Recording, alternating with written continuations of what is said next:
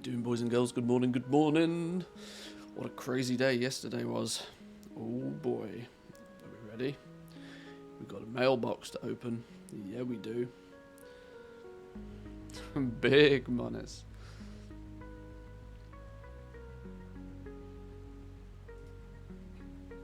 Welcome, welcome. Nice day for fishing. Oh yeah, sure. Right, we are getting ourselves prepared. We are getting ourselves ready. Those tunes we can turn down just a touch. Some big news this morning. Big news this morning. The other big news is that I'm not prepared. Hang on. Please hold. Please hold. Professional streamer in action.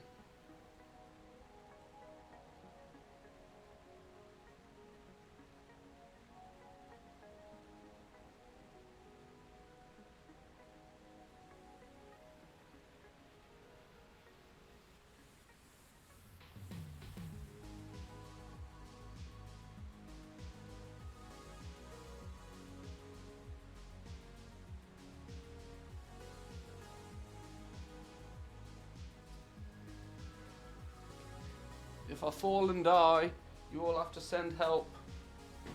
And stop staring at my ass. See? We're still ghetto streamers over here.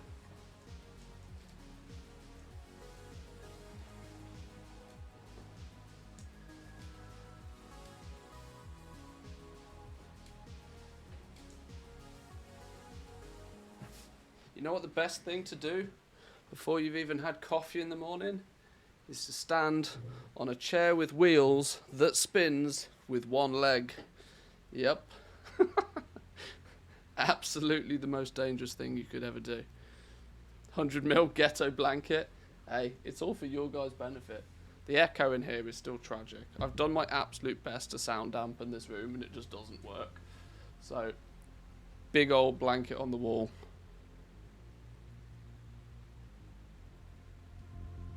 Now the tunes are too quiet. There we go. Righty.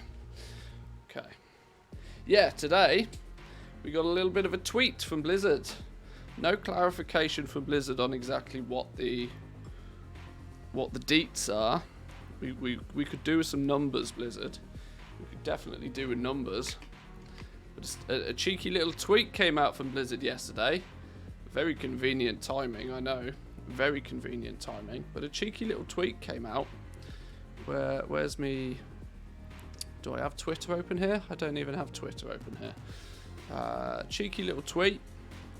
Where's it gone? Where has it gone?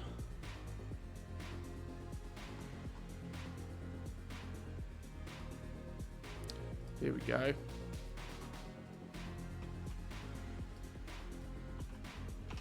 Cheeky little tweet from Blizzard. First thing this morning, legendary crafting updates. Legendary crafting updates. Significant. We'll work out what significant actually is. Significant increase to both Soul Ash and Soul Cinders earned from Torghast. Well, that's a bonus. Arguably, that was actually the bottleneck for people when it came to the legendaries still.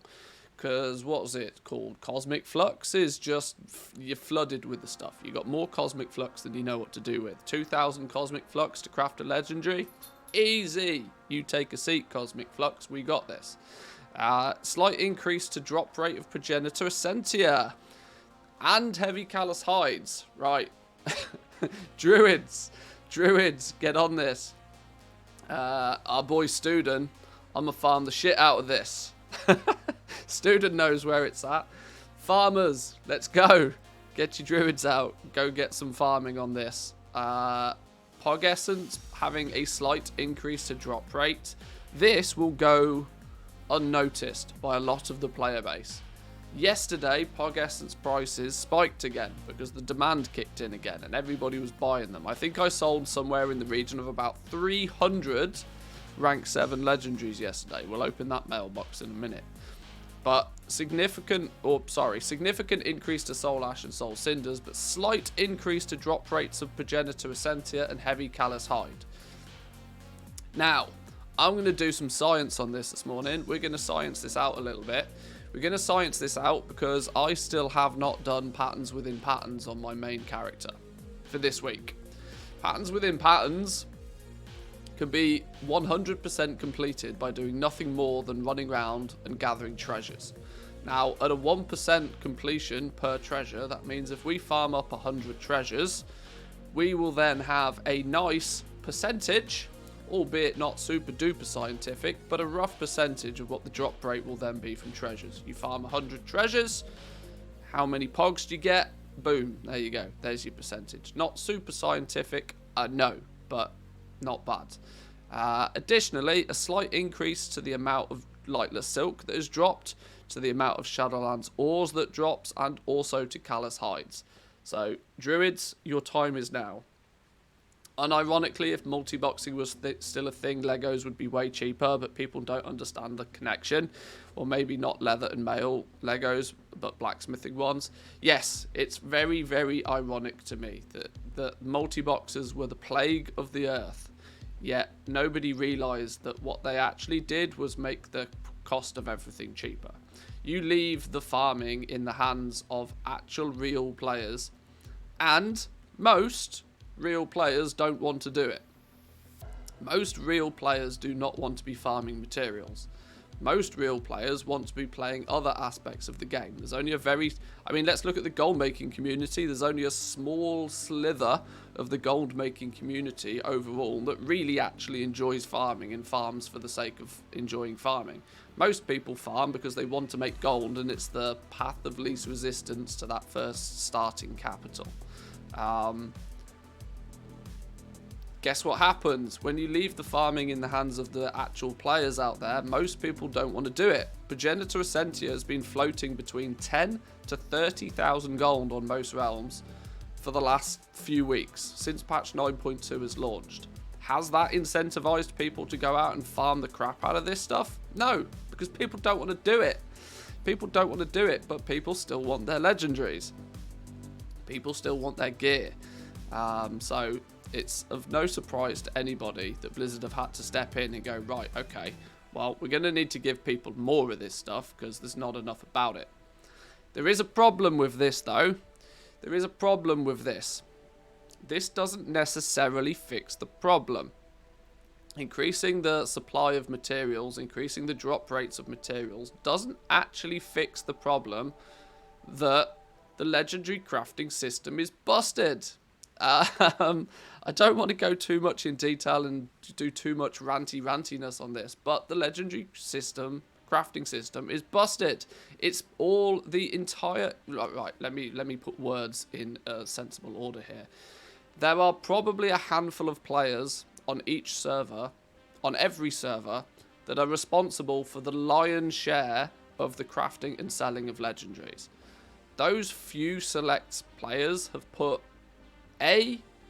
ludicrous amounts of time into leveling up their legendary crafts. They have put ludicrous amounts of gold because it's physically... it's borderline impossible to be self-sufficient with the legendary crafting system. You might be able to farm enough materials to level up 1 or 2 of the slots, but for those people that want to have access and to be able to craft everything that their friends, their guild members, the rest of their realm wants, needs to level up everything. To do such, we've been talking at great detail across the entire expansion, it costs quite literally millions of gold. And the scary thing is it's not even just these materials that are the problem. What they really should have done is taken a little bit of a look at the cost of the Arboreal Shard, maybe. Now, I know the Arboreal Shard has its place in the game. The Arboreal Shard is a vendor material that goes into the every single base legendary item that's crafted has a quite substantial amount of Arboreal Shards attached to it. Now, those are the vendor materials, and that is what pushes some of the gold out of the game. So it does have its place there. But this is also a big bottleneck. It's a massive barrier to entry to some people. It means there's a floor price to leveling your legendary recipes, regardless of all of these materials. If all of those materials were free, there's still quite a substantial floor price to the cost of legendary crafting. This is where I think the problem is. The problem is less so with these materials, because what happens on big demand days is, well, people buy out all of these materials and the price goes up and everything goes up.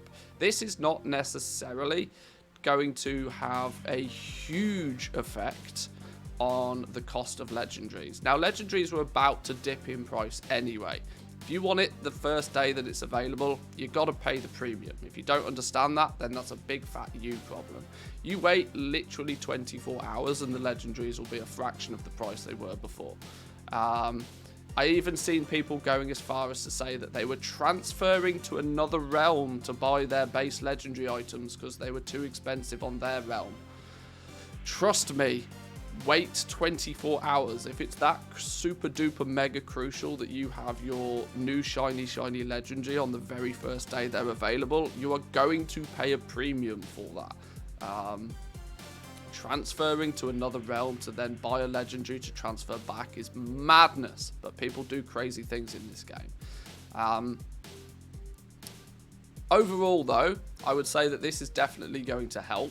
It's definitely going to help, and it's going to help in a way that is not really good for goblins out there. It's mainly because the goblins out there that have spent the time and the gold to level up their legendary crafts have now even less time to recuperate that cost before the price on everything dumpsters. If you are a big legendary crafter right now and you have a large stockpile of Progenitor Essentia, a large stockpile of Heavy Callous Hides, a large stockpile of basically any of these materials, you want to either use them incredibly quickly or get rid of them incredibly quickly. Sitting on a large stockpile of materials at the moment is bad business. The value of those materials is going to plummet remarkably quickly. You want to make sure that you're not sitting on too much inventory, because the trend of things now is going to be down. You want liquid when the things are trending down, so you can buy the cheap stuff, and you want to buy cheap stuff like quickly. You want a high turnover. The times you want large inventories is when the prices of things is going up, which is not the case right now. So, if you're a farmer, go make some gold, for the love of God. If you're short on gold right now, you want to jump on your druid and you want to go farm some of these materials. Over the next few days, I'd imagine you'll see larger amounts of videos from the likes of people like Student, who are absolutely going to go and farm the living Christ out of this, because it's easy money, right? It's quick and easy money. The Progenitor Essentia will have to do a little bit of testing to see just what has actually happened behind the scenes with the drop rates. Hopefully we might get some actual numbers from Blizzard at this point for this now. But we'll see. One thing I do agree, Grundegg. One thing I am kind of glad is that they held off doing this until people, especially the crafters that have put that time and effort in at the beginning, have had a good opportunity to sell the items that they've crafted. If they'd have done all of this a few days ago, I think there'd be a few people out there that would literally be like exploding with rage. Because yeah, you got it. If you're gonna put a system like this in place, if you're gonna have a high barrier to entry and a high risk reward factor to it, you got to let that play out a little bit. I'm surprised this has come so early. I'm very surprised this has come so early. Although, are we now 4 weeks into patch 9.2? We're now 4 weeks into patch 9.2. Yeah. We had 2 weeks before rank 7s have been a thing, and now we've had 2 weeks of rank 7s. So we're 4 weeks in. It took Blizzard 5 weeks in patch 9.1 before they increased the drop rate of Korthite crystals. So it's actually happened at about the same time. Obviously very well constructed from Blizzard. They've deliberately staged this so that things have all aligned quite nicely.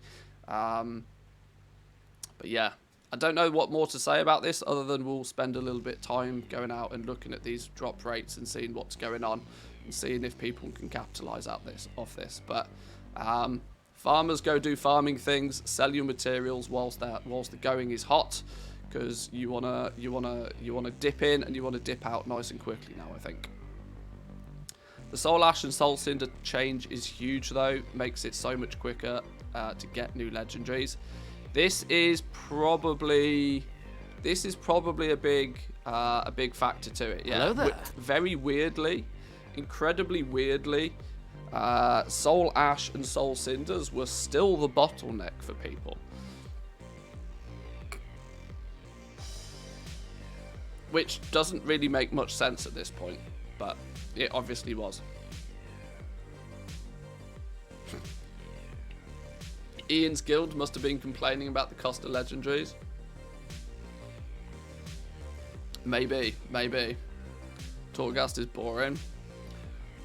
My Torghast main is going to be spamming Torghast this weekend. Yeah, that makes sense, right? Yeah, you also want to, the annoying thing is you also want to spam Torghast on just one character, and then you want to send the Soul Ash and Cinders elsewhere, don't you?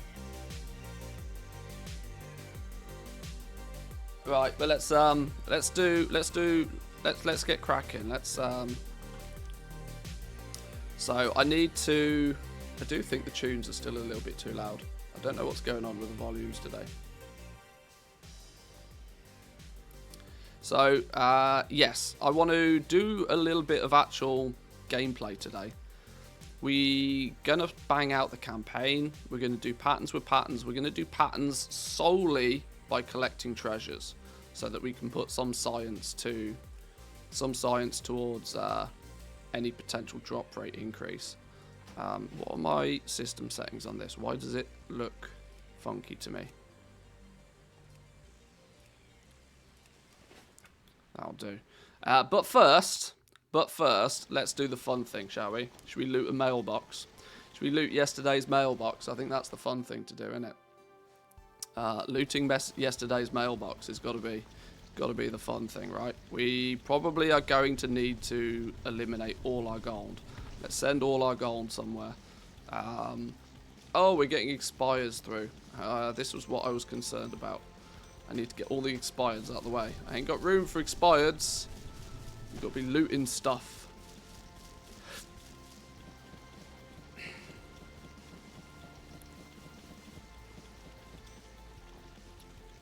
Could probably do with selling a bunch of this now, let's be fair. Right, let's send all our gold. Send all our gold over. Let's actually go and collect that. I don't like having gold just sat in mailboxes. 0 off the gold on our bank character. And let's start looting. Now, I have an empty guild bank on this bank character as well.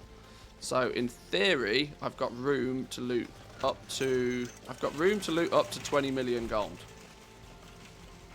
Hey, look, somebody wants a ban. Yay, woo, somebody wants a ban.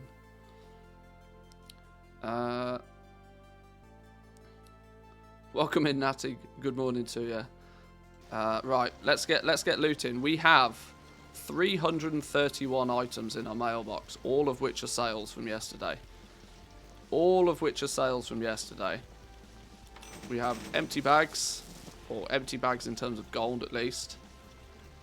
Is there a way to loot these like one at a time without it auto reloading? I don't know. Let's just loot it and let's see where it goes.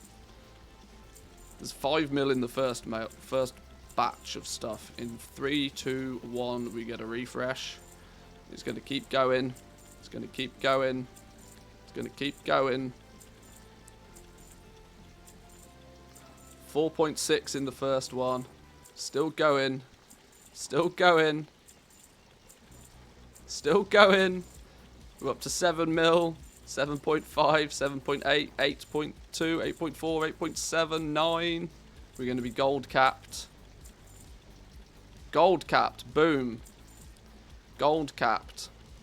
Gold capped from with still 121 auctions left.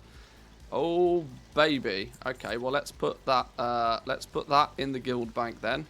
There's our first gold cap from yesterday. Deposit. I guess we can go. Hang on. I guess we can go. Deposit 999 999 9. That is beyond my means. What do you mean that's not beyond your means? 9,999,999. No, that was only 1 million.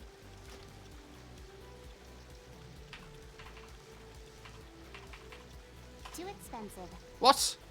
What? Just deposit all of the gold. 8999257. There we go. There we go. The first gold cap in the bank. First gold cap in the bank. Can we do it again? Can we do it again? We got 120 auction, 120 sales, 5.2 million with 20 on top. We're not going to do it again, are we? But let's see how far we get. Let's see how far we get.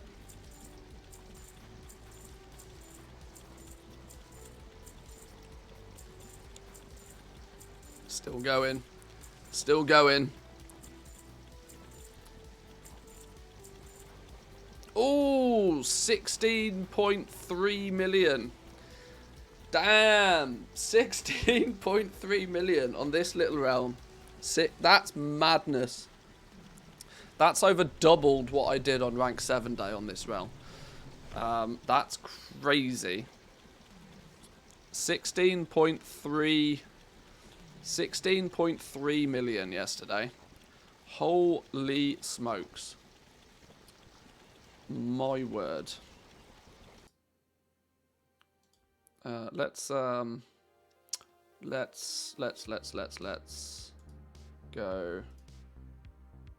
Hang on, I'm gonna need that one for someone else.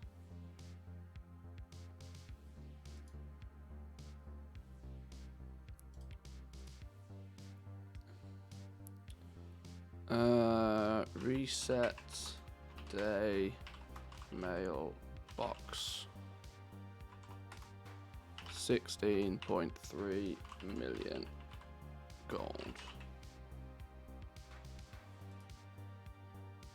Why is it so tiddly all of a sudden? What's going on here?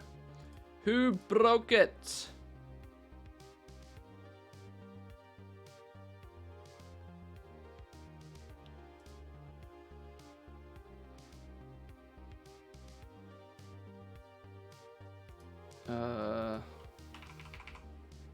What? Why is it all broken? Why can't I just make it bigger? That's what she said. Haha.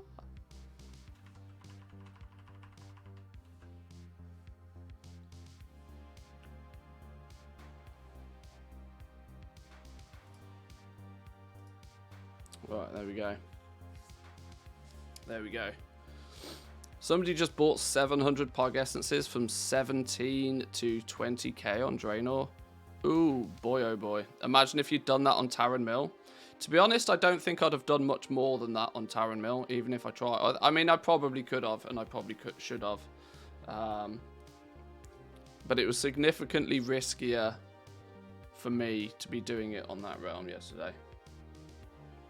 And I hadn't prepared anywhere near enough to do something like that yesterday.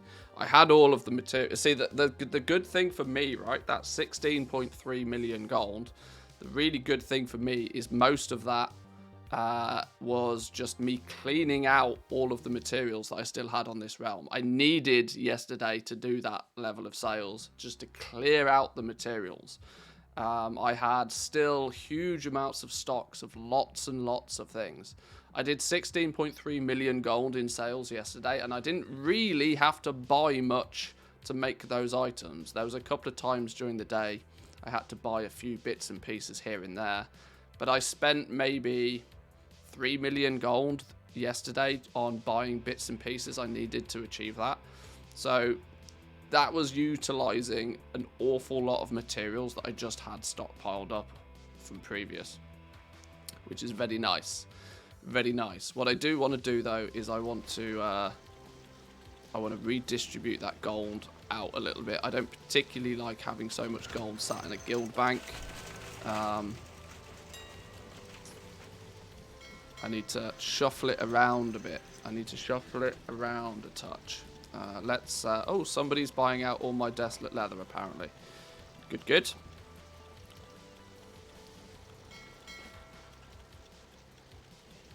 The only thing that would make me happier than watching you do this is if I was watching it on my mailbox. Nice job, all your preps paid off extremely well. Thank you for sharing the process with us. Yes, thank you. It's been a blast. It's been a blast. It's been fun. How we doing, Woo? Welcome in. Good morning to you. Welcome, welcome. Right, I need to work out where all of my gold is, and I need to send some to some other characters. This dude is basically capped. Let's send gold cap to somebody else. Redistribute my funds real quick. Bonfire of the Mats. Well, I am so glad that I chose to do what I did yesterday, of which was to just liquidate hard. I couldn't have timed it better if I tried, I think. Because yes, there is likely to be just a bit of a bonfire on the go soon.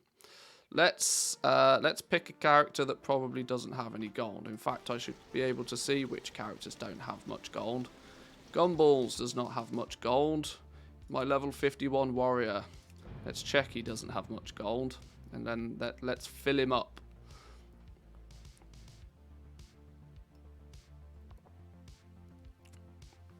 Is that 100 mil now? Yes. Absolutely. Absolutely. I'll do some quick numbers in a minute just to find out exactly what it is, but yes. Talk about after the horse is bolted though. Gonna make the decline even more severe. Opportunity for vendor flips perhaps. Well, I've actually gone as far to even burn through a bunch of the materials I'd bought for vendor flipping.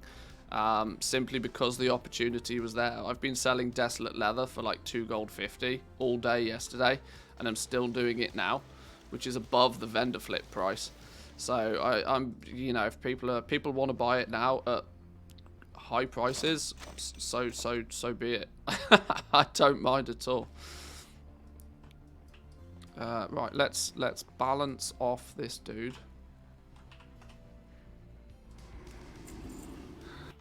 And then let's send him a bunch of gold.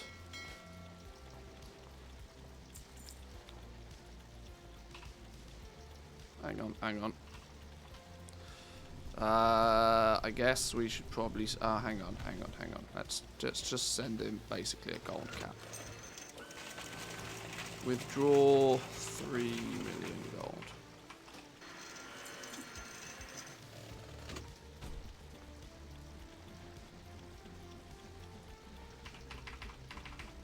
What? Why do my numbers not work? Hello? Is that 9 mil? That's 9 mil.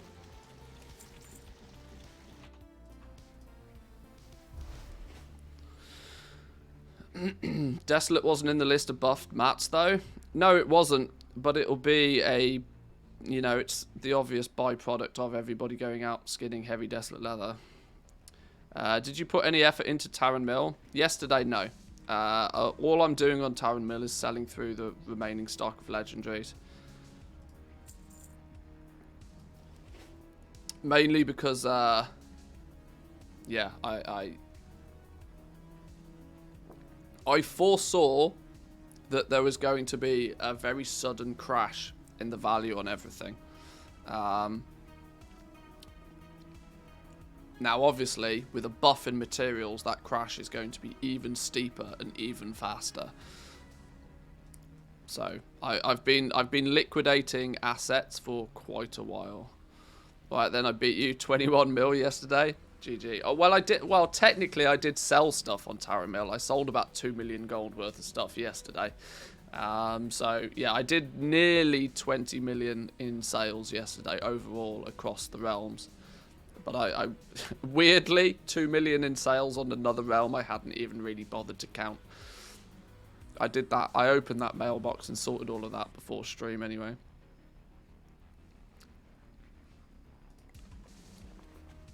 Right, so we should now have...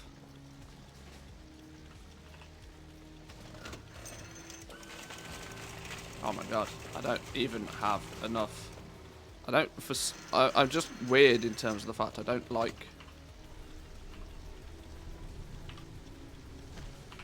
like keeping gold in guild banks. I don't know why. It's just a weird thing I have. Did I take all of it? I did. Also, congrats on reaching 100 mil. Took you sweet time. I know. Took longer than it should. But where does that put us liquid gold-wise on this realm now? It says 55. It's not taken into consideration. This is good old... hang on. This is good old TSM not catching up. I think it's actually... It should be 65.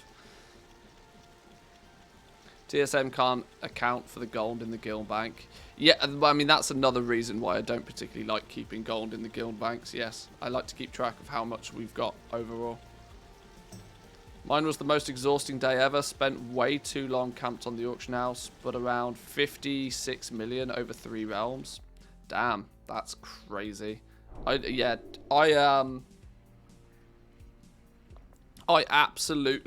absolutely should have played on multiple servers. I should have gone so hard on both Draenor and Tarren Mill, and basically everything. But the point is it's just, you know, I was cancel scanning for like, well, I mean, I streamed for over 10 hours. I streamed for about 10 hours yesterday. I stopped streaming, I walked the dogs, I ate some food, I took a shower, and then I continued for another couple of hours. Doing it on just one realm was mind melting. I'm kind of tired today because of it. To do it on 3, I don't know how people do that. Genuinely don't know how people do that, but GG on being incredibly more wealthy than you were just yesterday.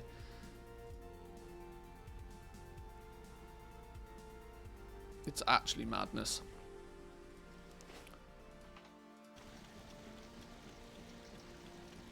You want to play catch-up, TSM? There we go. We want to play catch-up. See, it doesn't really want to play catch-up too well. 43 to 50. Where's the rest of it? What's it doing with the rest of it? It sees it up here. It just doesn't see it in my graph. Well, 65. 65 then is where we're sat on our little Sylvanas server. That puts me at 43 million gold profit in the last 30 days. Oh my lord. Lazy was cancel scanning whilst raiding. I'm not surprised. He should have just taken the day off raiding. Sorry, guild. It's an important business day. Killing bosses can wait. Yes. Many months of planning. Yeah. It's been a bit of a mad one. Over a million gold in profit a day. Considerably more than a million gold profit a day. I mean, this sort of stuff shouldn't be possible, though. It shouldn't be possible. Blizzard really need to address it. Blizzard need... like I said, I've said... Every time I look at my gold graph, I'm both happy and sad at the same time. Happy that I've been able to achieve it. Sad the fact that it's even possible to do. Because it just shouldn't be. It just shouldn't be. Right. Now we can log this dude out properly. What I should maybe do just to make sure that... I think that's actually... Yeah, we didn't just break 100 mil. I think we actually added a gold cap on top of that. I think we're at 110 mil now. I don't think we crossed the finish line. I think we sprinted past it.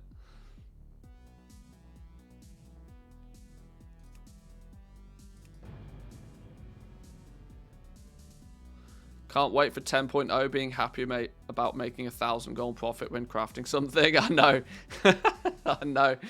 It's how times do change. And let me clarify, the reason why this shouldn't be possible is because it makes the divide between, you know, if you now look at the just ludicrous difference between the possibilities, and the thing is I'm not even doing it at the grandest of scales. I still consider what I'm doing to be sort of very mid-level gold making. It's not even the upper tier stuff. Sure, I have lots of crafted patterns and I'm willing to go hard on a couple of days, but I'm still not doing anything outrageously special. But you look at what the floor price is. Look how much gold you get for doing your callings. Look how much gold you make from the mission table. Look how much gold you get by actually playing the game. People still to this day struggle to even buy a single token in a month just by playing the game. I think calling gold was cut. Really? Oh god. The amount of gold you can get by just naturally playing the game is so insignificant nowadays. It's not good. It's not good generally. Well met. May the eternal sun shine upon Oh, 45, yeah. Yeah, we didn't just cross the finish line, we sprinted past it. 110 million gold now. In liquid. Holy. Hey, I could almost buy a Spectral Tiger. Another 10 mil and I'll be able to think about buying a Spectral Tiger. Good thing I've already got one. Ugh. Don't think Blizzard's going to address it at all because people are going to swipe that credit card even more. Yeah, it's the cynical way to look at it, but I equally think it's correct. I think it's true. I genuinely think it's very true. Spectral Tiger giveaway. I don't think I'd even be able to. With everybody printing this much money, I would imagine the TCG mounts are going to just zoom up in price. Zoom up in price. There's so many more people that have ludicrous amounts of gold now.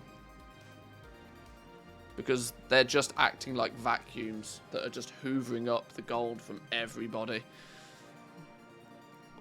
90% of a single realm's wealth is in the back pockets of about 4 players.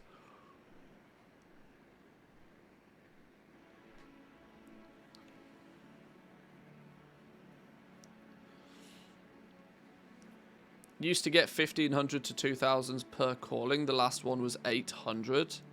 No. Oh, God. Okay. Yeah, I've not done a calling for... I mean, I can't remember the last time I completed a calling.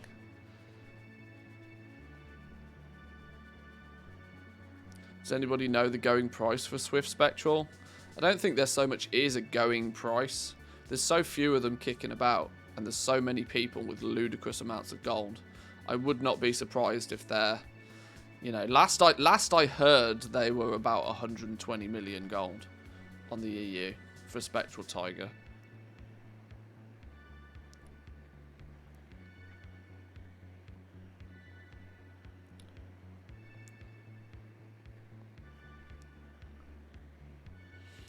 Think I've got 2 caps till the evening. Already told the guild that I'll do another giveaway. A few Legos, a few 100,000 gold. They were happy when I did the same on the rank 7 launch. Fair play, my man, fair play.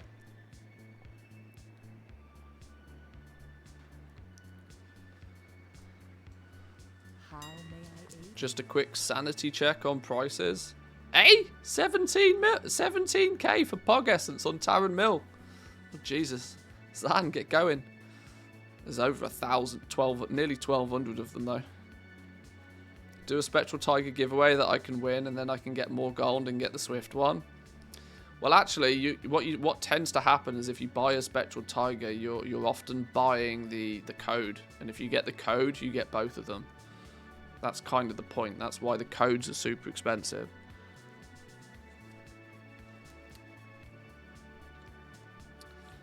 Be careful.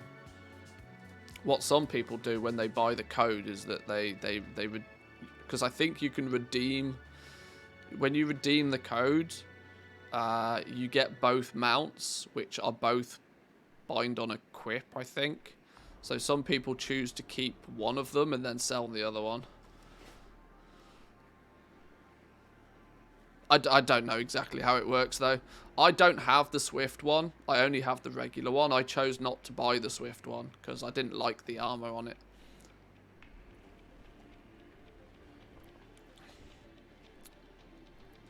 Hey look, it's the charity Spectral Tiger. It's the fake Spectral Tiger. Love it. Right, have I actually got anything to do auction house wise on these? I don't think I have. I relisted stuff. We're still selling rank 5s. Selling rank 5s. Go on then. Go on then. I need to do a proper purge. Oh look, another cheeky 30k. We'll collect that tomorrow. Right. I don't think I need to do much over here. Today is about actually doing stuff. Yesterday was all auction house. We did all auction house yesterday. I'm done with auction house for a day. Short of doing a quick cancel scan and keeping our remaining items listed, the auction house side of stuff is at a minimal today.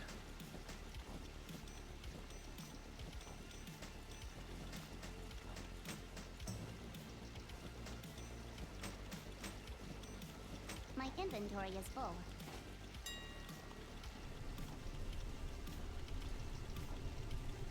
Get this lot listed real quick. Yeah, I guess it's probably about time for me to actually do the campaign and get my own rank 7s, I suppose. That would be sensible. Sold a few rank 6s that have sold for more than the rank 7 version. That's also possible. Yeah, you definitely want to do bits to get rid of those rank 6s now. If you're still sat on a bunch of rank 6s, you want to do what you need to do to get rid of them.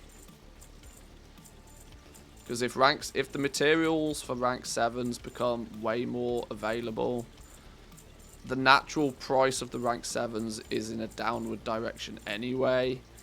You really want to do... I mean, there's a significant risk on the value of your rank 6s if you're holding stock. Now, I'm at a point where I just don't care anymore, I don't think. Even if I have to vendor them, I'll just vendor them. I'm not bothered, but...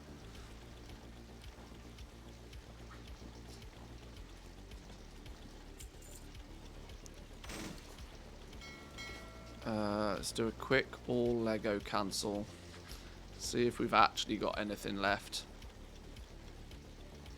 As far as LST is concerned, we are down to 23 rank 7s. So definitely some sticky slots. Shadowgast breastplate. Nobody was interested in Shadowgast breastplates. Shadowgast arm guards, interestingly. I didn't have much success selling those. Umberhide pauldrons, nobody's interested in. Grimvale pants, you couldn't give them away. Everything else, though, we basically blitzed through it like 3 or 4 times. I think I sold I sold probably close to 10 of nearly every... Well, yeah, I probably did. Thinking about it, I sold somewhere in the region of about 300 rank 7s yesterday, which is not far off 10 of every rank 7, if you average it out.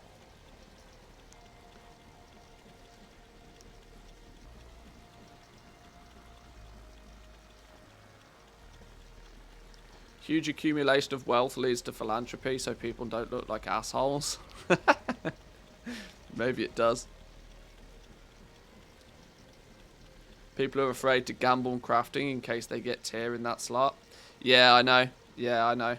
And it's not until people get their 4-set tier set that people are going to be inclined to risk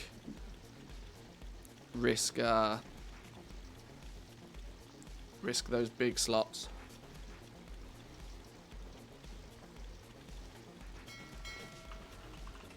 My last few days of sales, though, I want to clarify. Yes, yesterday was actual madness, but the last 2 or 3 days, generally speaking, has been actually ludicrous.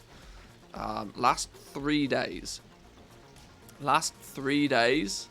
just on my little realm alone, I've sold 22 million gold worth of stuff in the last 3 days. 22 million gold of sales in 3 days on a mid to high pop server. It's actually bananas.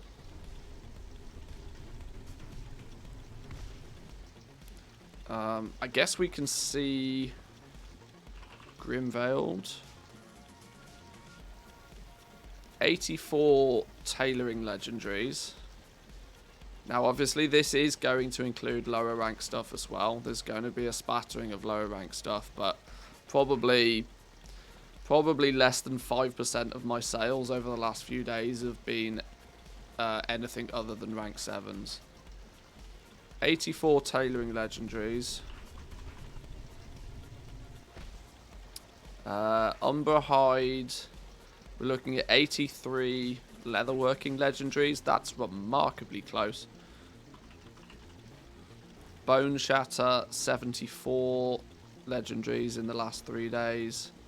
What I should probably do is look at Shadow Ghast and then take away the rings and necks.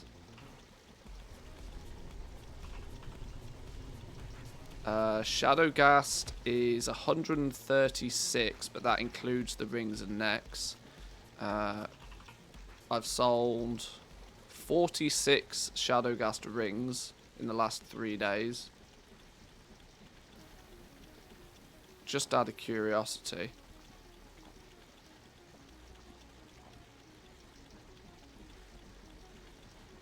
Okay. Yeah, I sold 1, 2, 3, 4 Shadow Ghast rings to the same guy. No, actually, because he bought 4 of them. So I've actually sold 4, 5, 6, 7. 7 Shadow Ghast rings, all to the same player. That dude was so determined to keep the prices high. He was just, and that was in the last 3 days. He bought about 20 more than that off me in times before that. But 46 Shadow Ghast rings in the last few days. 32 Shadow Ghast necklaces in the last 3 days. So actually that's looking, what was that, 32, 46, like 70, nearly 80 jewel crafting legendaries. Nearly 80 jewel crafting legendaries. 80 away from 136, so like 70 or so plate legendaries. Damn. Was that the guy that was whispering you? Yeah. Absolute dum-dum. He's probably still sat on 30 to 40 Shadow Ghast rings. He's in for a world of hurt when the prices tank. He's in for an absolute world of hurt. I tried to tell him. The irony of everything was, he was telling me to stop undercutting on the price of rings. He was desperately telling me to stop undercutting and desperately trying his hardest to price fix on the Shadow Ghast rings. Right? When I was listing my Shadow Ghast rings at between 60 to 70,000 gold, I could not craft them fast enough. Like, by the time I'd crafted them, put them on the auction house, they were selling out. When I played his game for a little while and started trying to sell them at 120,000 gold, I couldn't shift them for trying. And even he reverted to trying to sell them through trade, which just straight up proved my point. That if you price things above the point where people want to pay, what's the fucking point? Bring the price down. Bring the margin down. Don't be too greedy. Sell in bulk. There's people out there that want them. So, yeah. What are rings at now? They went super high on full populations. Yeah, there's a lot of people overpricing them. If they were just to bring them down, they'd have... What are Pallid Bones doing at 410,000 gold? Oh, my lord. Shadow Ghast ring. Hang on, ring only has 1G. 120,000 gold apiece. This is too high. This is too high. This is too high. If you at this price point, considering that I've been selling them comfortably for 70 to 80,000, like 60, 70, 80,000 gold, which is still massively profitable. They cost. They cost basically 50 to 60k to make.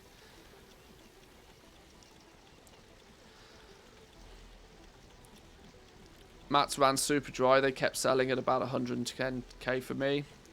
Costs went up as well. Yeah, full pops, that will be a case, but full pops is a different game. Like this is why you've got to look at each realm, and I'm not saying this specifically to you, Woo, because I know you know this, but generally speaking, you got to focus on how your realm plays. This is not the super duper mega servers. Plus, the fact that I've been selling Shadowgast rings for like 60, 70k for like over a week now. To double them to 120, people are naturally going to be reluctant. Most people will see that, oh, well, the market value's 83. Paying 120, I'm being skamazed. Even if that's, the average price overall. But yesterday, at this sort of price, you'll sit in a cancel scan war all day at this price, maybe making a couple of sales. Do I actually have any... no, I sold off my last 4 for cheap yesterday, so I didn't have any left.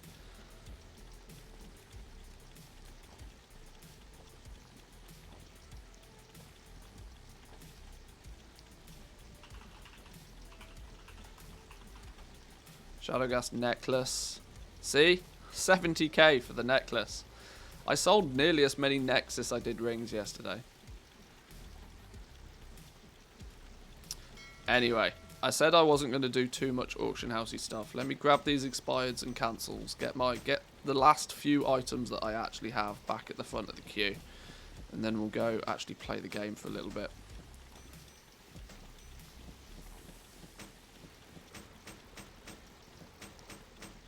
Sylvanus' medium pop. I mean, as far as Blizzard is concerned, it's a high pop server. It's not full. I mean, it used to be one of the big ones. It used to be in the sort of the top 5 realms, but it's no longer anymore. It's probably... Blizzard claims it's high pop, but generally speaking, it plays more like a medium pop realm.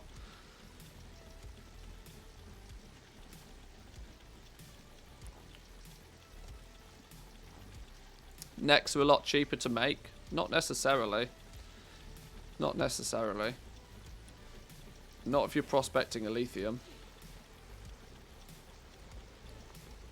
Or Leystrite. Or Pogor.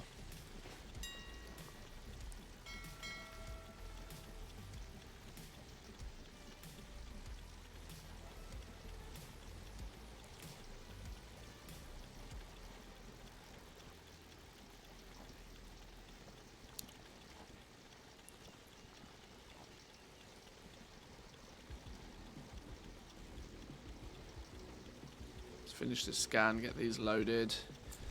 Out we go.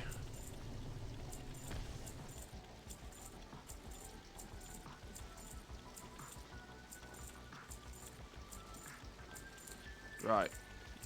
I think the first thing I'm going to do is I want to test this Pog Essence through treasures. I want to see if Pog Essences through treasures has been a significant way that they've buffed it. They've obviously been, well, they've not even been cryptic. They just straight up haven't told us how they've increased the drop rate. They just says they've just said that they have.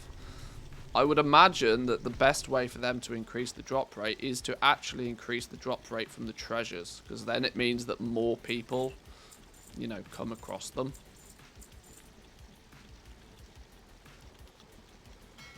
The more people just, accidentally come across the materials, the better for the, the overall price of it. So, what I might do is I might pick up my patterns quest.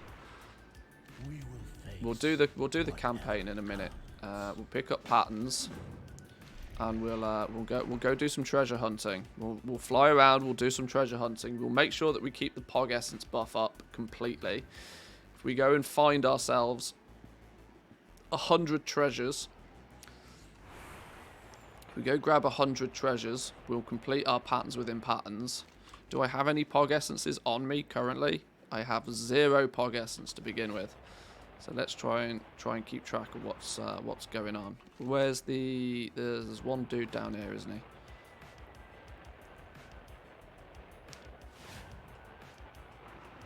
No, where has he gone? Is he... Oh, next one. Let me put the these dudes. Where they gone? Echo Giro. Let me put them on the map. I need to make sure I keep the red buff up at all times.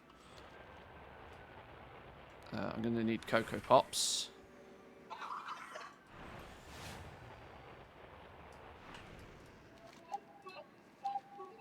Right, I'm not going to kill rares. I'm not going to gather anything. I'm going to avoid killing things as much as possible. I want to go loot 100 treasures.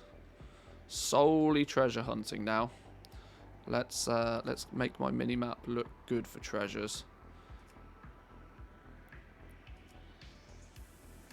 Cipher caches, shrouded cipher caches, Morsworn supply caches.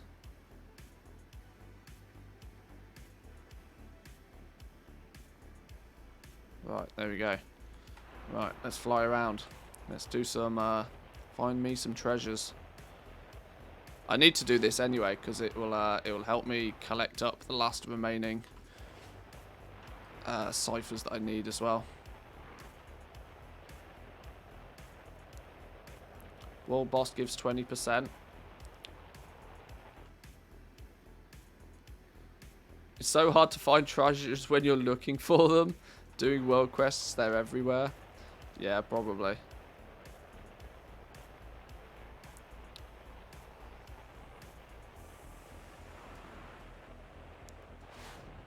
The engine that creates these automa is not working. Clear the defective ones so that others may be renewed. 1, 2, 3, 4. Did I just press that one twice? I accidentally double clicked it. God damn. No. Ah. Oh, stupid game lag. Oh. Huh? Okay. Oh, this is the opposite way around. This is a turn them all on one. You don't see those very often. It's going to give you progress to the weekly. You're right. Then we exit. I seem to have broke it anyway. Yeah, ignore the cache. Good call. Good call. Do I collect battle pets? Sort of. Sort of. I kind of, I like to collect them for the purpose of collecting all the things. I don't particularly focus on them too heavily yet. But that is an adventure that I'm planning to get into more so.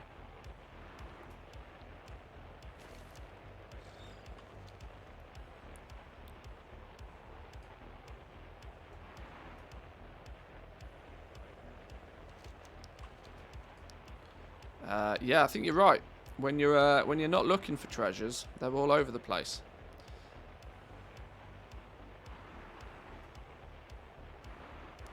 Want to buy a treasure?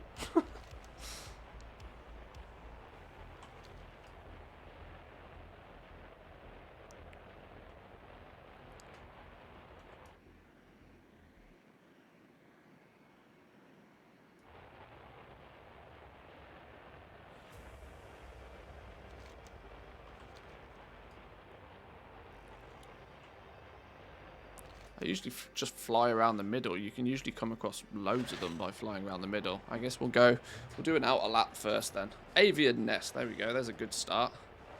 There's a good start. Yoink. Right, 1. 1. At least we have a nice little progress indicator. Another 24-hour shift? Oh my god. I don't know how you do it. I genuinely don't know how you do it. Well, have fun. Have as much fun as you can have doing a 24-hour shift. Bata friends adore catalyzed apples, but they are only found on one automa. Could you obtain some for us? Another rare.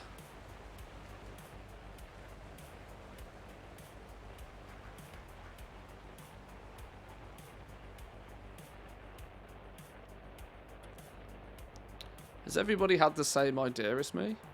Has everybody decided that you know what the best thing to do is to fly around Zereth Mortis and loot all the treasures?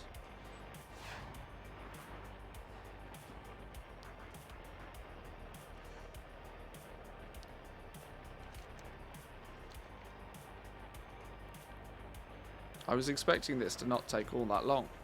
At this pace, I get one treasure every 5 minutes. What's going on? Science is going to be slow, you know.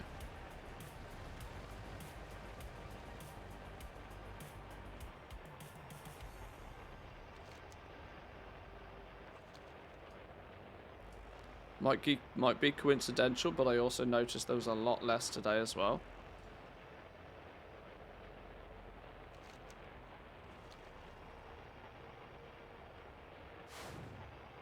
I mean, this one's nearly always there. What's going on?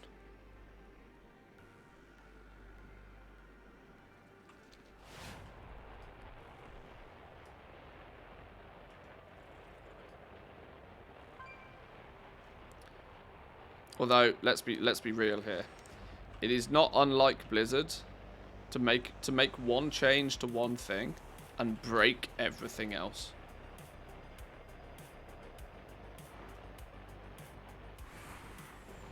It is a definite possibility that they'll break everything.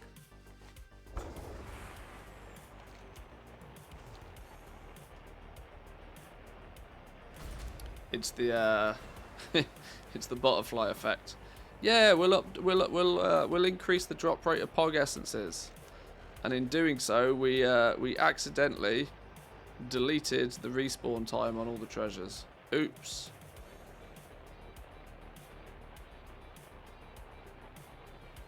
Plus drop minus spawn. Yeah.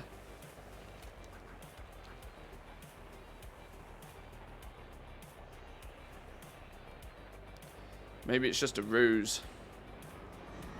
Maybe it was all a ruse. Maybe it was just got to get that engagement. Maybe it was just a ruse to persuade the goblins to drop their prices. Now, I know the Sandsworn chest probably shouldn't count because you need keys to open these, but I'm going to use it anyway.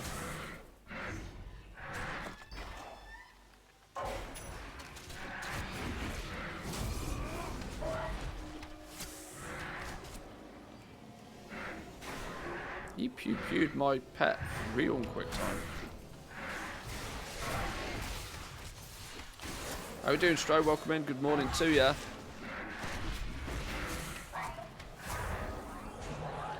Hope you had a good reset day yesterday.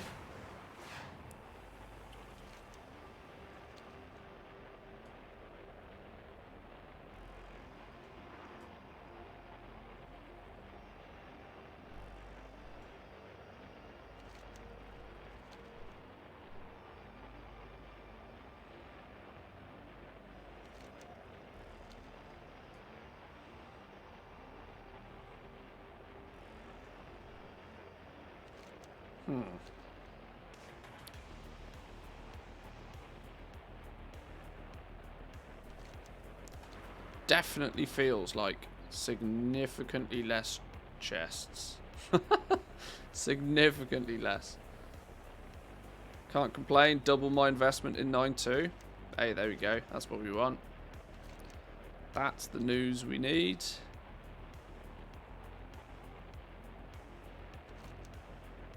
Let's take a lap through the middle.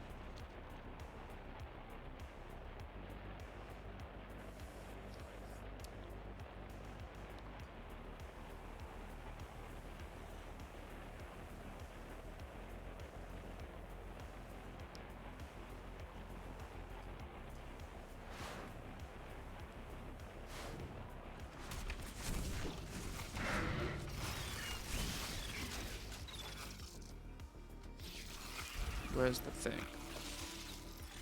Oh.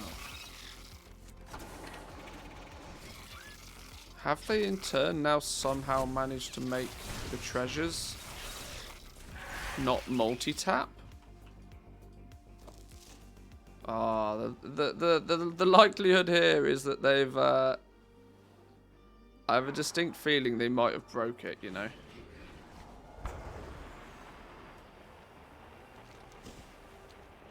I think in changing the drop rate, they've somehow managed to also break the treasures.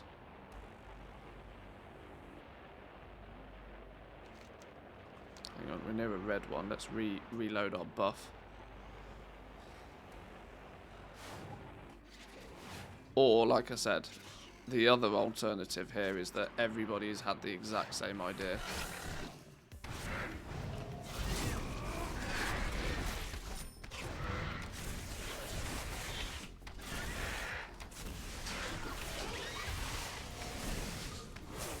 Aggro range on these goddamn birds.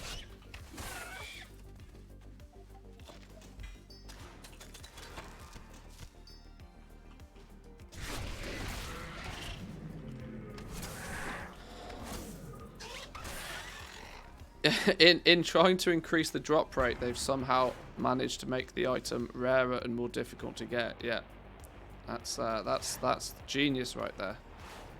Actual genius.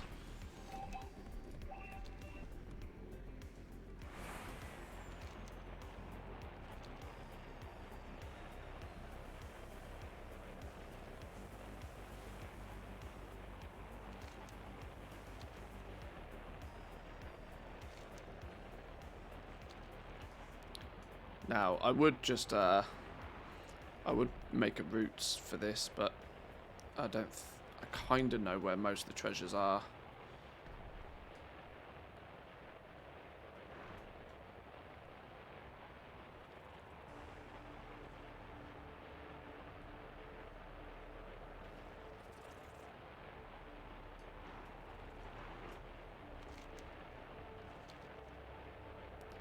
Rares are still popping up nice and quickly. No problems there. Treasures, on the other hand, seem busted. Is that your wallet? Or are you just glad to see me? Hang on, here's one. Both, I hope. Good morning, Manthias. Good morning, good morning. VA Gaming Panda, thank you very much. What's this? Prime for 2 months. 2 month streak. Thank you, thank you. Thank you for those Bezos bucks. Hope you had a good day yesterday. And a good day today and all.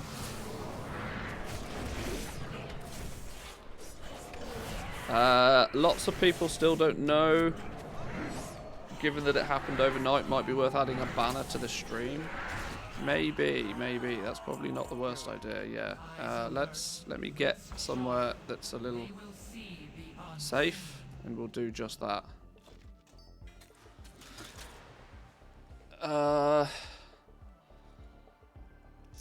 We have.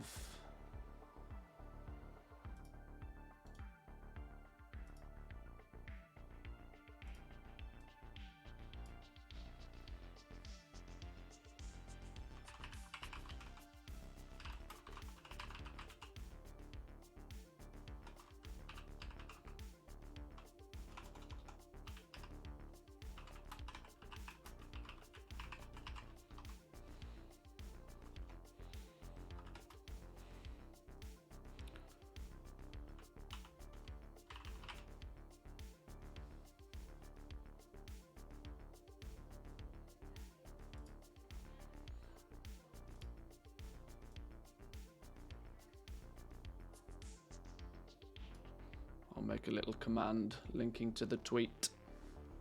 Let's make a little command linking to the tweet. Let's be clever about this. Hang on with your exclamation mark, Lego. Give me a chance, Jesus.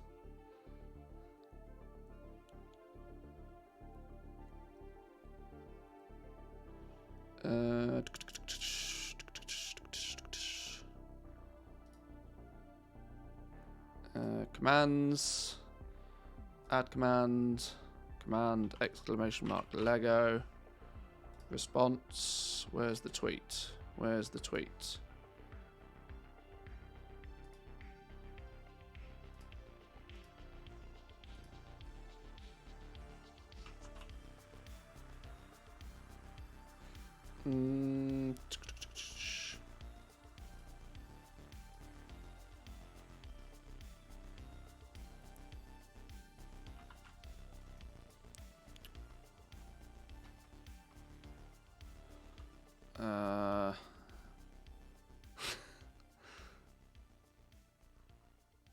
Lego.com. Or material buffs. I don't know. We'll go with just chill. Hang on. Relax.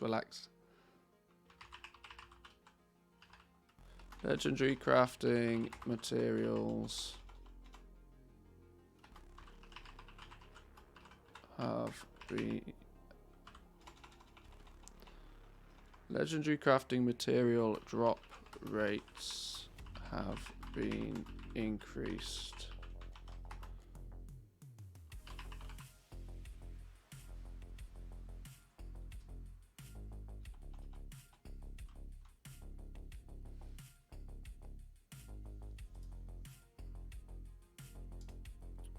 Right.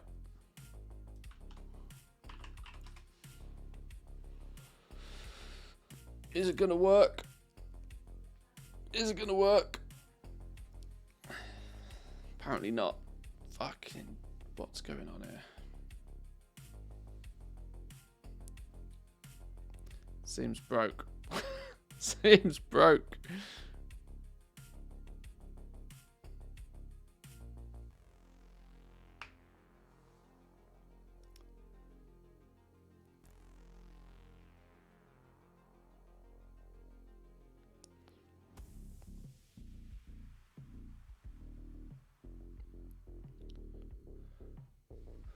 Why is it broke?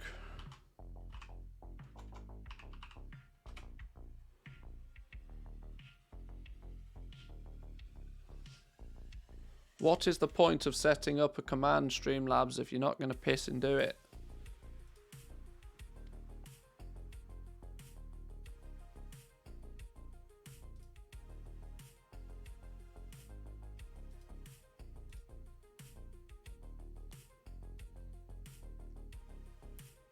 Command updated.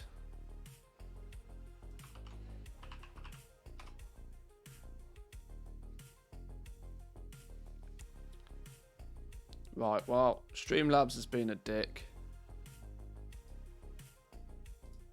I tried.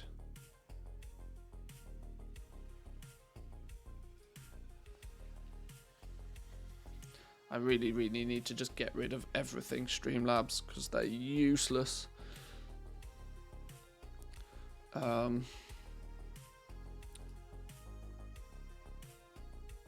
Streamlabs isn't even here? What do you mean Streamlabs isn't even here?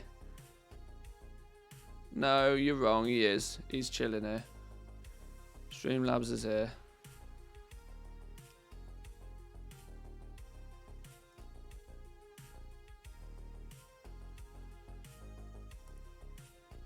Oh.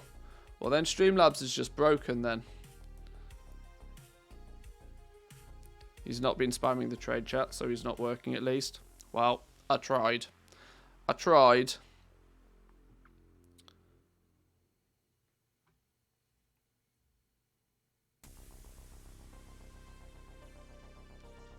Oh well, I'll leave it there. If he starts working again, he starts working again.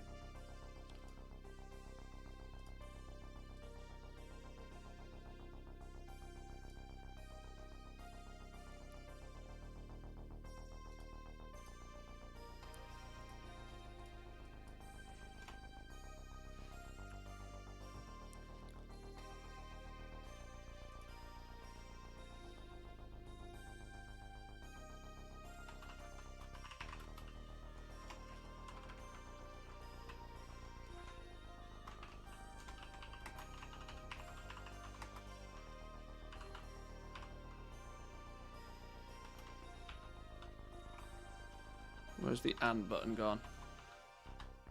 Huh? What?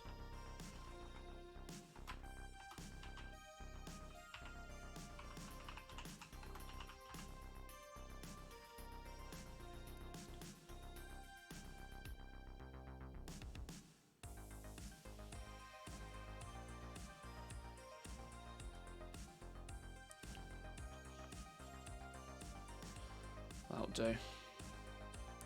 That'll do. Right.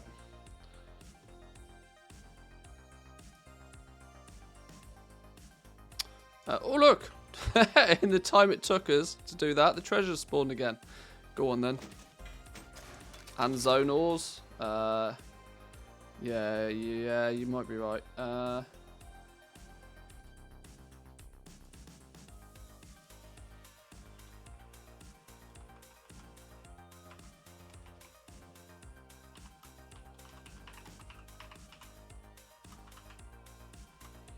Hang on.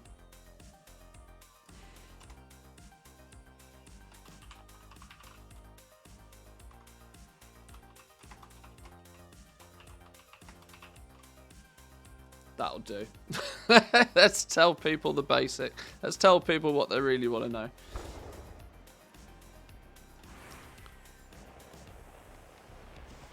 Right, treasures. Where's me treasures at? I need to remember. Can somebody please remind me if I ever drop this buff? Because it's likely to happen, because I won't pay attention. I'll be too busy chatting about something and I'll forget. Huh? Stupid. Goddamn son of a...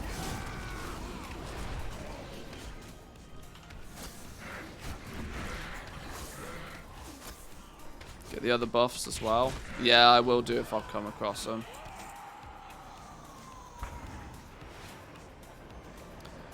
But yes, I'm on a nothing but treasure farm right now, just to try and get a sense of what it is through treasures. If we complete patterns doing nothing more than looting treasures, then, you know, 100 treasures looted is at least the start of a sample size, right?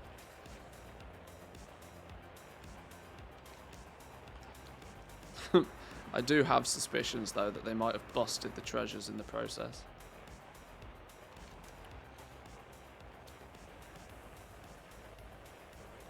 Because I vaguely remember doing this last week, and I was able to pick up treasures. Like, I was literally able to just bounce from one treasure to another, to another, to another.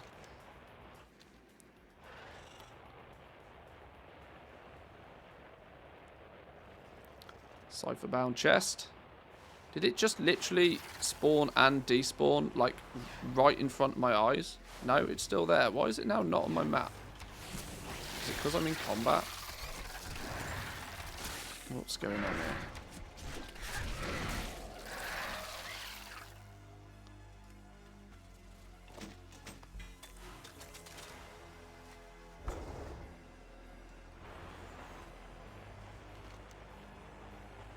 It appeared on my map and disappeared off my map. Like, literally in about 3 frames. You got the gear with the increased vision stuff? That's a good point. I should check.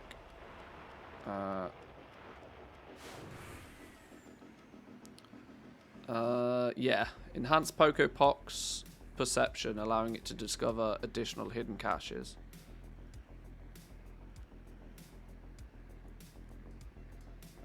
Maybe let's make sure we tell Poco Pot to look out for things. I don't know if that really makes a difference, but he might as well. Let's also put him in aggressive mode, because, you know, he gets a little sword and he looks funky.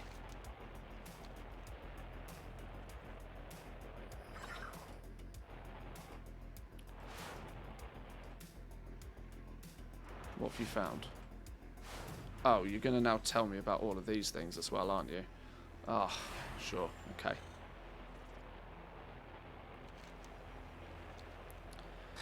We're going to increase the drop from treasures, but decrease the number of treasures, yeah. Yeah.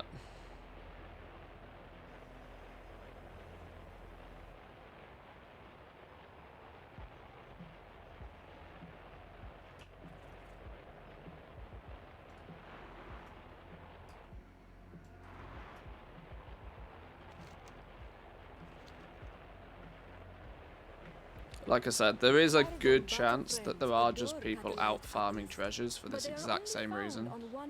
But there was one treasure that seemed to despawn in front of my eyes after somebody else looted it, which isn't meant to be how they work.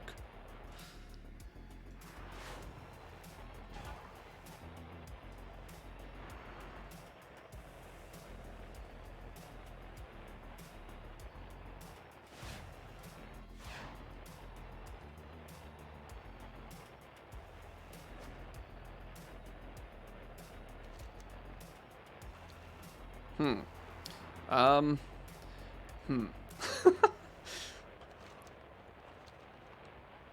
not entirely sure what to say about this. This feels very odd.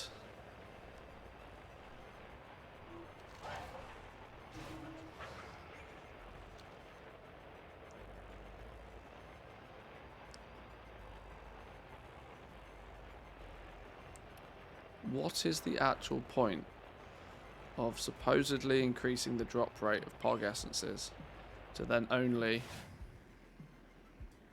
remove the quantity of Pog essences from treasures?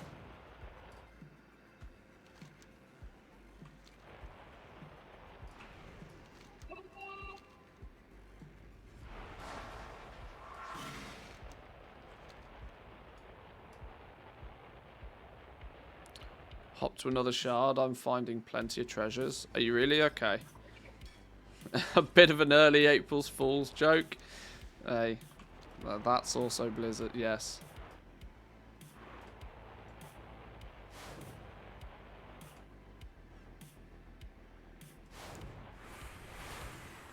What? Where did the nest go? It was literally... It's up here, that's why. I was in the wrong spot. A poultred lattice? Oh, that's a cheap one.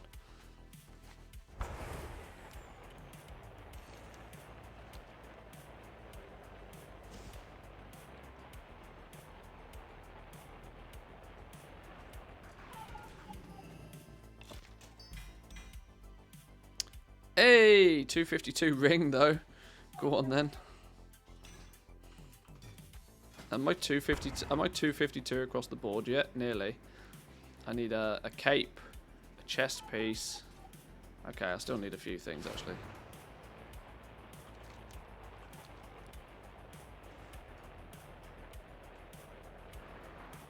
No, that's the stupid. That we're not getting that thing ever again. Not getting baited by that thing.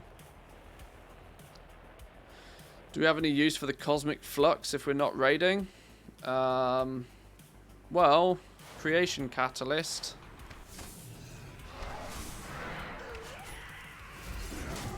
In theory, Mr. GM tweeted out about this yesterday.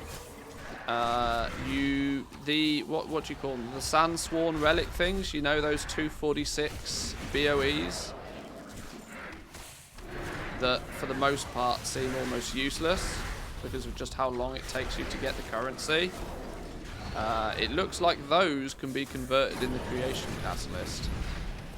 Cypher gear, not so much.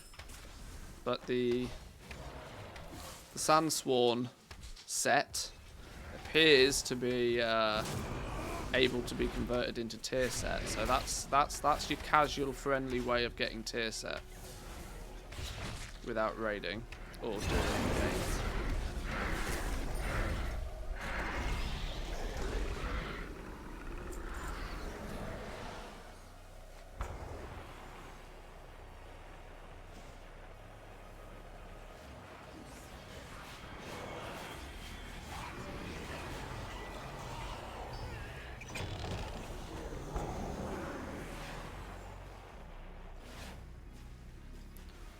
Pokopot telling me about?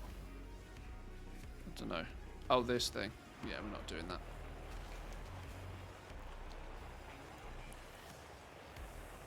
People want the creation catalyst unlocking earlier. Yeah, I've seen Venruki shouting about it on Twitter a lot. I think Venruki was saying he's got like one piece of tier set across 4 characters. Even though he's maxed his PvP vault out every week. There seems to be some people that, yes, are very desperate for the creation catalyst. The fact that they've... I wish more people would start to realise just how aggressively gross the time gating has been in this patch.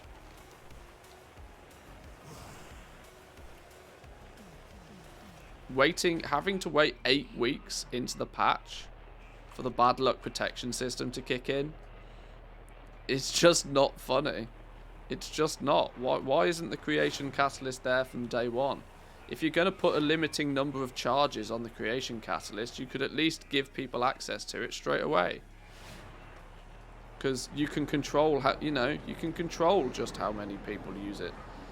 Waiting 8 weeks for the Creation Catalyst to turn up, and even then, when it does turn up, telling people that they can only make like 1 piece of gear a week. Stop drip feeding content to us, Blizzard. We can all see that there isn't enough content in the game right now. We can all see that. We're not dumb. We can see that you're struggling for content right now. Hopefully because you're working on 10.0 aggressively. But to disrespect your player base so aggressively by just giving them nothing but table scraps every week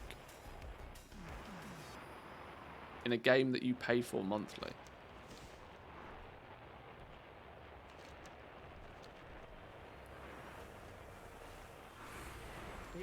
There's been so many things this patch that the community should just not accept. Yeah. Yeah. The problem is if you let them get away with it too much, then it, you know, they think they can get away with it again.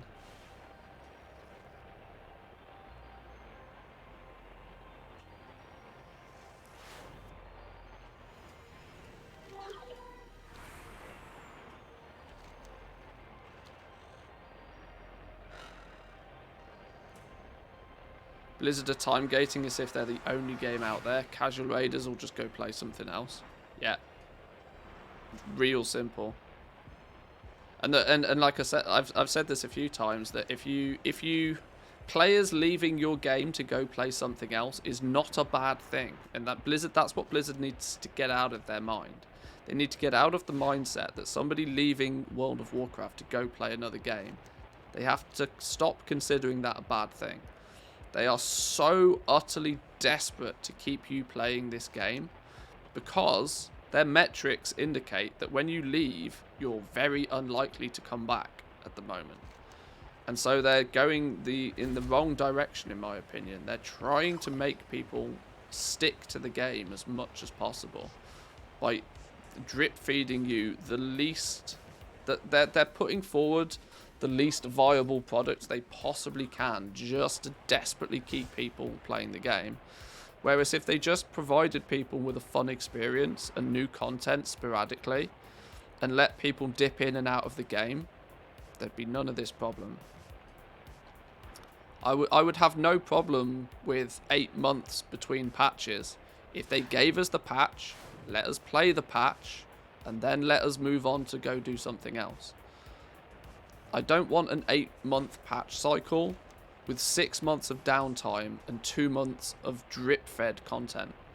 Just give me the content up front, let me play it, let me go play something else for 6 or 7 months, and then I'll more than happily come back to your game when you release something new.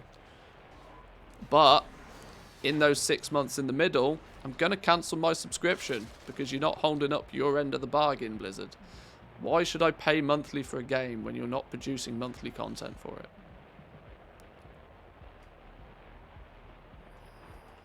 I don't think that's, you know, I don't think that's an unfair perspective to have.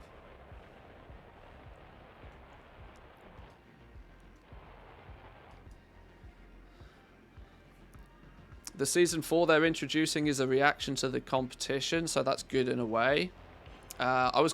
Today is probably a day we'll probably go over a little bit of the news. I didn't really get a chance to really cover that much yesterday, simply because it was just madness auction house stuff yesterday. But Season 4, I mean, it's very clear to me that Season 4 is just the features and functionality that they already had ready for patch 9.3. But obviously they're not giving us a full patch 9.3, so they're just, you know, calling it Season 4 and hoping we don't notice that there's half the patch is missing. I mean, it doesn't take a rocket scientist to work that out. It's, you know, they cut the last tier, they cut the last raid, yet, you know, they still had plans to do this. Plus, it's system-based stuff that they want to implement probably before the new expansion, because Blizzard, I hope when I say this, I hope Blizzard have learnt their lesson when it comes to releasing huge system overhauls at the beginning of an expansion. They fucked up so hard with Warlords of Draenor. They released Garrisons, which was a completely new system, and it ground their game into the floor for about a week. And it's just ended up being a bit of a meme. That WoD launch was just trash. So they try not to release major systems like that without having some exposure to them first.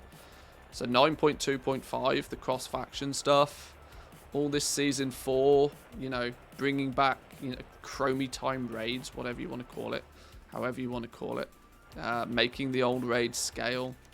All of this is system-related stuff that they're trying to get implemented and tested to smooth out the problems with it before they launch a new expansion, because they don't want to be dealing with that shit when they launch an expansion. They want to just be churning subs, and they want the launch of the expansion to be as blissful as possible. For good reason, obviously.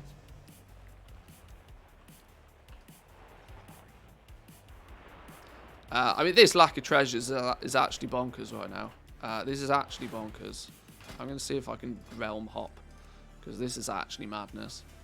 Give me a...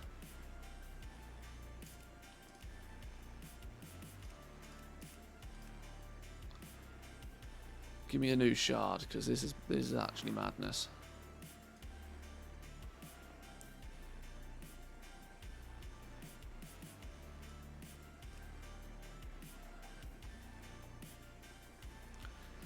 Two by 4 gold farming in Revendreth. Are the Lightless Silk farms up and running again? Right, we've hopped. We've hopped. Let's see how we do with treasures now.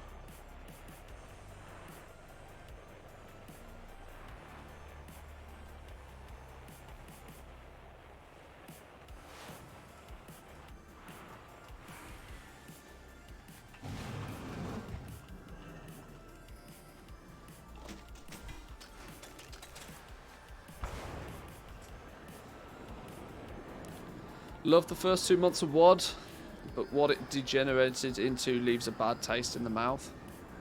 Yeah. Yeah, the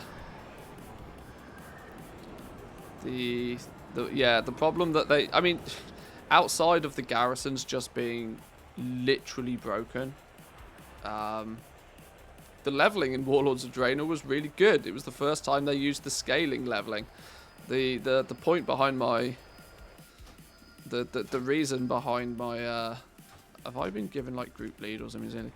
The reason behind my using WoD as an example there was just to show that when they release a brand new system, if they try and throw a brand new major system overhaul at the beginning of an expansion, they're going to consider it incredibly risky, simply because if it goes wrong, it leaves a bad taste in the mouths of people for the entire expansion. The point in time where you do not want to be pissing people off is when you've just launched a brand new expansion, because people will dip and they won't come back. I think that is one lesson that they have learned, that they've got to get the expansion launches right, and so they seem to be testing systems later on in the expansions so that they're ready and sort of road tested for when they do release them in a big way in a new expansion.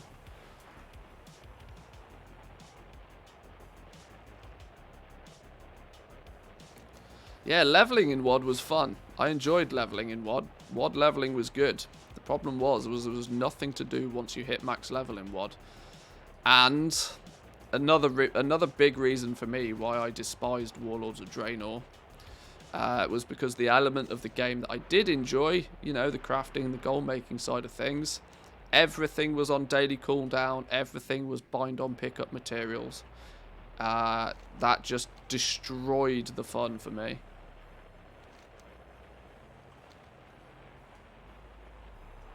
Because it was all a 100% solo progression system. Everything you were crafting was just, you know, bind on pickup materials here, daily cooldowns there, log in on 12 different alts, press 3 buttons, log out again. It was basically you imagine mission tables. You imagine if mission tables were the only gold making opportunity, right? That's basically what crafting felt like in WoD.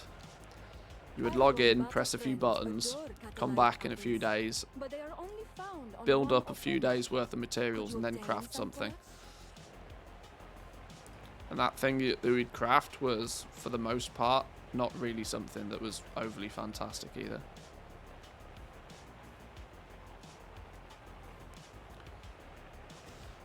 They've been trying a new system every patch for over 5 years now. It's about time they figure out which route to go. This is also one of the problems, right? That they seem to start lots of projects, but they never seem to really finish them. They're much too quick to entirely replace a system with another one than to just, you know, polish one and make it actually good. Right, this treasure business is getting a little bit ridiculous. I've found 14 treasures in like half an hour. I feel there should be more than this. This science is going to end up taking quite a while, isn't it, at this pace? I don't want to take the caches because they're going to give me... They're not actually treasures.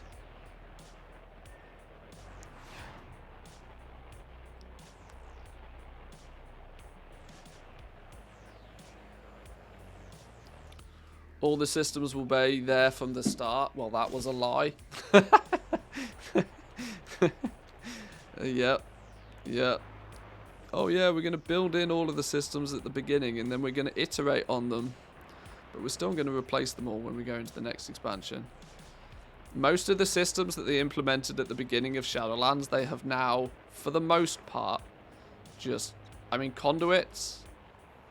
I mean, covenants, even. I mean, they've borderline got rid of covenants at this point.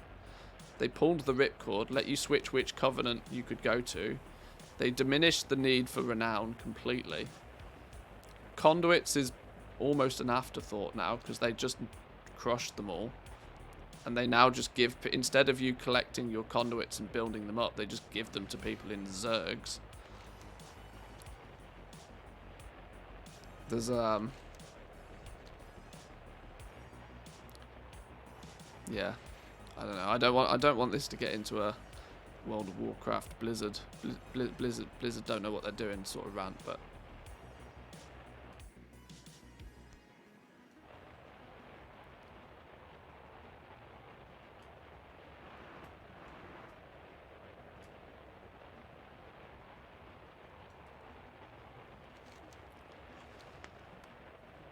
the severe lack of treasures, though, this is giving me problems.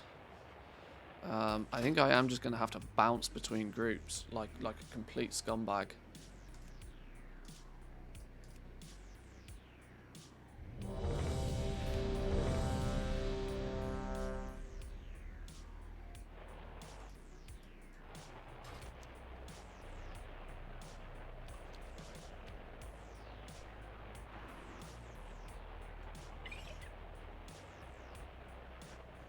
Time to hop on the druid, do some farming instead.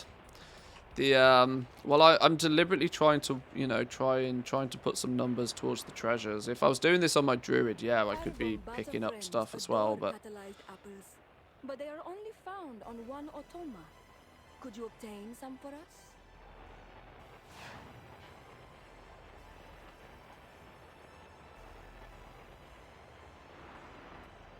refresh buffs. Good shout. Good shout. There's a red buff up there.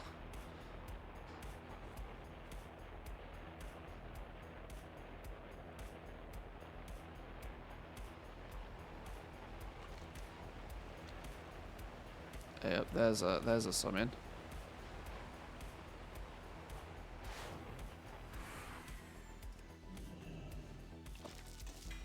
We are still yet to find a Pog Essence from a treasure, by the way, I should point out.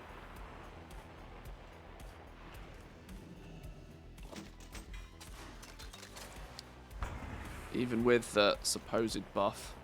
Like I said though, we don't know what they buffed. This is the thing, we don't really know exactly what they buffed. They might not have even buffed treasures. They might have... I mean, to me, treasures would have been the obvious way to buff it, because everybody can collect treasures. That's a somewhat, you know, balanced increase across the board. You can safely increase the drop rate of Pogs across the board, because everybody picks up treasures. They may have just increased the drop chance of Pog essences from purely herbalism and mining. They may have just increased the drop chance from the patterns weekly chest. That might be the only thing. We might. Has anybody opened the patterns chest today? Just out of curiosity, has anybody opened it and got a Pog essence from it, or maybe even multiple of them? This is the thing, right? Blizzard, you know. Oh yes, we've hotfixed. When they give you status updates on the game via a tweet, it's like, oh. Give me the deets, Blizz. I want to know where you've increased it. Opened it today, same drop rate as before, 0%. Yeah, I got a Pog from the patterns, but 0 from anywhere else. Okay. I'd be intrigued to see if people have more or less success. The problem is when you're dealing with such low drop rates and such low percentages, and you're dealing with a chest that you can open literally once a week, it's like, well, what do we do here? How do we put numbers to this? I probably need to find another group, don't I? Just Gamaz off.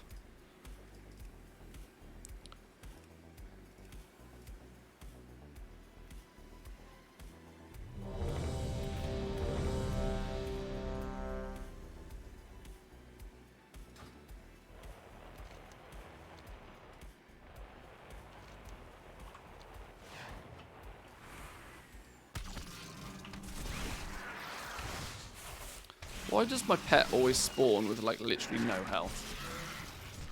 It really frustrates me.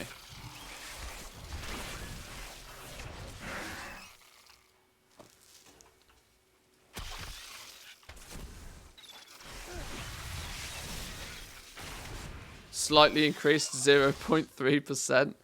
Wow. It's an increase, right?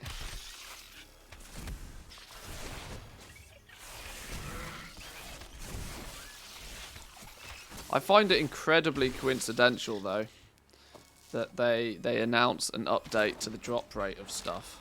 Literally the day after everybody has now had access to double legendaries.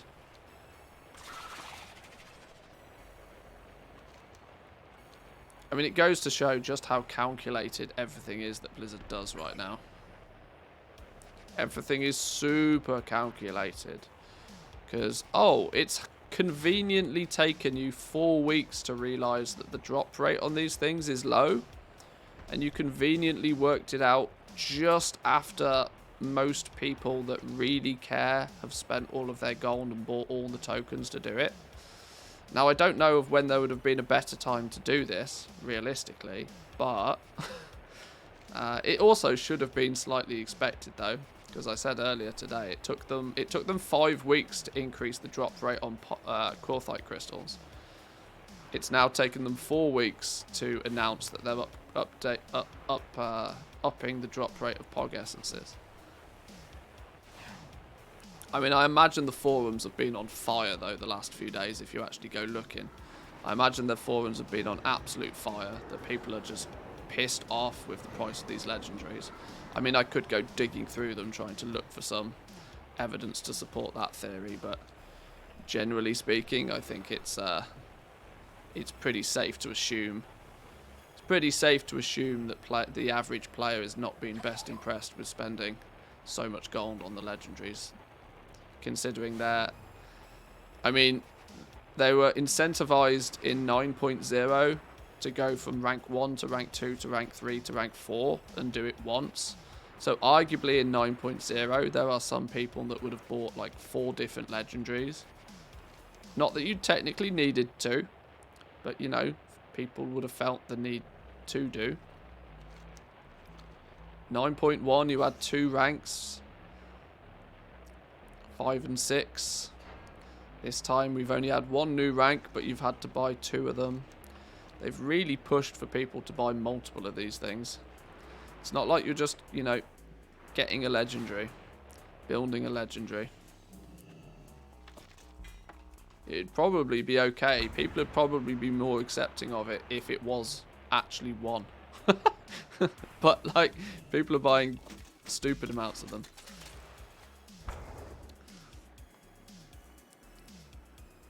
It's honestly possible they didn't actually change anything. They just made the announcement to look good. Considering it came through on a tweet, it's like, really? Okay, sure. With something with such a ridiculously low drop rate, and so few actual data, so little actual solid data to back it up, you know, they could just pull the wool over your eyes.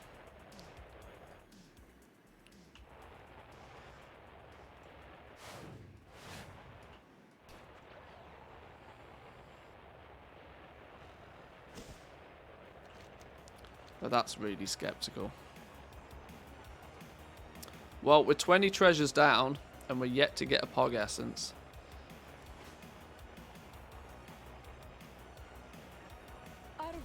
So by my 20 treasure, you know, by my 20 treasures, it's still less than a 5% drop chance.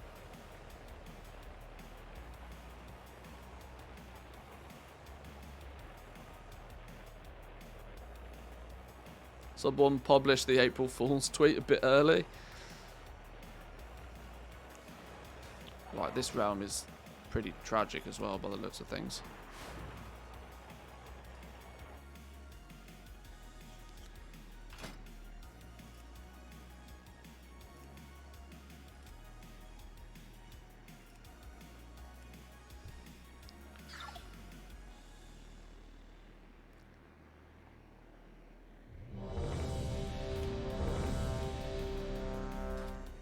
Oh, spawned on top of a forgotten treasure vault.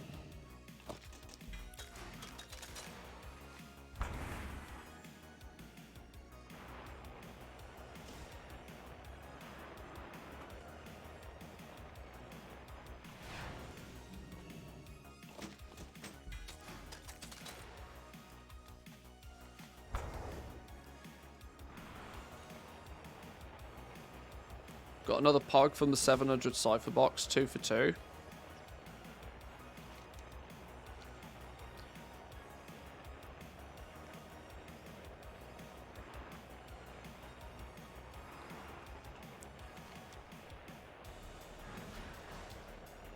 Two for 2 is not bad on those. Not that I really suggest people try and farm up 700 Cyphers, but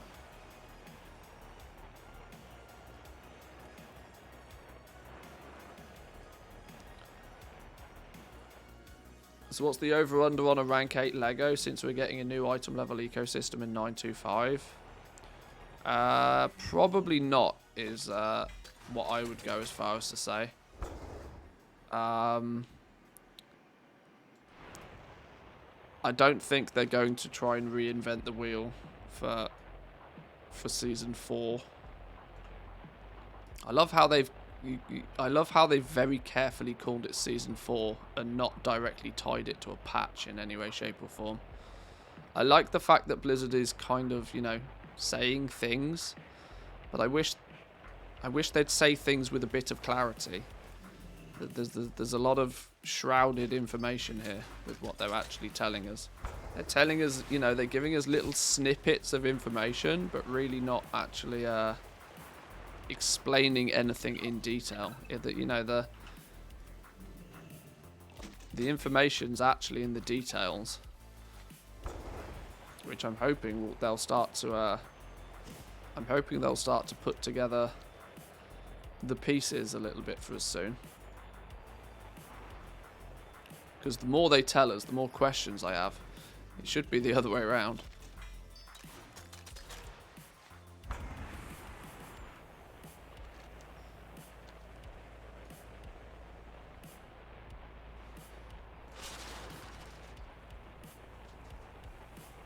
Clarity is taken as commitment.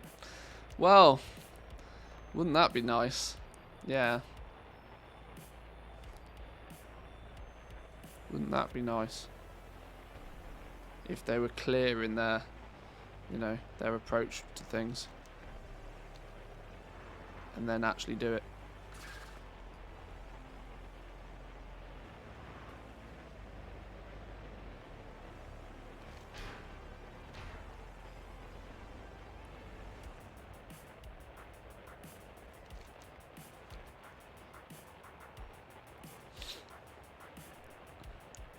Talking a little bit more about what they're claiming to do in Season 4. The interesting thing for me is when they're going to do Season 4. Are they going to attach Season 4 to 9.2.5? Does that mean patch 9.2 is... Whoa, hang on.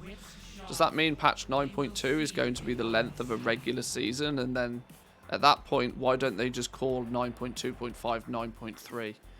But then they can't call it 9.3 because it's not going to come out with a new raid, and so people will then call them, you know, call them Skamaz, you know. It's all very political. I genuinely can't... Shrouded Cypher Cache, there we go. I genuinely can't help but believe that so much of what Blizzard do right now is... I'm not talking political in, like, actual terms, but they're super duper careful about everything they do. Everything they do is incredibly calculated, worked out ahead of time, like fully min-maxed, and it seems like a really artificial way to create a video game. It's sucking the creativity out of a video game because it's very clinical. Everything they're doing is extremely calculated. Everything is timed to precision.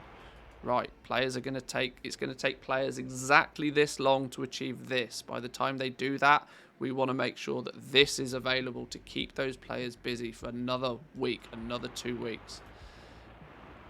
Then we're going to move the goalposts a little bit. How far can we move them? Well, we can't move them too far, otherwise people leave, and we can't have that. So we've got to pull back a little bit. It's all very clinical. Feels artificial. Feels corporate.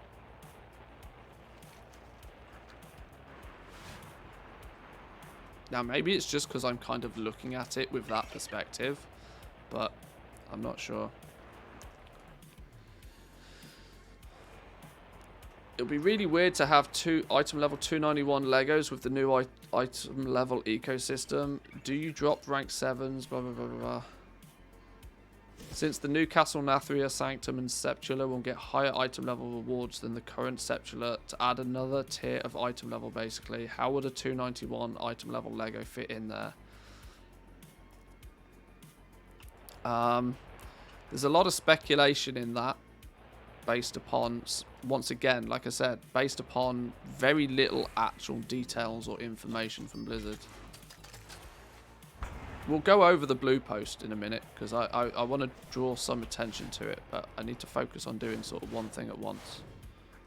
Where's the treasure chest at then?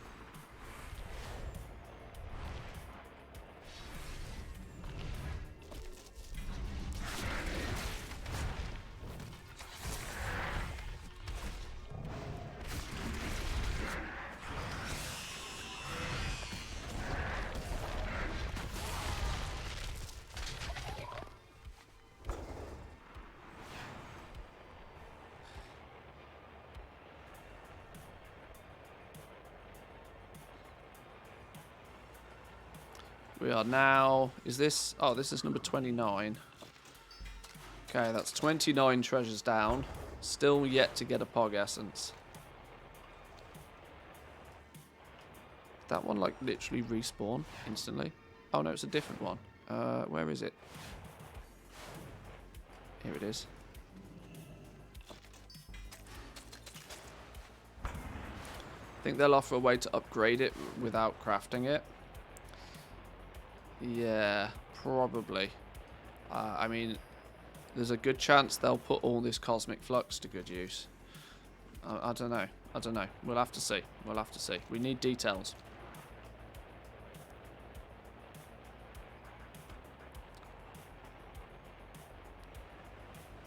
Our Vombata friends adore catalyzed apples, but they are only found on one Automa. Could you obtain some for us?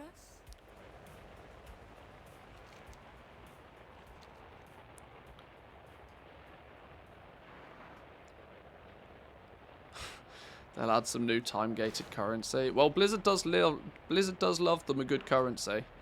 You can't deny them of that. They do love them a good currency. They did a fantastic job with Cosmic Flux, making it worthless from day one. I mean, GG on that one, Blizzard. Well done. I mean, Cosmic Flux, I mean, there's no point to Cosmic Flux at all. Yet, I'm glad they didn't make Cosmic Flux the bottleneck, though. I would rather there be too much of a currency like that than not enough. We don't need the currency to, like, act as the bottleneck. It should be somewhat restrictive, but it shouldn't be the bottleneck. You should have just enough of it, but you should only just have enough of it to... you should still have to then make a choice what you spend it on. It should be worth something, but shouldn't be worth nothing. Which I understand is difficult. But they should have foreseen the fact that they're gonna, if they're incentivizing everybody to run around and farm treasures for reputation, then people were going to end up with a bajillion Cosmic Flux, like, before too long. Are we sure that the Pog Essence and Ore Hides hotfix is actually live? They said it's gone out in a hotfix. There's no reason to believe it isn't. They usually, they tend not to announce things publicly like that until they've actually done it. So...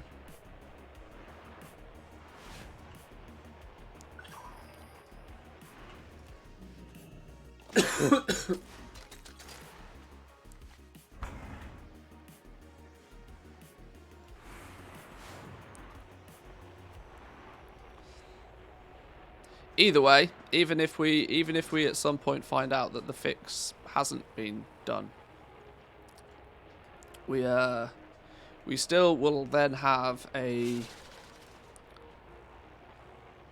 data set to go by. I guess that's the word I'm looking for. If we do 100 treasure chests, and we can then see what percentage of the treasure chests contain Pog Essence, then we can always do it again.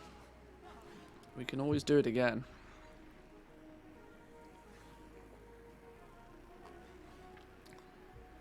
We can science it out. We need to complete patterns anyway. I need to farm the ciphers. I'm still collecting ciphers to finish off my table. So this is all positive progress for me. I would, in some way, shape or form, be doing something like this anyway. So I don't mind spending a bit of time flying around. It's especially after yesterday as well. It's a welcome change of scenery for me after yesterday.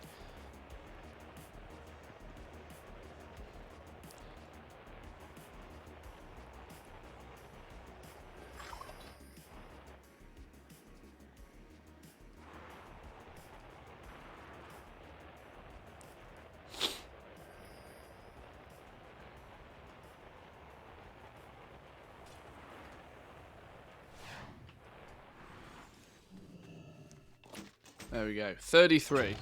So we're a third of the way through. A third of the way through with a grand total of 0 Pogs.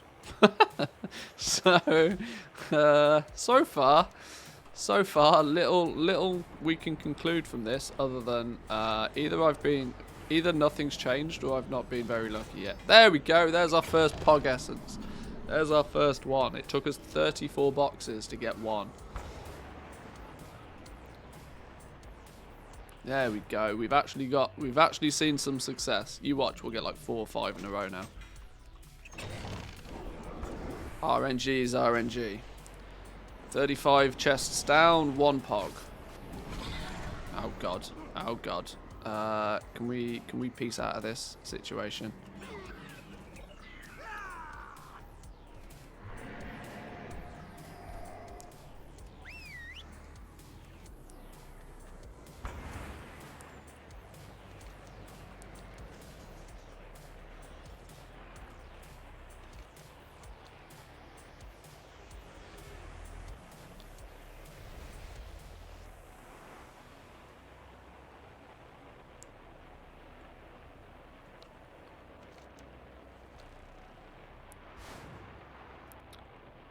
kind of getting a bit of a route together as well.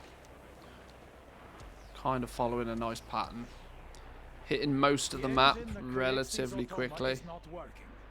Clear the defective ones so that others may be renewed.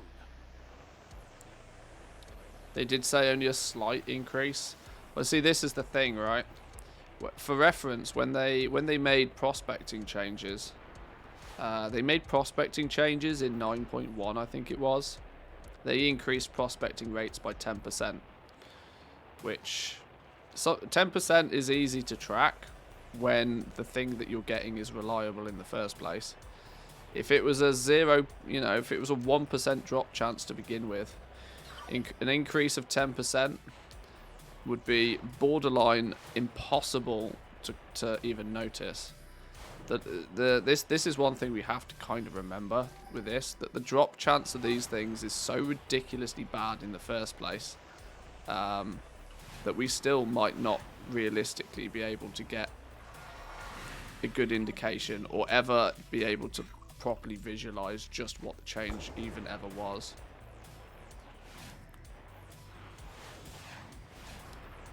Where's the treasure here? Hello? Down?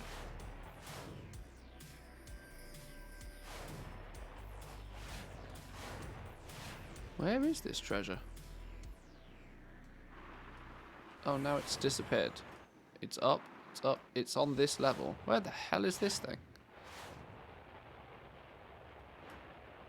Oh, there it is. Sneaky, sneaky.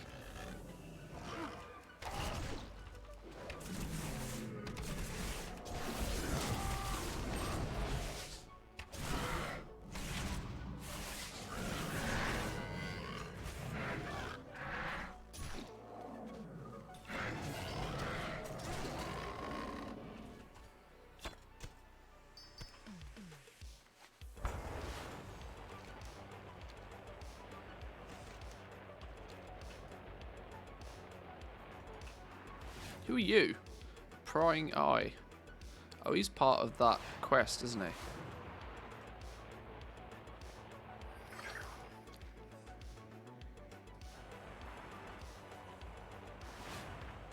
I wish there was an easier way to see what Pocopoc was finding.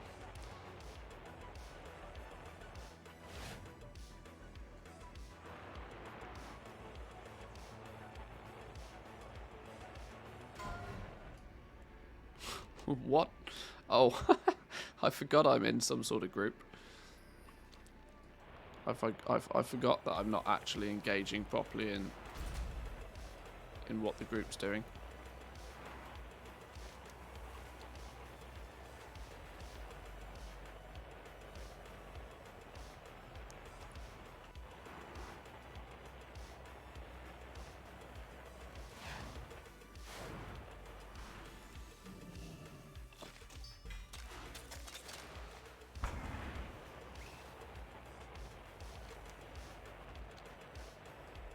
Might swap realms again in a second. This is slowing down with treasures.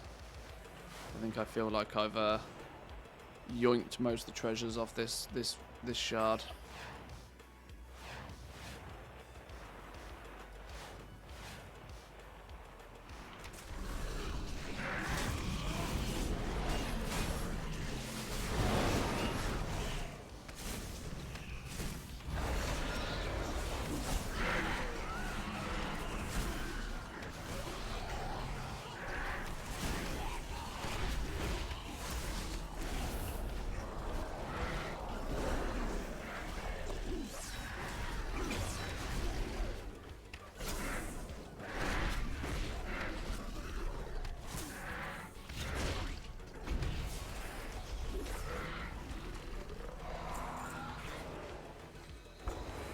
What is this one?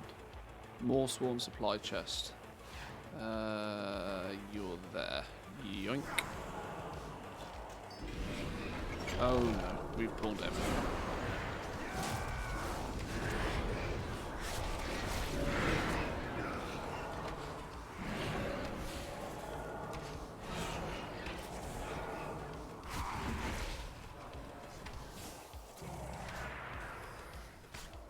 Now what are you telling me to click on? Oh, this thing.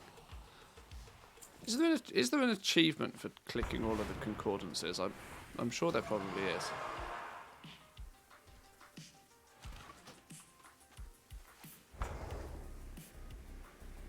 Seems to only be 2 types of anima tokens in Zereth Mortis. Yeah, when our bags are not getting too heavily spammed with anima tokens, which is alright. That's not to say that the bag spam is not is under control. The protoform synthesis is responsible for a lot of bag spam. Glimmers, lattices, rare mats. Thank God the Genesis motes stacked to like 5,000.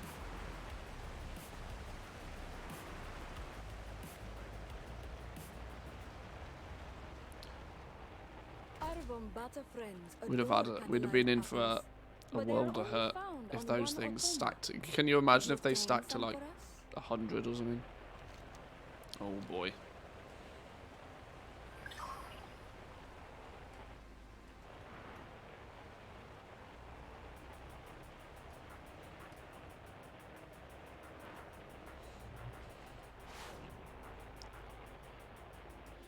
Took me 2 weeks to realise there's an anima emissary in Haven where you can deposit your anima.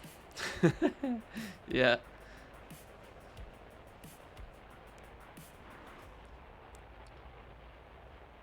And it appears it's taken some people longer. I don't even keep track of my anima now. How much anima am I on now? 36,000 anima on this character.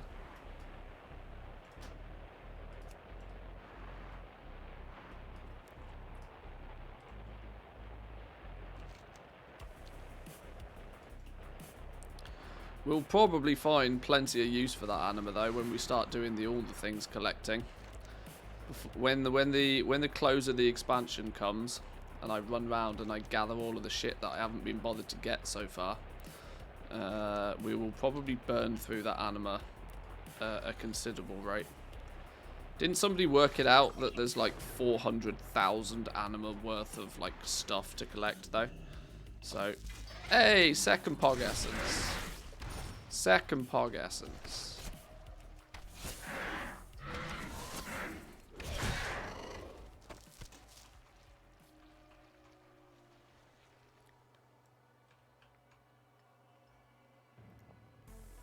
They always forget to add a command table. They do. They do. Are we in combat still? Stupid birds.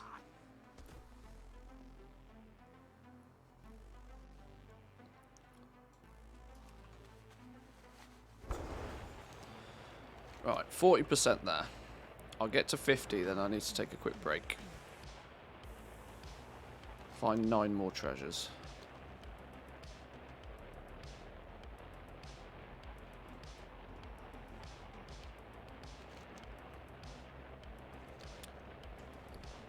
I've actually got 400... Oh, that's the Provis cache. I need a key for that one. I've actually got 400 ciphers. I might take a quick pit stop. And, oh, hello. What's going on here? Might take a quick pit stop and turn in some of my ciphers to the research tree.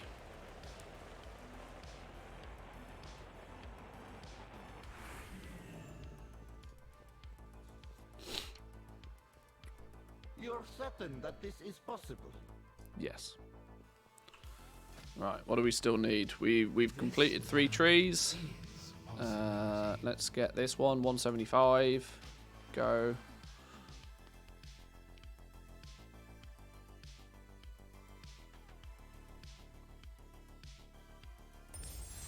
Diddle-a-duh. 135. We're 1 upgrade away from completing our tree. We've nearly done it. I've got 90 and I need 145. 55 to go. 55 to go and we've completed our tree.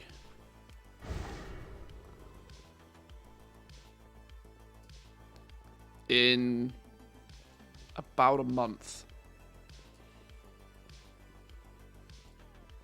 Well, 4 weeks. It's taken us a little over 4 weeks. Some people did it like literally in a couple of days, which blew my mind. Bit tempted to buy a 3080 Ti. They say they're back in stock at 1350. 1350 for an 3080 Ti is pretty good going. 3090s, I've seen 3090s kicking about for about 1500 euros now. The top end stuff comes in stock again far quicker, usually because there's less people willing to spend that kind of money on a graphics card. It's always the mid-tier stuff that is always out of stock and stays more expensive for longer. You know, the stuff that people actually want. Always the way.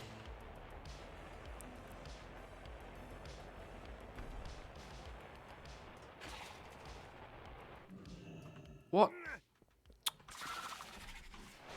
I'm happy with my graphics card for a couple of years though, I think now. My 3060 Ti will do me fine. Hopefully by the time I need to upgrade my graphics card again, enough will have changed to bring them back to a slightly more realistic price point. Why am I still in combat? What's going on? Let me fly.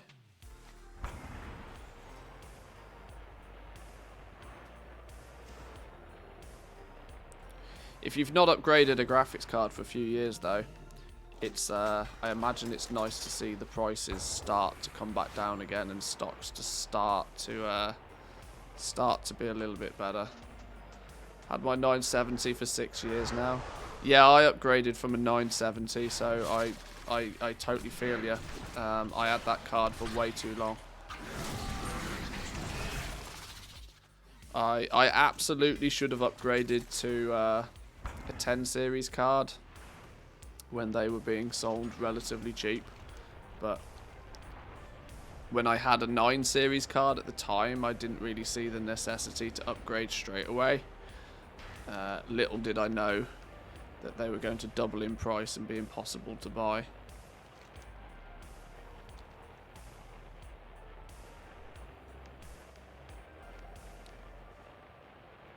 But yeah, that'll be a heck of an upgrade if you've been rolling if you're on a 970.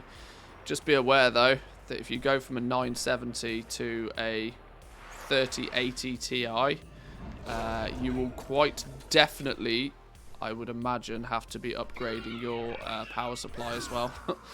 And you will probably also, if you've been... What's going on here? Why have we got... What's going on here?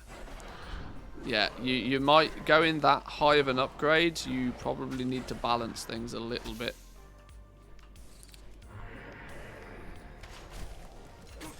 You basically need to replace everything at that point. Wait, you guys have got graphics cards?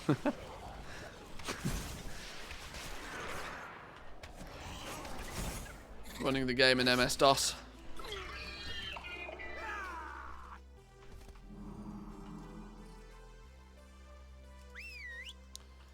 Yeah, because a 3080 Ti is a power-hungry beast.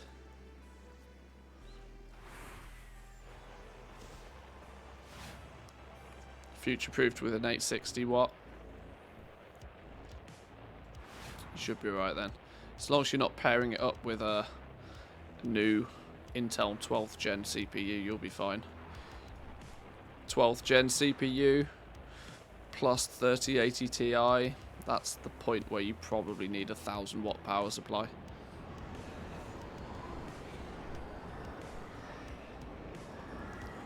But even me upgrading my 970 to a 3060 Ti, I know categorically I'm CPU locked.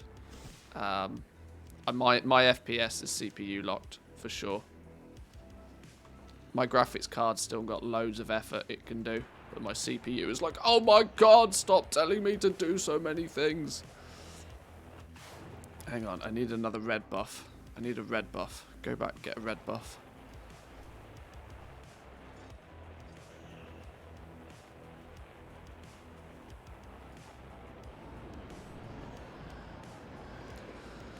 WoW's a very CPU locked game anyway.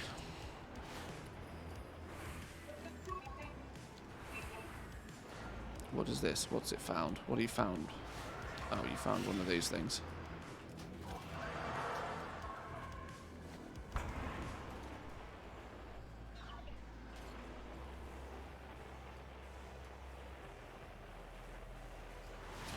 Right, 4 more treasures. Find me 4 more treasures. Come on, game. Don't be stingy now. Share the treasures. Distribute those fine treasures. No, that's another one of those.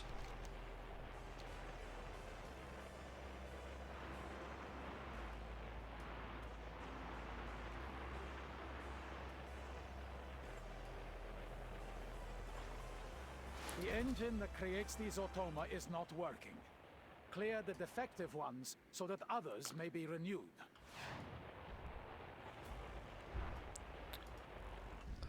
That's going... Where is that thing?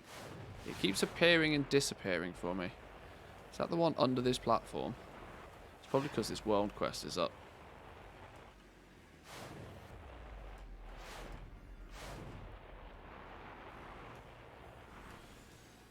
Ah, screw you, game. Come back for that one later.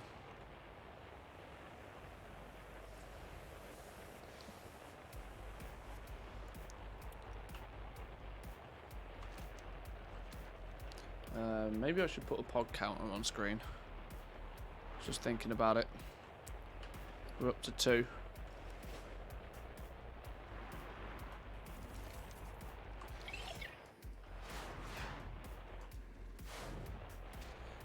Ah, I've just remembered. I do actually need Pocopoc to interact with these. Because there's an achievement for taking control of 100 different creatures, which we should work towards slowly.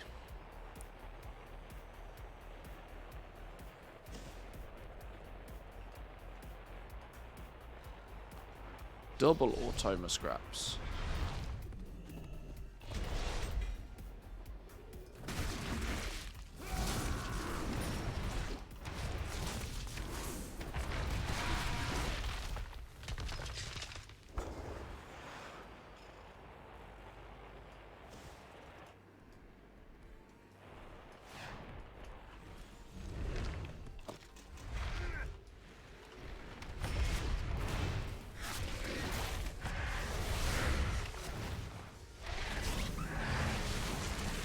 Right, 2 more. There's a forgotten treasure over here. I need 1 more, then we can take a quick break. Well, where did you come from?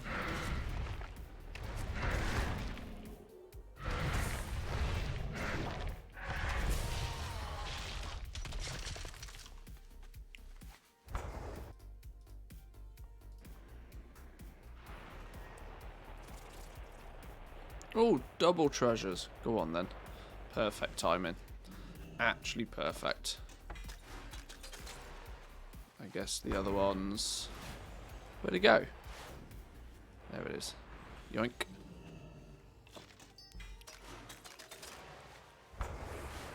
Right.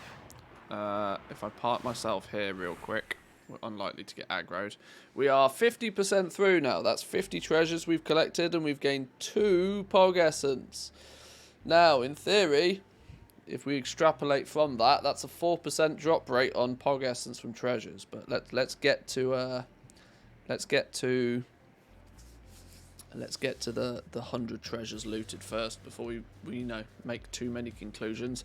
I'm going to take a quick break for 2 minutes, boys and girls. I'm going to go take a quick bathroom break, maybe try and find myself a snack. Lunchtime. Yeah, I could do with some food. Could definitely do with some food. Occupy yourselves for a couple of minutes. I'm going to run a couple of minutes of ads just to keep the pre-rolls at bay, keep the Twitch lords happy, and I'll be back with you, boys and girls, in 2 minutes.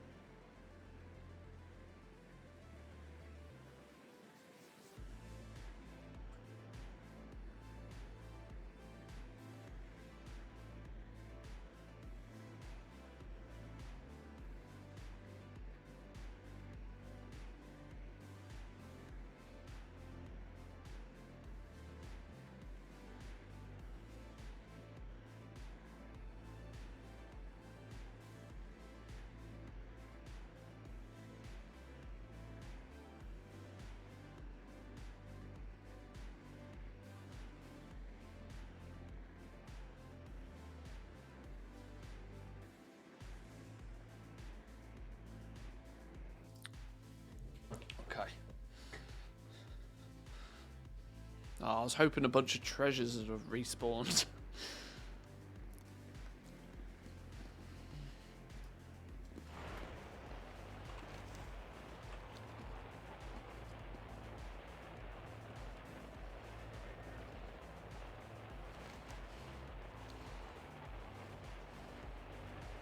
Our Vombata friends adore catalyzed apples, but they are only found on one Otoma. Could you obtain some for us? I should be careful eating cookies in one go. I've done that on stream before. It never goes well.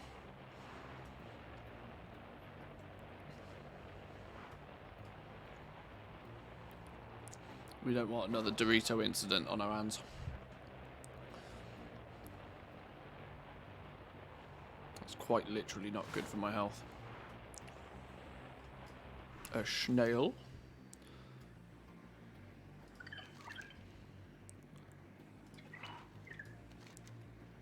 Why can Poco Pock not take over this one? Okay, sure. Fine.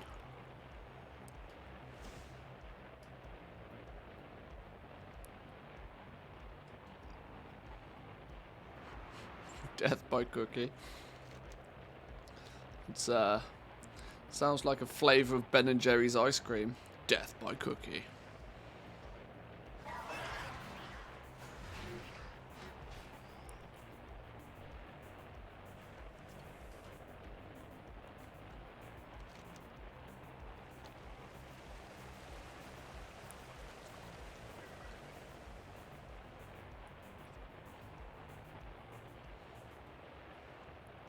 Just made a lunchtime restock, ran out of all leather legendaries, had 3 of each rank 7s overnight. It's a good effort, that.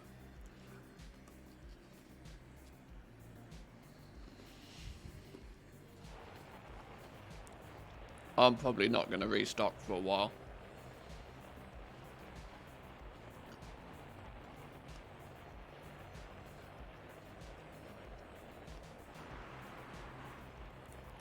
I'm relatively happy that I've liquidated and sold out of a lot of stuff. It gives me a really good opportunity to slow down a bit for a while, at least for a couple of weeks. 9.2's been pretty hectic. The run up to a patch is always pretty hectic for me as well, though, because I'm trying my best to keep ahead of the game.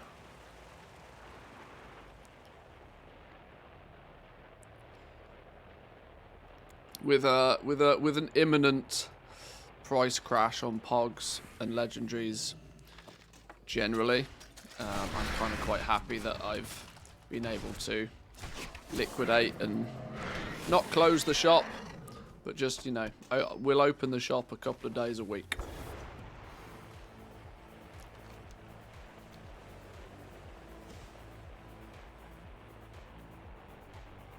Cherry pick our moment to buy materials, buy them when they're really cheap, dip in, dip out sort of style.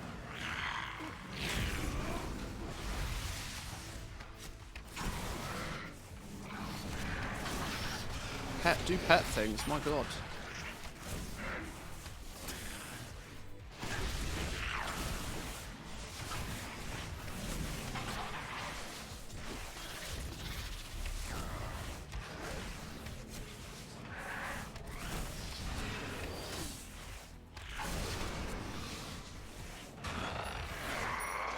Pet's dead.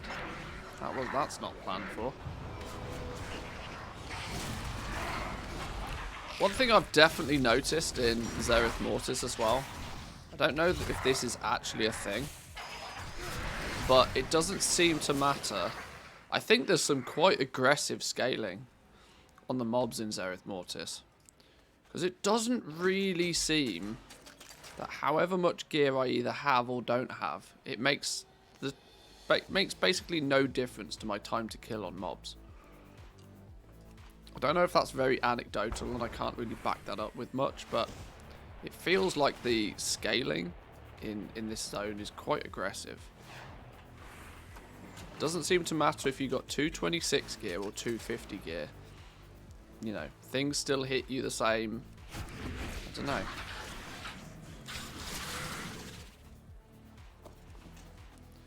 Not going to do the full POG Essence update anymore, but just quickly, POG volumes are up 38% on EU versus yesterday, up 31 on NA.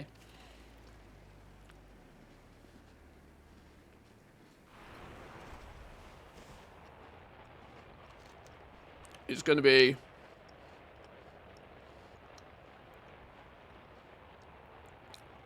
to be quite interesting to see how this little announcement on POG Essence increase has an effect on it.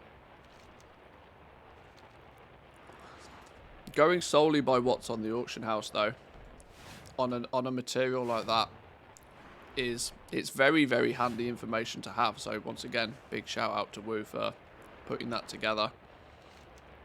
The problem with it, though, is that it's so hard to gauge. I mean, this is just generally. It's so hard to gauge just how much of a material is actually kicking about. Because you never know how much people have got in their bags. You never know how many are just lying about in, you know, guild vaults. And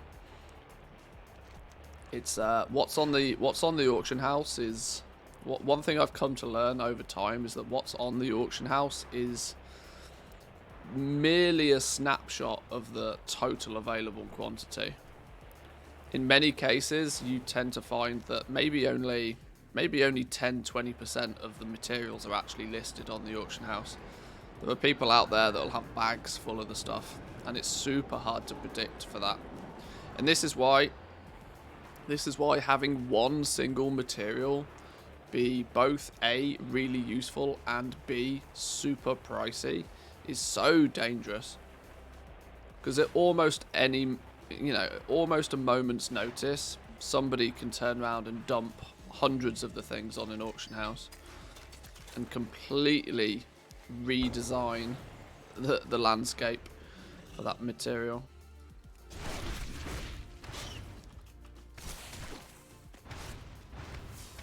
Gorthite crystals are 50 gold a piece. Wow, it's 9.1 all over again. Quick, level legendaries.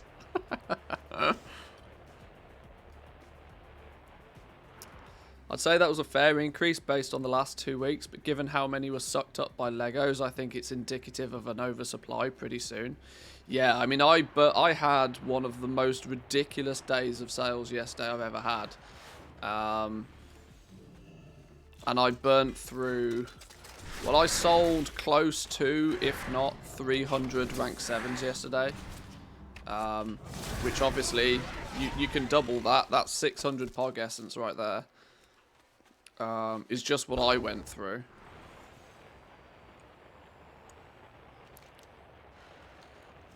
And that was on a small server. I think yesterday, like, hoovered up crazy amounts of them. But I still think there's way more of them than is actually needed. So that others may be renewed.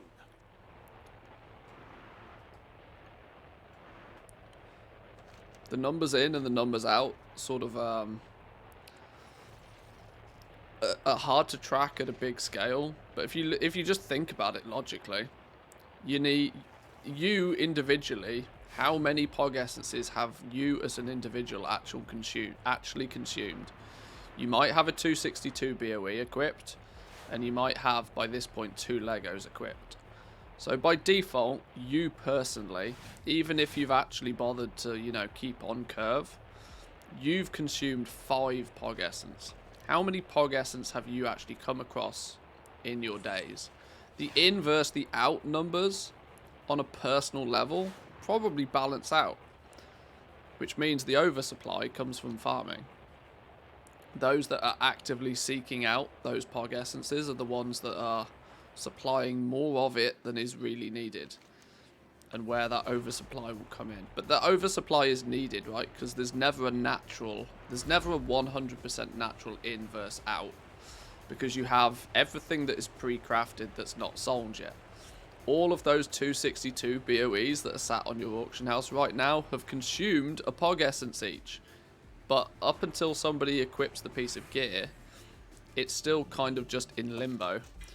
It's still hovering there. Not that you can get the Pog Essence back out of anything that's been crafted, which is why it's easy to exclude those from the calculations sometimes, but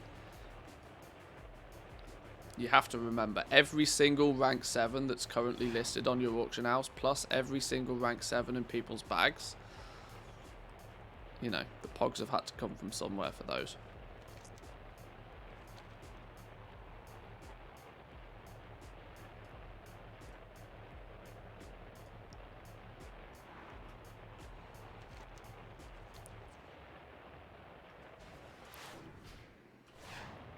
Is that in this cave? Probably is, isn't it?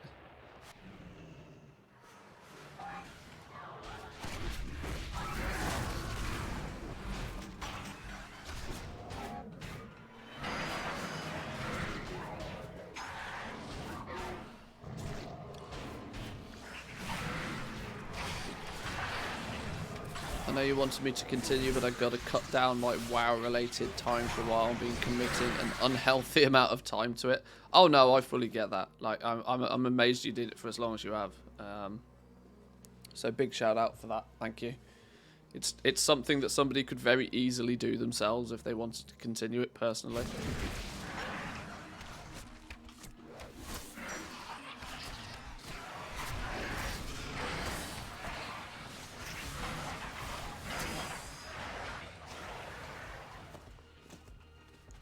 The Undermine Journal has updated region charts too now.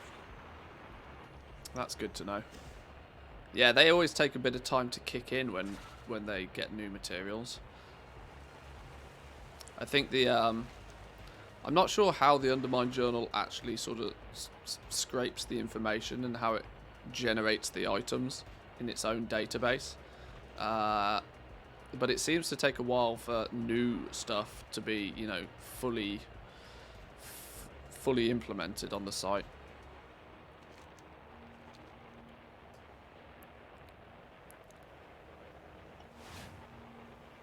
I suppose it's hard without the data, I guess.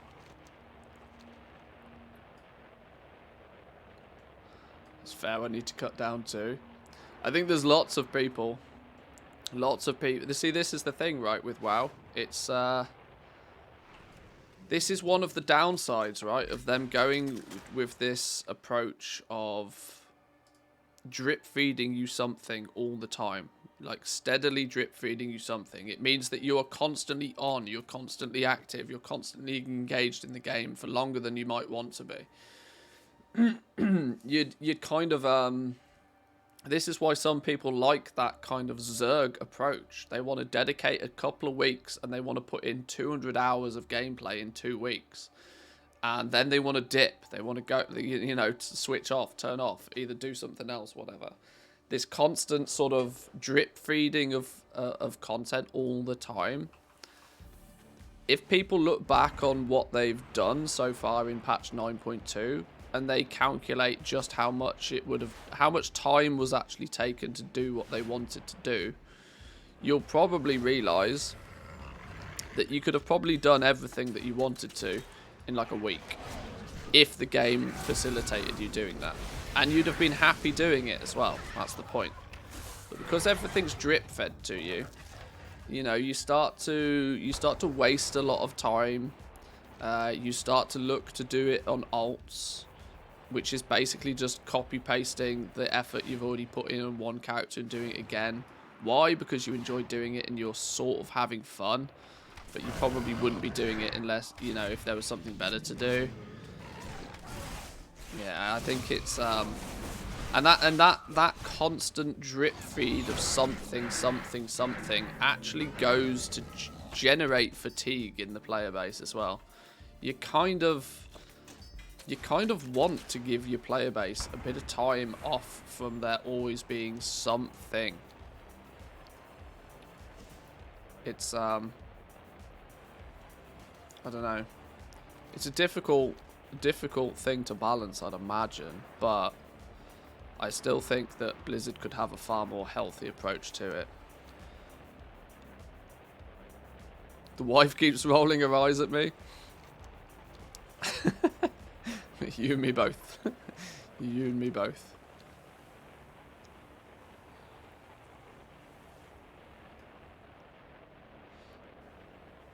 I wasn't going to say that, but there was some tutting last night. Yeah, exactly. Are you playing that silly game again? You know.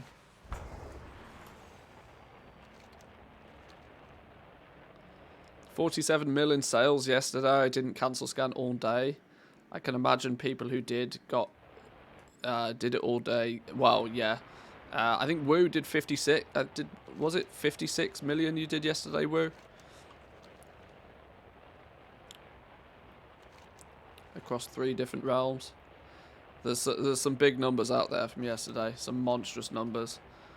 What did Hickons do? I think Hickons did 36. There's some absolutely monstrous numbers out there.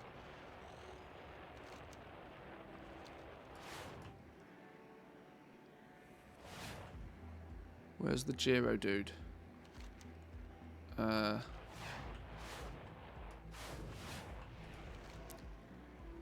this is the stealth one.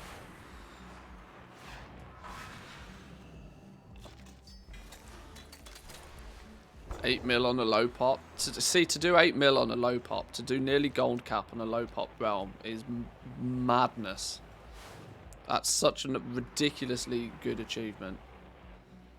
Can't even imagine how much dirt he got. He's not at... I don't know. I've not kept up with it. I've not had a chat with him for a little while. He's not had the ability to be playing quite so aggressively as he wants to. So I don't know. He said he's going to be back to streaming and content creation a little bit in April. He says he's got a bit of a busy work schedule on the go at the moment. I mean, yeah, living at his folks at the moment doesn't help, as he doesn't have, you know, too much of his time to stream, but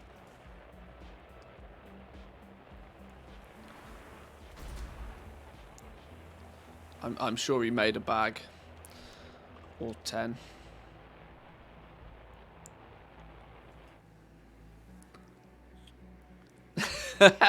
He bought the Pogs, took a vacation.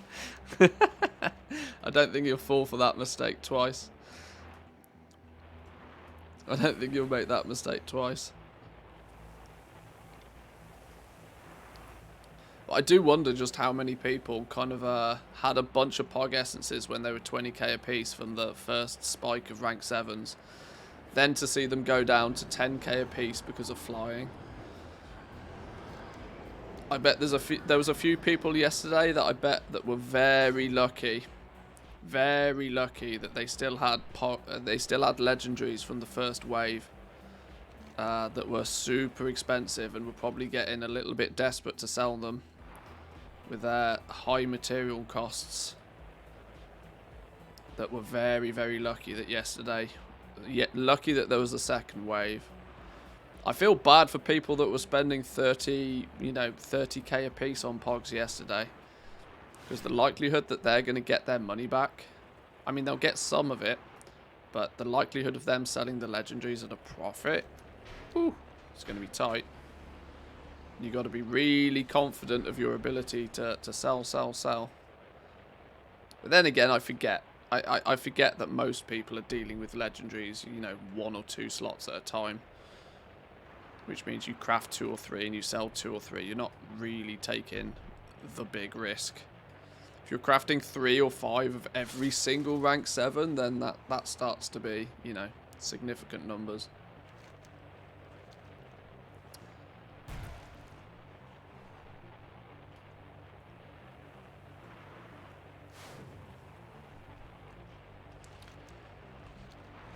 The treasure gods are not blessing us at the moment.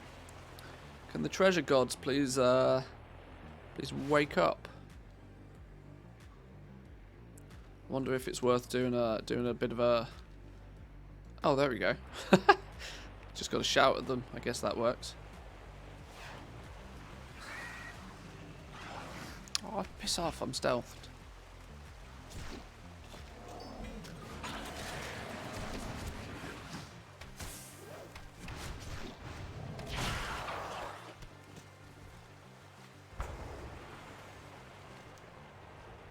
Oh, actually, we can complete our cipher tree.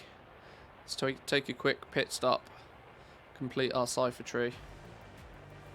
We're now good.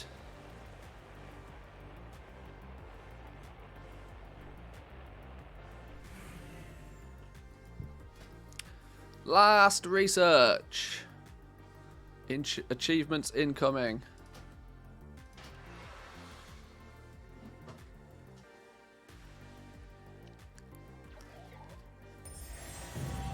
Yay!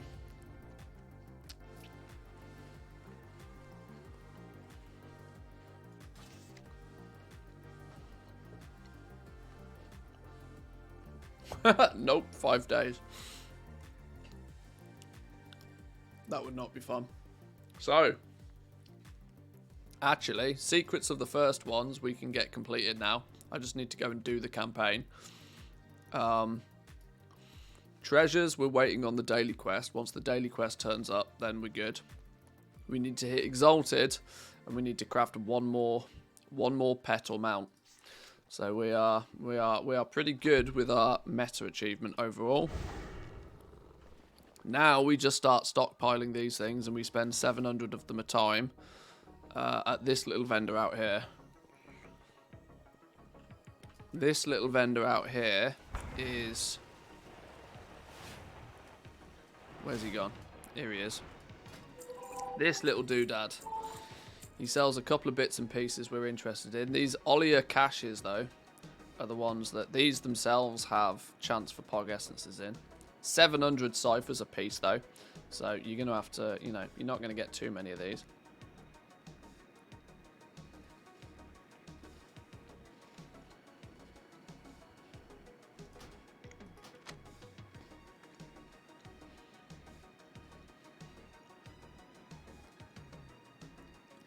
My first 600 are going to go into the toy and the Poco Poc Traveller. Then any additionals we'll just spend on caches.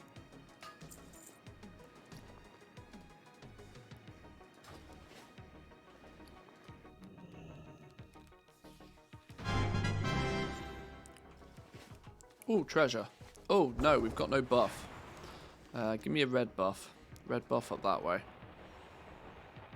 Gotta make sure that we're doing this properly.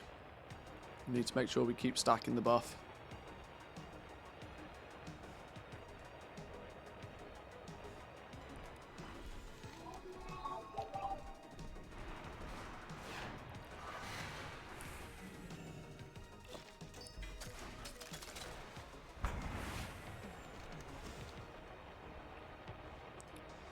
Didn't it show another treasure this way somewhere? I love how the treasures seem to just appear and disappear. I just think there's a mountain of people. Although I've not seen many people. I've not seen many people flying around gathering treasures. I do kind of get the opinion that people are just zooming about doing farming today.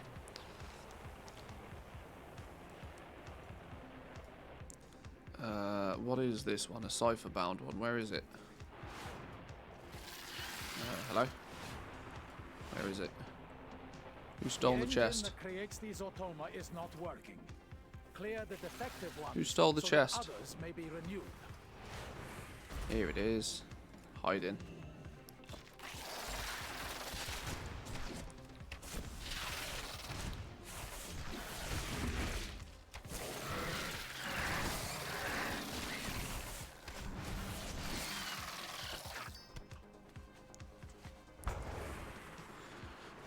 Right, 65 chests, 2 pogs so far. 65 chests, 2 pogs.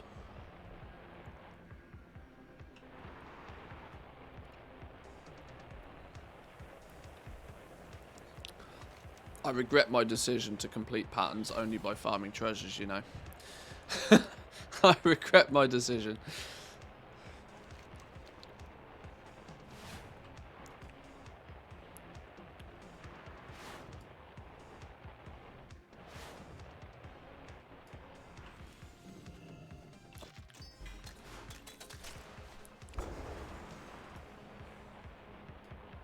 We seem to be finding a few more though at the moment, which is nice.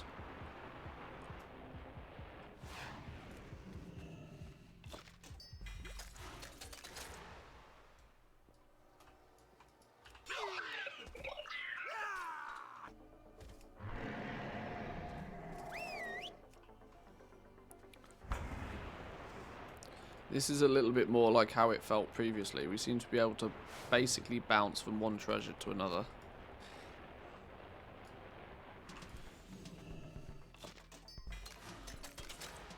Oh my lord. We need Thanos to snap his fingers and get rid of half of these raptors.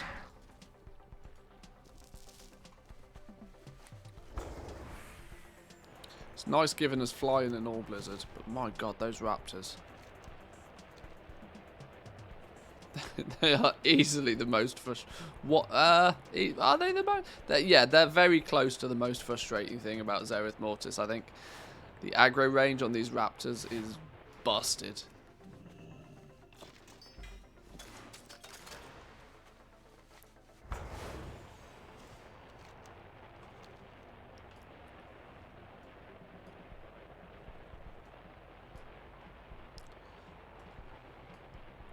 This actually works in our favour because we're still not actually revered.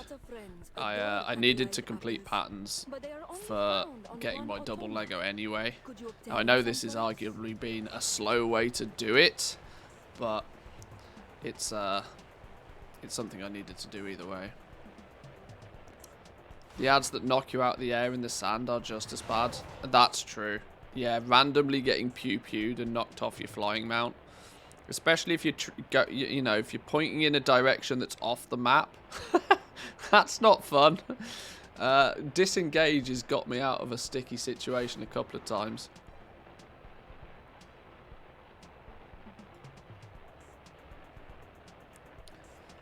Should you do the treasures on a druid, open the chest, leave, all stay in flight form? I mean, yeah, you absolutely should, yeah. But I'm killing multiple birds with one stone right now. I'm completing the patterns because I need the rep. The ciphers I needed to complete my tree, which I've now done. Plus, obviously, a bit of Pog Essence drop rate science. So, yeah, if I was just purely trying to work out drop rate on Pog Essence, I'd be doing it on my druid for sure. Yeah, but I'll complete this. We've got 30 more treasures to find. Then we'll probably do the campaign and craft ourselves a couple of Legos ourselves.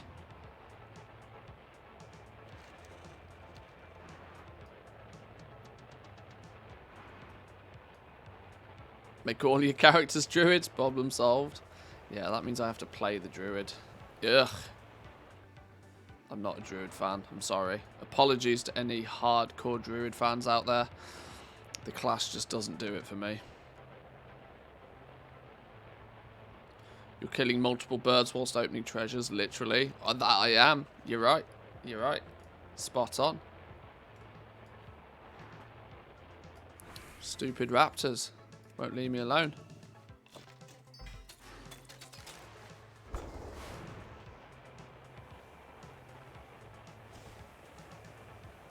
Druid is going to be the second 100 data points. I'm not particularly keen on doing this again, like, quite so soon. I might, maybe we do this once a week or something just to see if we can, spot any significant changes over time, but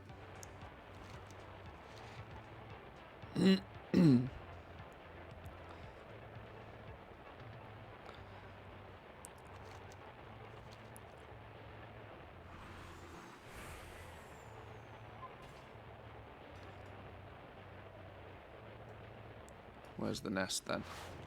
There it is. Top of the ball.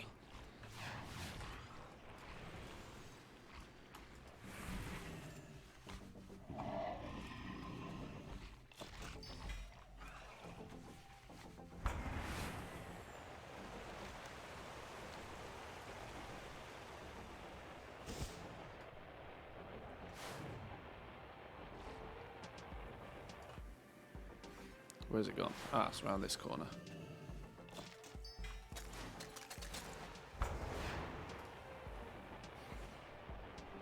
Oh, there's a bunch of mobs in here. Do we want to even bother with this one? Ah, no, it's not even in the cave. We'll definitely bother with that one then.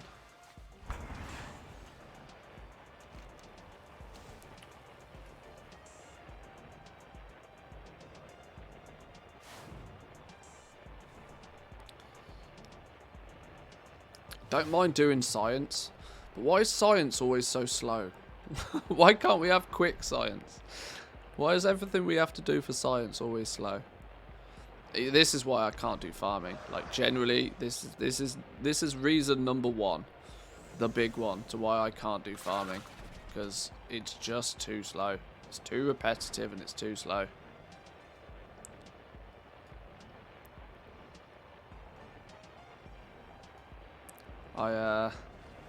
You get too comfortable making 1 million gold an hour.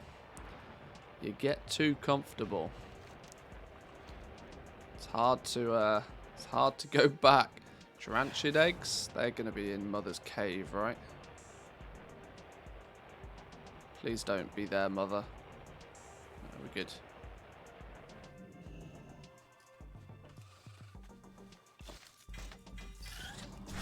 Oh, we got a piece of gear. Oh! Oh! A gear with a socket on it. Shoulders with a socket. We like shoulders with a socket. Where did they go? Our current one is the strip the target of its power, decreasing its damage done by 1% and increasing the damage taken by 1%. No, that's trash. Give me the one with a socket on it. Absolutely all day long. Slap a socket on there. We can put one of our powers in there. I really don't remember to use the Cypher gear, the buff orb things as frequently as I should do. That's why 10.0 might be a shock to the system for anybody making 2 million a day. Well, unless they do Legendaries 2.0. But I honestly hope they don't. This is why I kind of hope that they just can the legendary crafting system, don't repeat the process in any way, shape or form. Send us back to the days of, you know, everything gold making being somewhat balanced. You know, make everything sort of worthwhile dealing with. Let's get those discussions on the go again of, well, should I be doing alchemy, or should I be doing enchanting, or should I be doing leatherworking, or should I be doing this? Those discussions happened for a reason, right? They happened because each of the professions, they all had their plus points. They all had their negatives. Shadowlands? No. Jewel crafting, leatherworking, tailoring, blacksmithing, craft Legos, win. That was the only viable option, or the most viable option, I should say, which was boring, hella boring, profitable but boring. You can't complain about making 1 million gold an hour, but you can still say that it wasn't fun.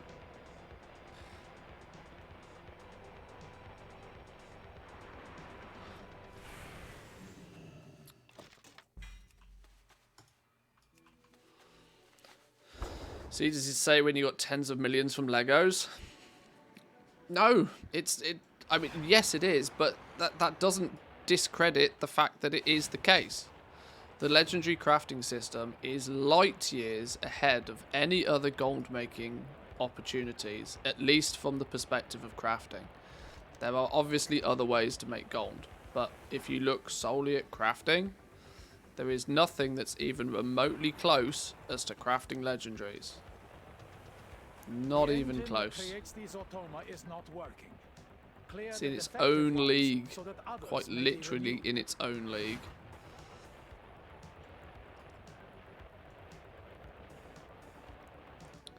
Legion-esque legendary crafts, I wouldn't bother with those.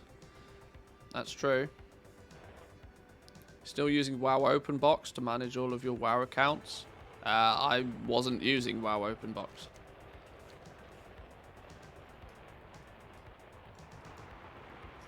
But I only, I don't need anything like that today either way. We're single account today. We're not doing the whole jumping between 7 different accounts. Did enough of that yesterday. I was dizzy by the end of the day.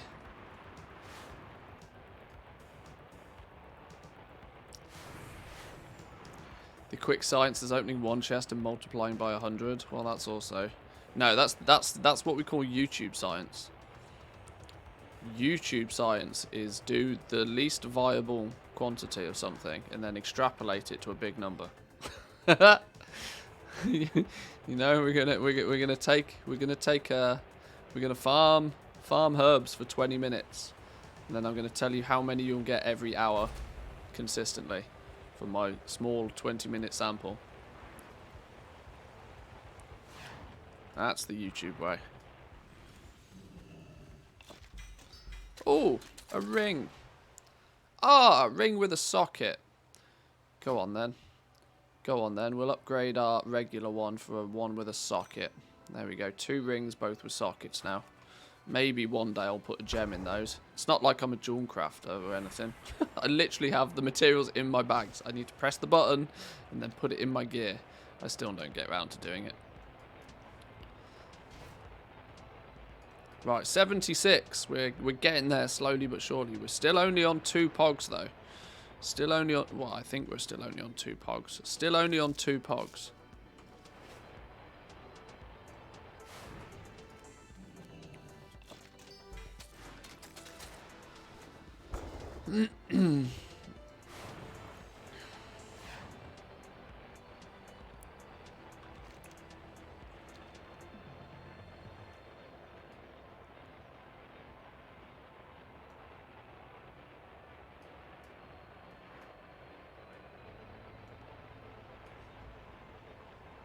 Hey up. That one. Oh, that's going to be in this cave.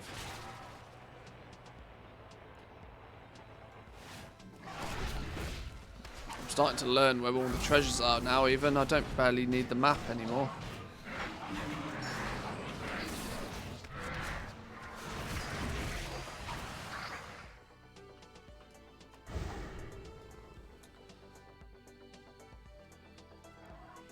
Is anybody out there doing any farming? Is anybody like herbalism and mining? Has anybody done any? I'm sure Zan will wake up and be all over that like a rash. But I'm just wondering if anybody else has had. Now I know there's not even been enough time physically since the buff to really get solid data. But is anybody seeing an increase to supply of materials through herbing and mining? As that would make that's another obvious avenue for a pog rate increase. Farming stuff for the mage tower. That's a good shout actually. Yeah. Xenanthid. Get on that Xenanthid.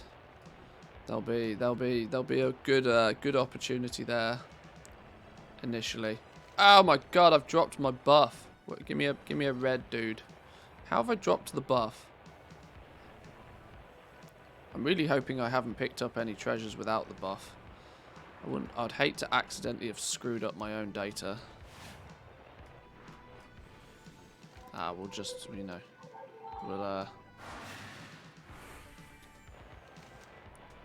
pretend it didn't happen.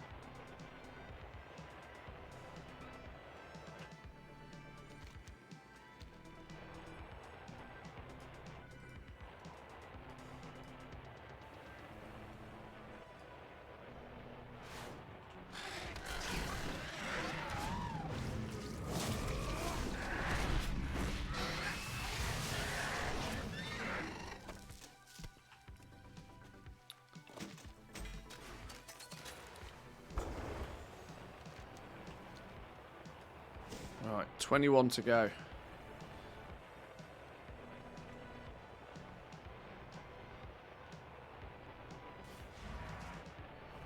What's this buff? Oh, it's the contract. Oh, I've really not made much use of that, have I? Oh dear. Okay, rare scanner's having a heart attack. I just realised I've not made much use of that contract at all. If you only get 10 extra rep when doing a world quest, I've not even been doing world quests. Oops.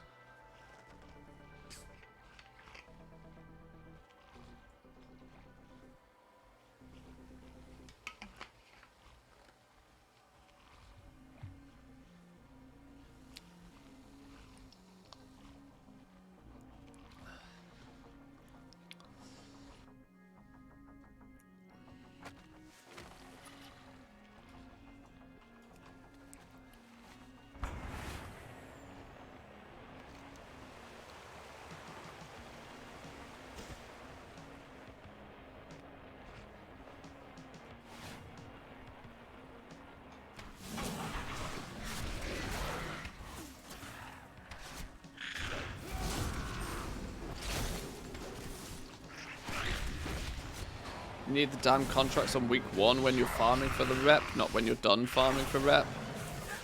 Yeah, it's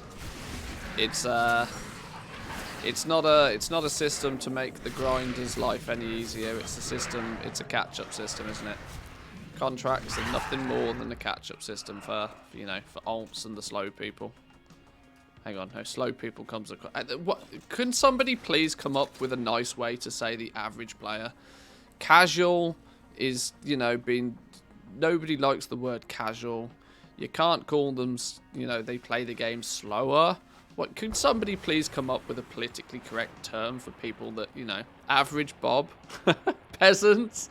No, I said politically correct. Oh, a PC term, yeah. Dad gamer, a noob. No, we can't go with noobs. Not allowed to use the noob term. It's derogatory. We're not allowed to. Plebs. Oh, I don't know. The 99%. The 99 were flakes. Bit of raspberry sauce. There's no such thing as a casual player. I know players who play 5 to 6 hours a day and then don't key push or raid. I'd consider them hardcore players. Yeah. Then you got people in mythic guilds, right, that raid log. They literally play the game like 4 hours a week. They log on, they go raid, they kill some bosses, and then they dip. Often some of the most geared characters in the game are actually the most casual. It's very ironic to see. The casual player base traditionally spend more time playing the game than the hardcore players do. How's that work? How's that work?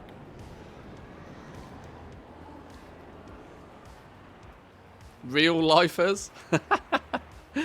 So we got no lifers and we got real lifers. I like that one. The real lifers. Yeah.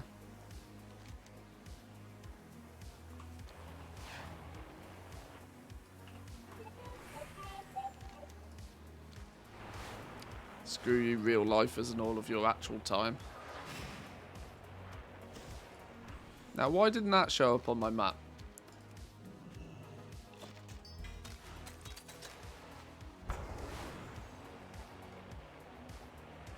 Multi-game Andes.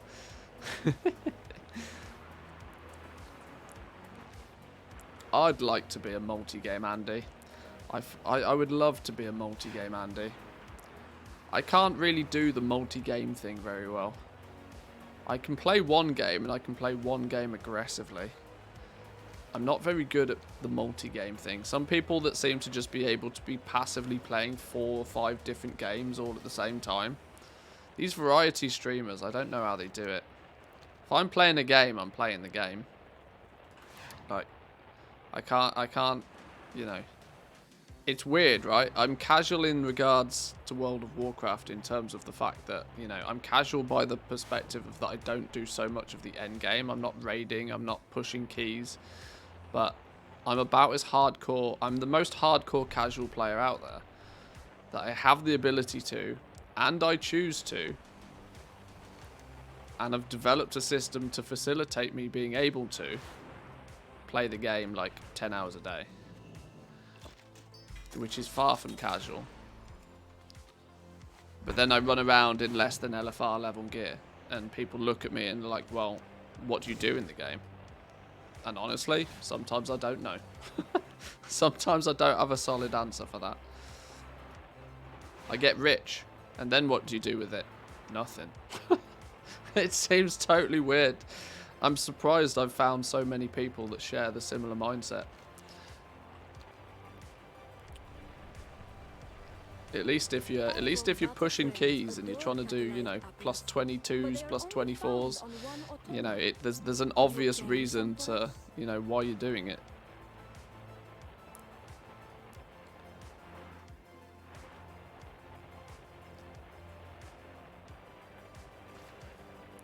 It's quite a difficult thing to explain why you enjoy crafting and playing the economy and making gold in World of Warcraft. There's not the obvious answer. Jesse Cox plays 4 MMOs, indie games and AAA games all in the same week. Like, how do you do it? Yeah, like I can't even begin to remember the controls for 4 different games. Never mind actually feel as if I'm playing them properly.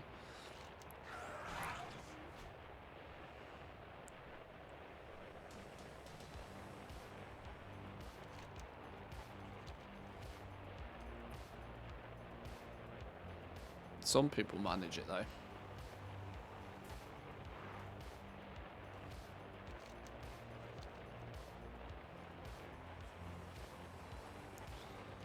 Haven't finished WoW yet. No time for a second game. One thing I used to say, because I mentioned this quite a lot, but like a lot of my IRL friends and family members and that sort of stuff have never played WoW, and they're completely confused to why I do play WoW. And in the past, it was very easy question to answer that, well, it's an MMO. There's always something to be doing. There's always something to be doing. There's always something to be completing. There's always something to be, you know, collecting. There's always different classes to play. You could be leveling up more characters. There's always something to be doing. Which was a very easy answer to give most of the time. Now, though, that answer's a little bit more muddy. It's like, well, why do you play World of Warcraft so much? Well, because it keeps me playing a lot. They're very good at grabbing my attention. That's not the right answer, though, is it? That's not the good answer. The good answer was the old answer. There's always something to rant about. Hey, that's true. That's true. We can get a good rant on the go. That's always a possibility. Let's refresh our buff real quick while we're here.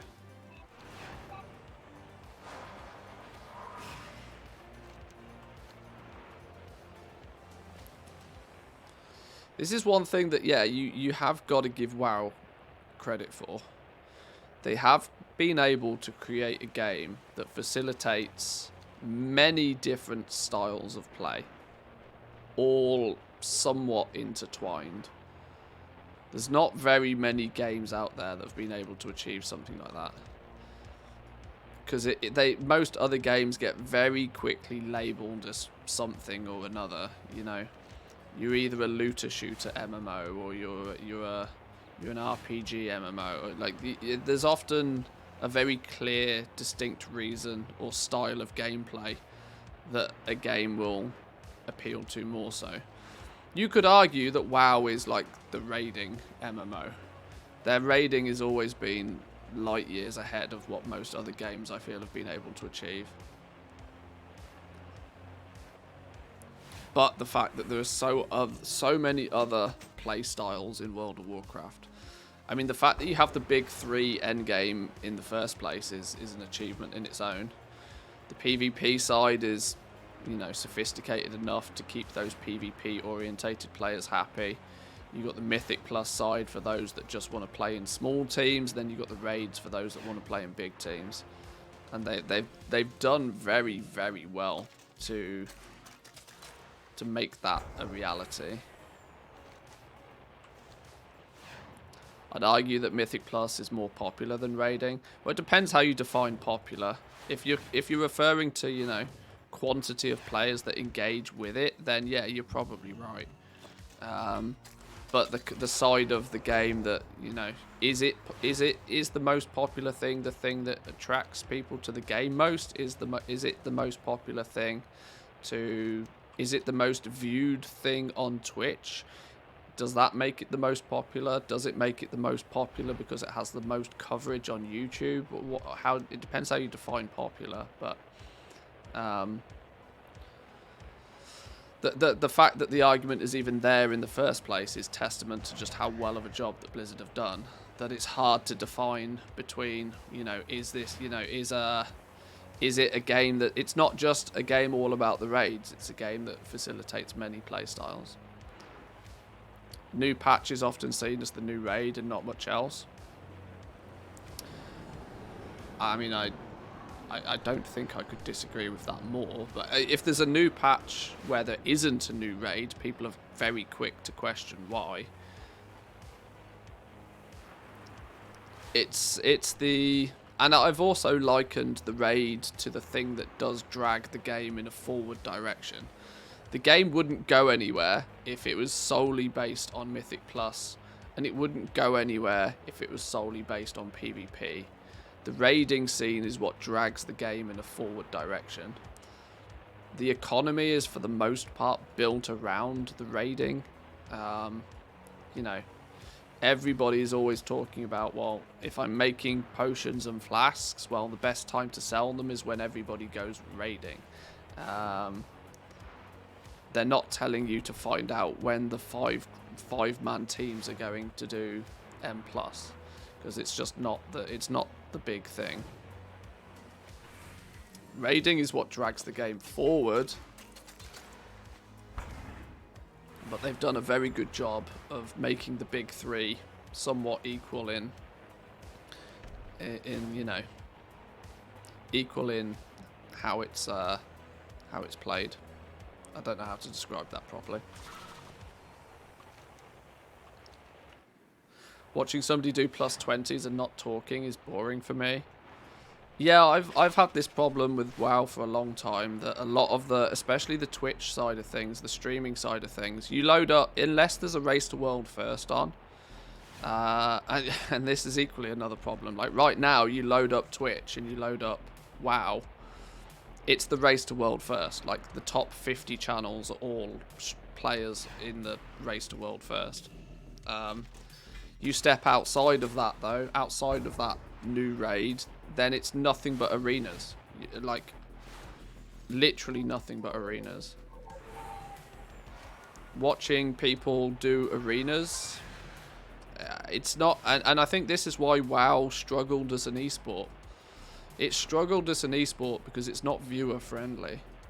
You can't just, you know, if you watch, there are some sports, for example, that you don't need to know the rules of the sport to be able to watch it and be entertained.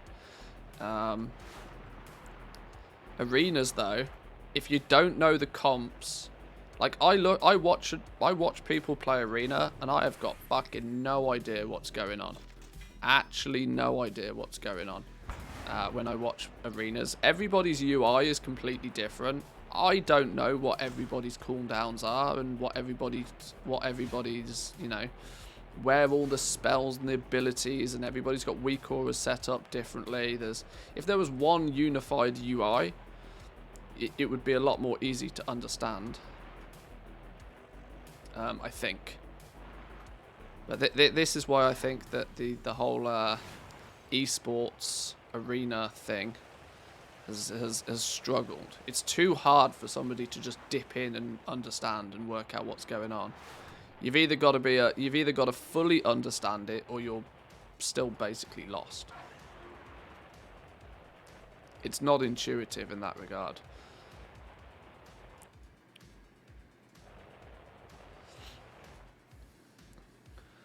Boring to watch but fun to play. I watch streamers for the personality, not really what they're doing on screen, mostly because I've got eyes on my first monitor playing WoW anyway. Well, yeah, this is why streaming has become such a good thing, and this is why I don't particularly like the direction that Twitch is going. I don't like the direction that Twitch is going in regards to all of this IRL streaming. That it just doesn't suit the platform. people watch other people play video games because they're instantly sharing a common, you know, they have a common,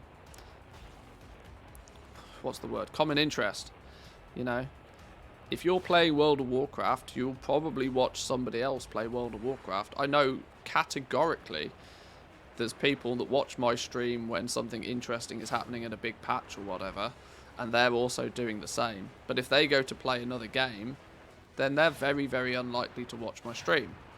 There are definitely some people that are the regulars and will be here day in, day after.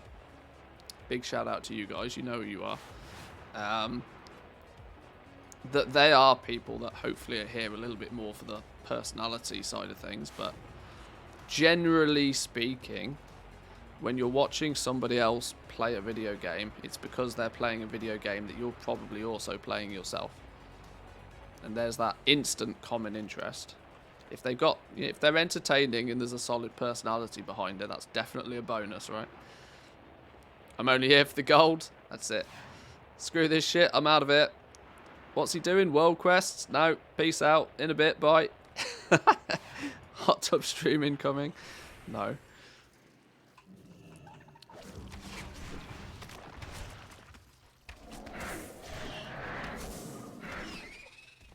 I've also said a lot of people have turned around and said that they use my stream as like a podcast. I'm background music to some people. And I'm happy with that. I don't mind being people's background music.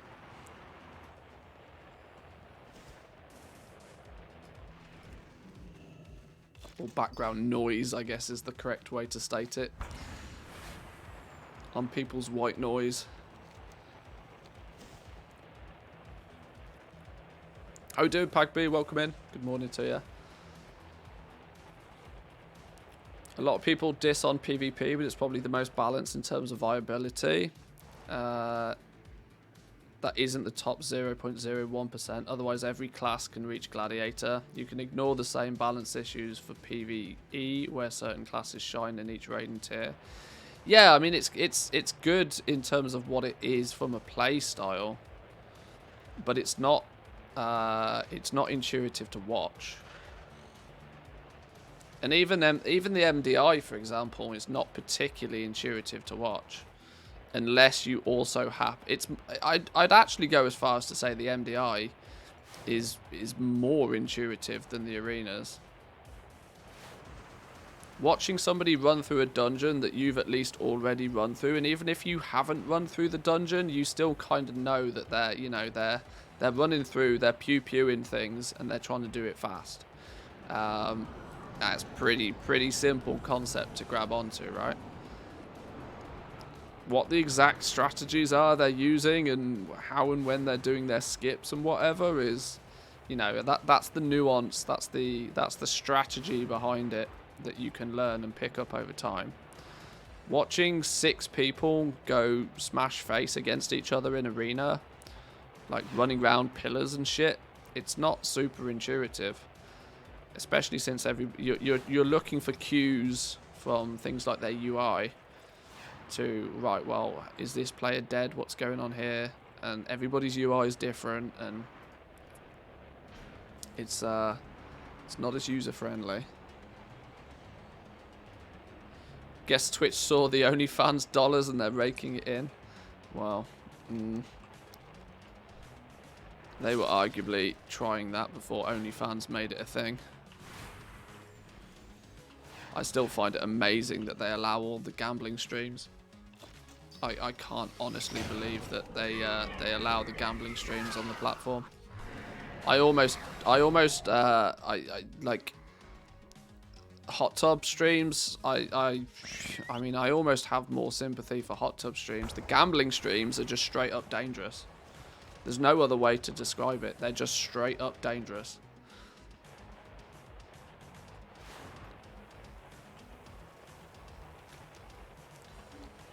I mean, if some flipping teenager wants to see some titties on the internet, then there's 500 different websites they can easily go to. But showcasing gambling to anybody and everybody at the scale that it is going on right now there's no other word to describe it but dangerous.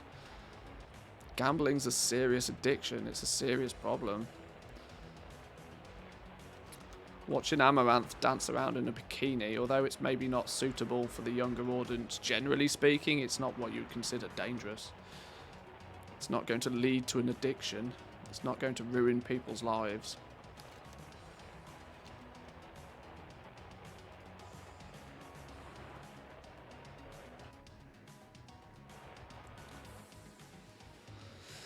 If I wanted to see those titties on the internet, I'd go find a website, but I choose to be here and watch you farm gold instead. Well, thank you. Maybe if maybe I'll do a subathon and we'll put on a bikini or something. Yesterday was mental. I was not prepared. Yeah, I was not really prepared either. I had a good idea that it might happen, but I certainly wasn't quite as prepared as I could or should have been. Saturday sauna stream. Yeah, I'd have to work out. See, the problem with that is quite simple. The problem with that, right, is you tend to not wear any clothes in the sauna. You start putting clothes on, it starts to feel a bit weird.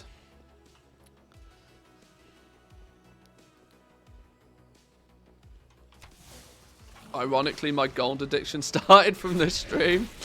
Okay. Okay. Well. Okay. Maybe I'll throw up a disclaimer then at the beginning of the stream. Happy computer in the sauna. Well, yeah, and that. Yeah. Yeah. Hot, steamy environments. Computers do not like.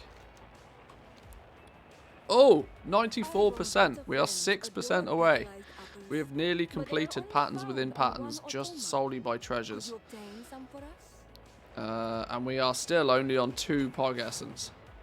So, don't know what kind of I don't know what kind of slight increase to drop rate means, but maybe it was 1 before and it's 2 now.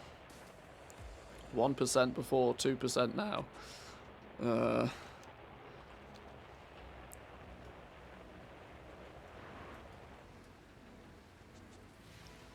Some people prefer full mailboxes rather than full hot tubs. That is true.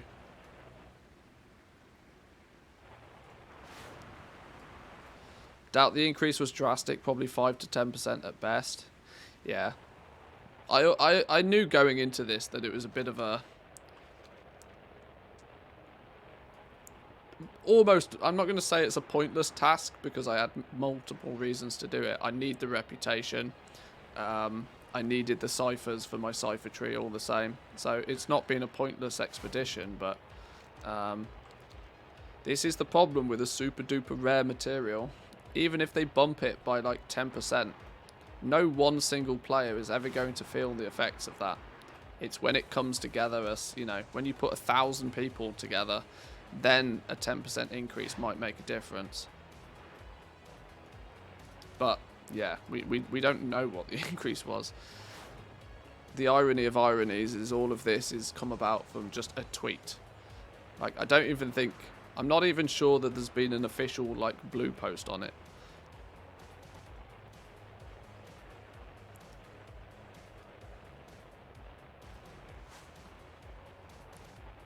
I'd rather have an Elythium boost, to be honest. I wonder if Elythium was boosted. Oh no, although I seem to... Yeah, it said zone-specific materials, didn't it? Which technically Elythium is not. Elythium's the rare one. Yeah, I don't know.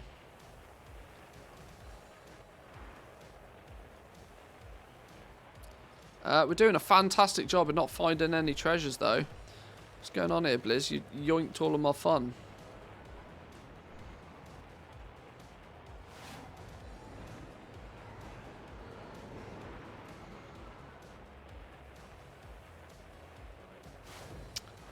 How were the mailboxes? We did 16.3 million in sales yesterday. You know, like here. It goes to show how much people don't watch the stream. Sorry, Pagby. I don't mean to... don't mean to make a thing of it. No, 16.3 million in sales yesterday. On one realm. On, you know, at best, a realm that's considered high pop, not even full pop. It is of no surprise to me that people did tens of millions of gold again yesterday if I was able to do that on a realm my size. I would also like to point out I did 16.3 million gold and I was deliberately selling things at, you know, a very reasonable price as well. That wasn't... I think I had one sale above 100k all day. There was no price gouging, price fixing going on to amplify those numbers.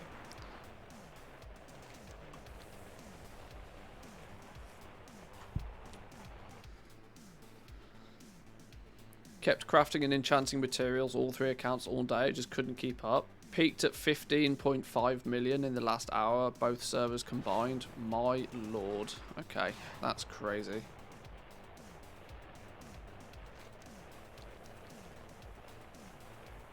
Hey, look, somebody else wants to be banned. They're all out in force today. They're all out of force. I mean, it's nice that they choose to follow me first before getting banned.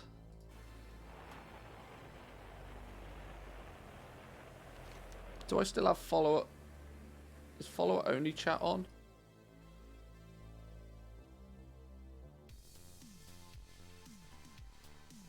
No. Turn that off.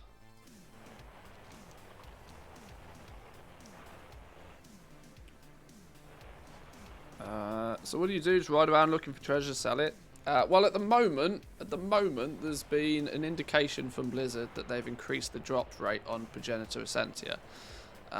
One of the ways to go about getting it was from the treasures in Zereth Mortis. So what I'm trying to do, and I've almost done, is to just run around and farm up 100 treasures. You know, farm up 100 treasures, that gives you an idea of roughly how many Progenitor Essentia you can expect to get from treasures. So that's what we're up to right now.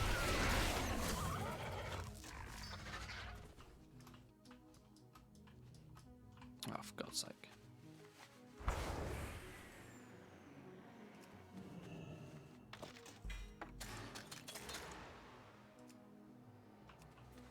Right, 5 more. 5 more.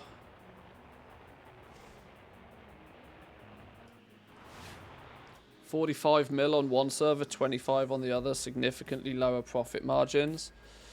Damn. I mean, you still did 70 million gold of sales, though, on 2 servers.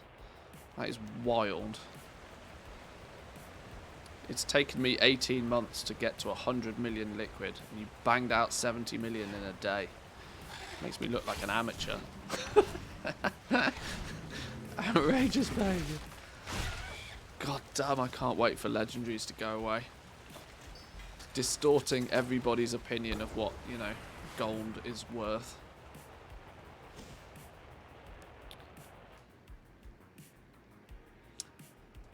Done all 3 callings in Ardenweald, 5,709 total. Now that's gold making. They're the kind of results we need. None of this 70 million sales in a day rubbish. Get that out of here. The cancel scanning was mental. I envy your effortless. Effortless, sure. My casual friendly 100 mil.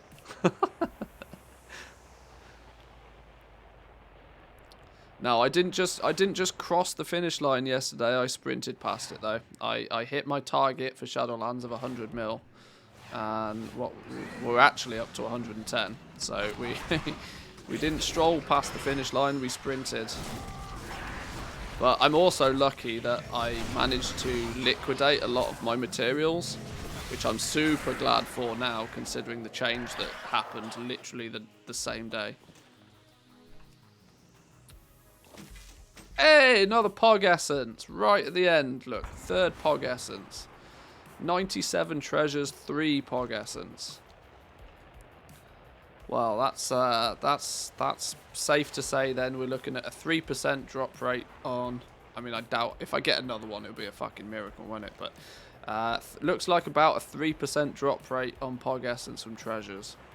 Plus or minus 1% for RNG, so it could be 1%, it could be 4%. It could be 10%, I could just be really unlucky. In conclusion, we're none the wiser.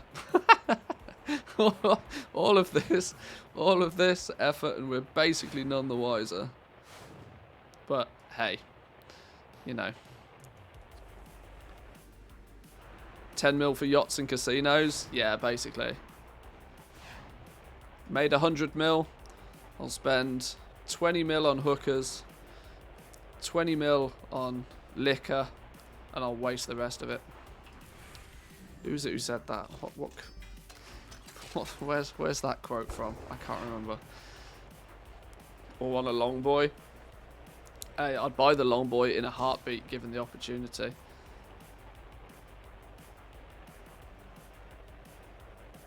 Is it a Bender quote from Futurama? It might be. You might be right. I maxed out Blizzard Balance, made 2 gold caps in 9.2, so I'm happy. We'll get some gold back from materials and then chill until the new expansion. This is it. Make your make bank and then, you know, make bank and chill. Is that a t-shirt? That's a t-shirt right there, isn't it? Make bank and chill.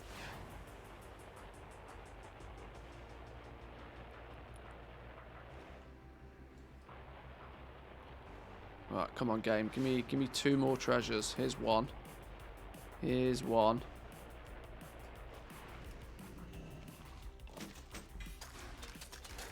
One more. One more. New merch when? It won't even be new merch, just merch when. No, I've vowed to not do merch unless it's actually worth doing.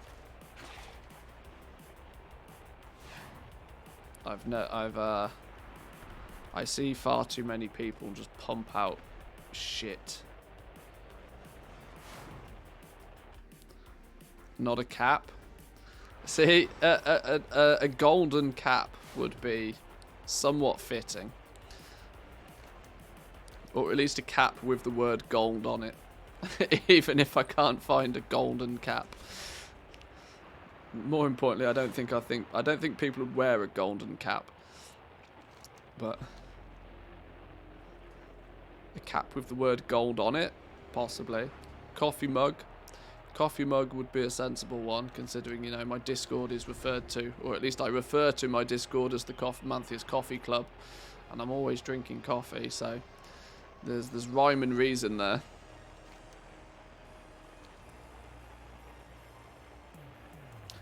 I never thought people would eat burgers coated in gold leaf, but apparently they do. Well, yeah, true. Yeah, I suppose. The internet's taught me anything. People are crazy. Come on, game, I want 1 treasure.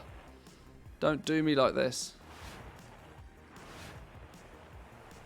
1 treasure and I've got 1 minute left on my buff. Hang on, there's a dude here. We'll refresh our buff.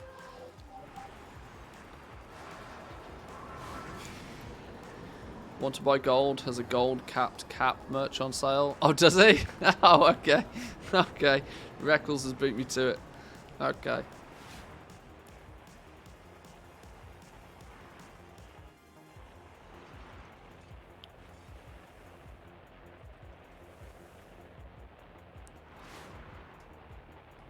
Somewhere in Sweden there's a pizza with gold leaf on it. Yeah, people try to put gold leaf on everything. And you know what's really funny is people put gold leaf on stuff to make it look fancy. But gold leaf's really cheap. Cuz gold leaf is like not even gold. Oh, we've done it though. We've done it. Right, well there we go. We did 100 treasures. 100 treasures. We got 3 Pog essences. 3 Pogs, 100 treasures. 3 Pogs for 100 treasures. I mean, What do you what conclusion can you draw from that other than if they have buffed the drop rate, it's not very substantial.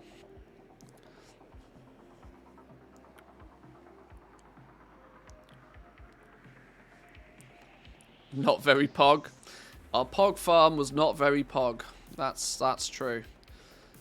How many hours did it take? Well, I don't know. How many hours have I been live? When did we start? I don't know. This wasn't about a time thing. This was just to try and get some statistical numbers.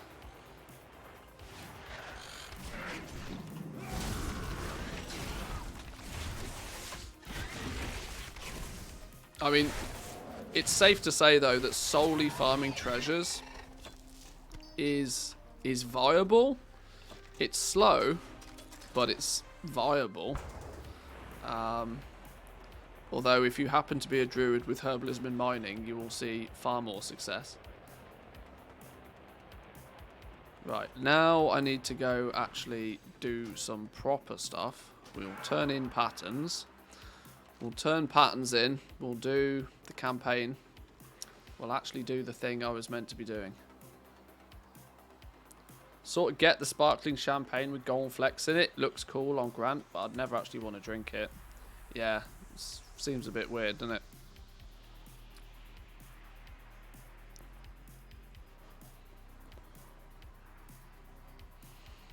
I'd so buy a shirt with a goblin, Master Goblin on it. Maybe I'll find some graphic design artist to whip something up. Farming treasures, also a lot of ciphers. Well, it is. That's true. Now, I should have probably kept track of how many, but I think you average about 6 ciphers per treasure.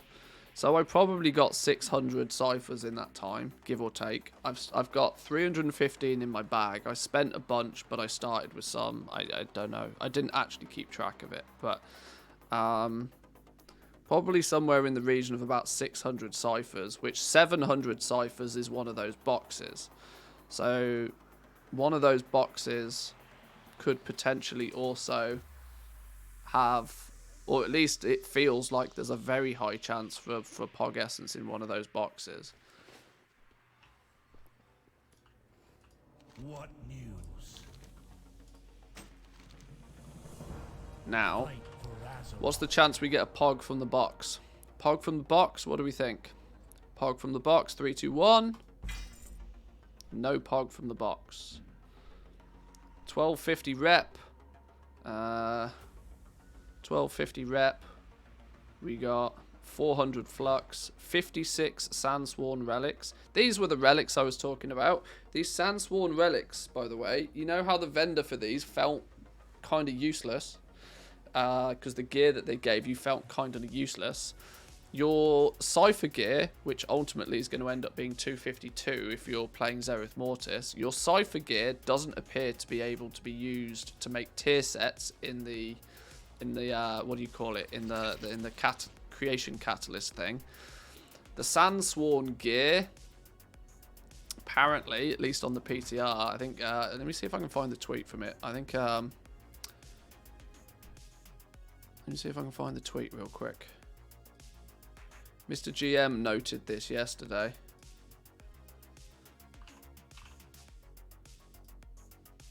As he spent a bit of time on the PTR. Where was it?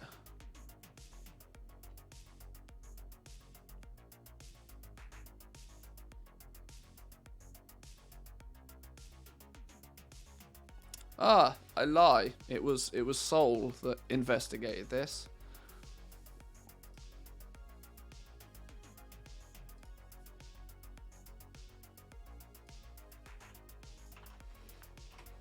So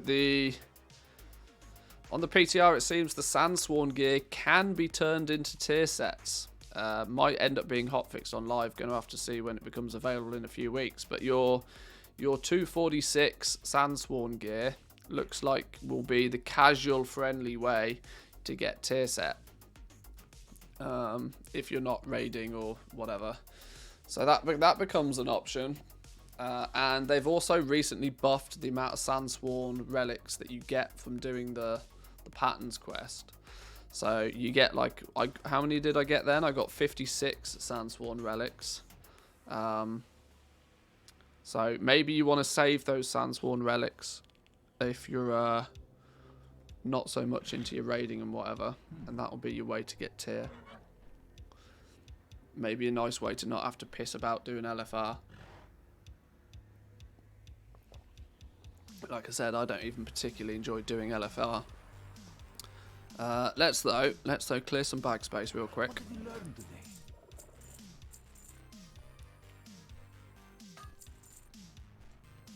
Happy adventuring. We got these bags. Let's open a few of these bags real quick.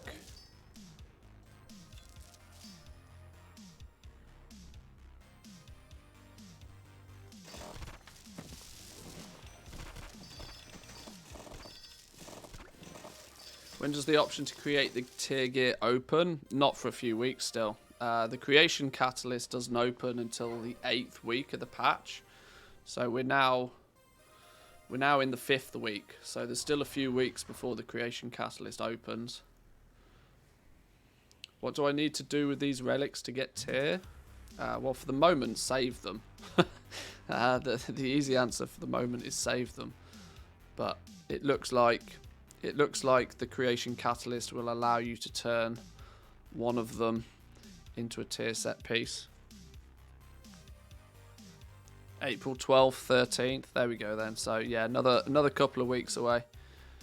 Another couple of weeks away until the creation catalyst opens, which fundamentally was designed to be a catch-up system, for, a bit of a catch-up, bit of a bad luck protection system for tier set pieces. Wonder what item level the tier pieces are. The item level you put in is what comes out. So if you put a 246 in, a 246 comes out. If you put a 272 in, a 272 comes out. It's based upon the piece of gear that you put in the first place.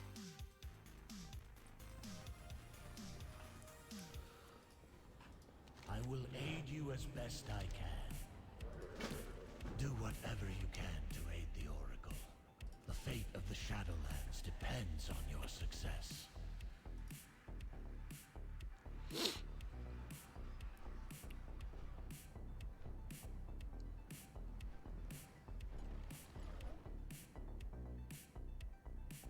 Can't Zygo catch up?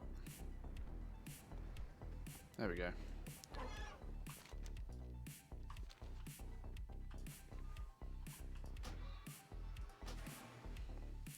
Right, let's actually get the campaign done. I should have done this yesterday. This should have been the very first thing I did yesterday, but guess what? We were busy yesterday. So I'll get my campaign done today. We'll maybe take a trip to the Rune Carver, maybe craft up a couple of legendaries. I don't know which. I mean, technically I should probably. Now this is in a dangerous slot, but not that I'm not really, you know, tier hungry. I'm not a tier whore, so I don't care so much. So I might just upgrade this one anyway, regardless. And I'll put, I don't know, where should I craft a Unity to? Where should I craft my Unity?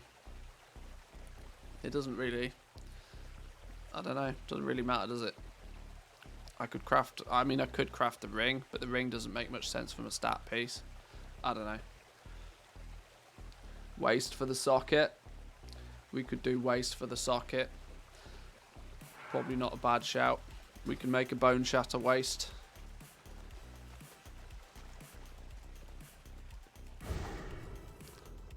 But let's get access to it first.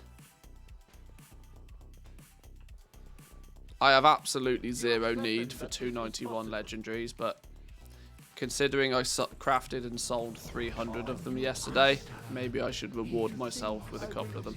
Something of this magnitude. A symphony of creation needs voices joined in chorus. One we possess, the other. I think you can afford it. Yeah, it's not really what I'd consider too much of an expense anymore. The vessel seeks a sword. bought the ugly rhino and the Dalaran spider to compensate. The woolly rhino? You bought the white rhino? The stupid Dalaran spider. 2 million gold for a stupid spider. But that area is overrun by Mossworn. Congrats for the 100 mil. Thank you, thank you. Took us long enough, didn't it? We are not alone, Pelagos. Surely the Covenants will aid us toward the creation of a new Arbiter. I will rally the Kyrian. You and Pelagos speak to the other Covenants, and see if Vereen can enlist the Enlightened. Hello. Awaken Chibata. Who's Chibata? Chibata. Is it you? As always, have an idea.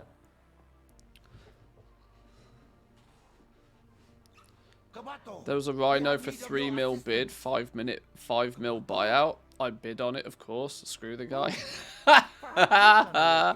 Oh, that's funny. Costs a fair bit to cancel a 3 mil bid. What does it cost you to cancel a bid? Because it's come to my attention that TSM is a dick when it comes to bids, and will not even track the fact that there's a bid on a piece of gear before cancelling it. What does it cost you to cancel an item that's been bid on?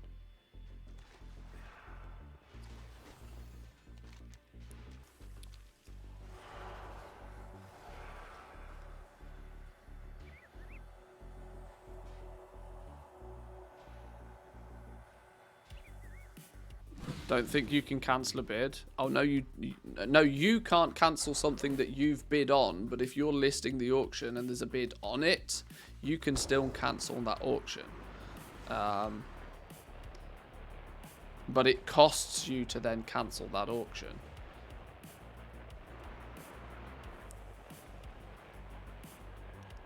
You have to pay 5% of the bid. Do you really? Oh my lord, you basically pay the auction house fee. That guy spams mounts. Once I asked him to sell me off the auction house, he didn't want to discount me the 5% cut, so yeah, screw him. Oh dear, okay. Maybe I'll turn off all my bid opportunities on my Legos then, if I have to pay the deposit fee when a bid gets cancelled. That's not good news. That's costing me monies. You might not even make 10% on a legendary at the moment. Last thing you want is to be paying 5% just to get it back.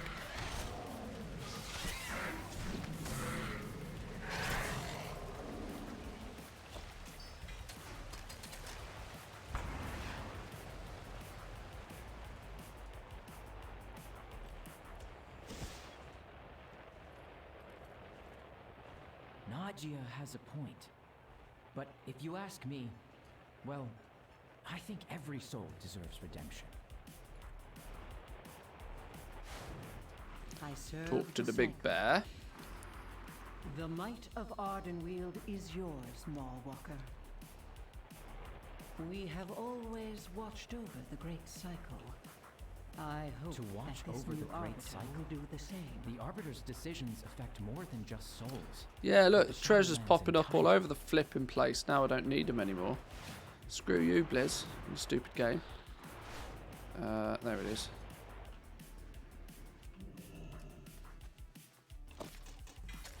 Oh, I've let my red buff drop as well. Oh well, no more pogs for us. No more pogs for us. My blades are at your command. Soldiers, you heard the Maulwalker. The engine that creates these automa is not working.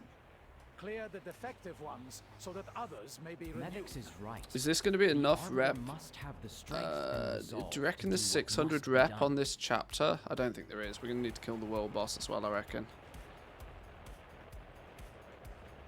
If we're up this neck of the woods, we might go and kill the world boss while we're here.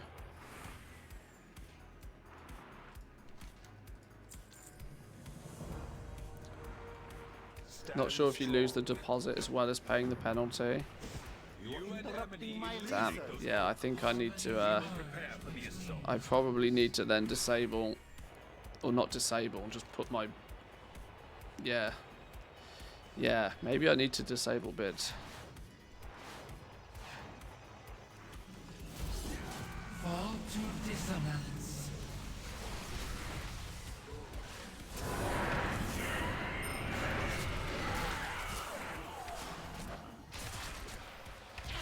He will reshape reality.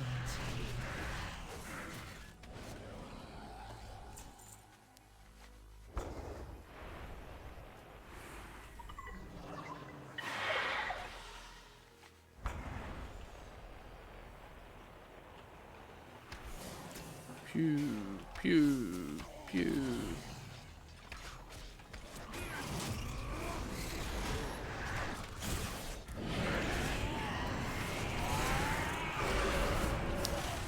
I wonder what we should do tomorrow, you know. I'm very tempted, incredibly tempted, to play something else on stream tomorrow. We've gone so hardcore on WoW over the last couple of weeks. I think it's about time to dip our toe into something else for a little while.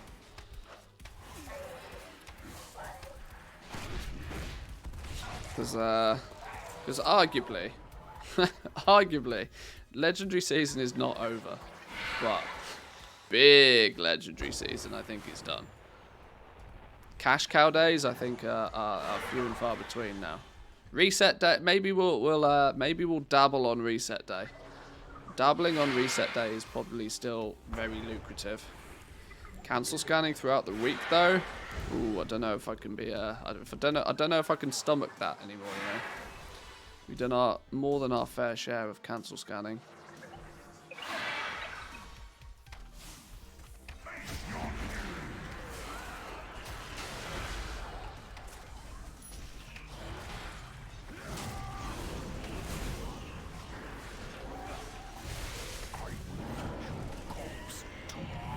Maybe I'll just put it to a vote.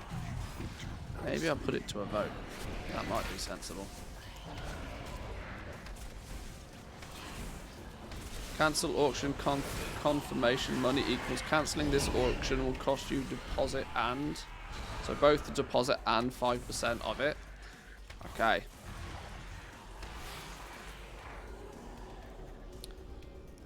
It's 5% of the bid price. Yeah, okay. That makes big bids dangerous to cancel. Real dangerous to cancel.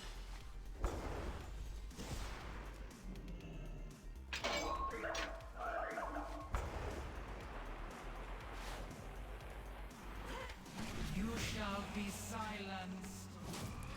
That's definitely happened to me a few times then. I've been doing cancel scans and I've heard like a ka-ching. And I didn't realise what that was previously, but that ka-ching is TSM cancelling an auction and you paying for it. Cancelling an auction with a bid on it and you paying for it. Regardless to whether you have TSM set to cancel bids or not. That's that's an owie.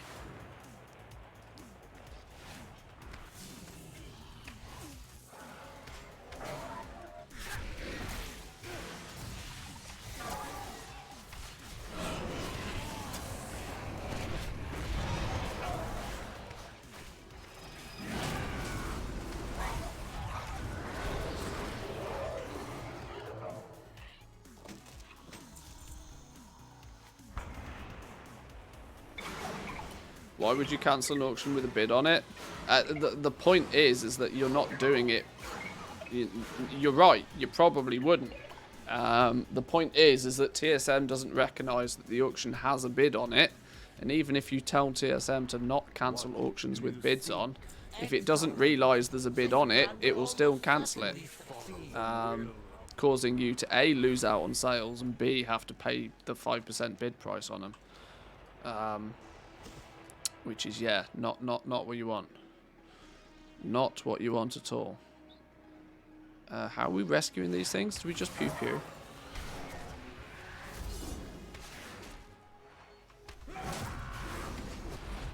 There's an option in TSM to not cancel if bid on. Yes, true. But TSM doesn't always realise the auction has a bid on. This is where the problem lies.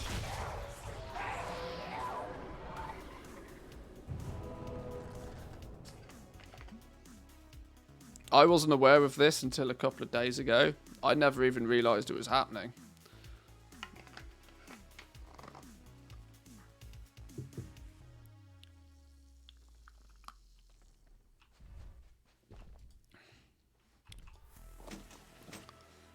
Oh, I've got 9 keys now. I don't need 9 keys. Oh, I've got the keys. I need to open the cages now. Okay, go, go, go. But there could be a timing issue if a bid comes in after a cancel scan, but before the...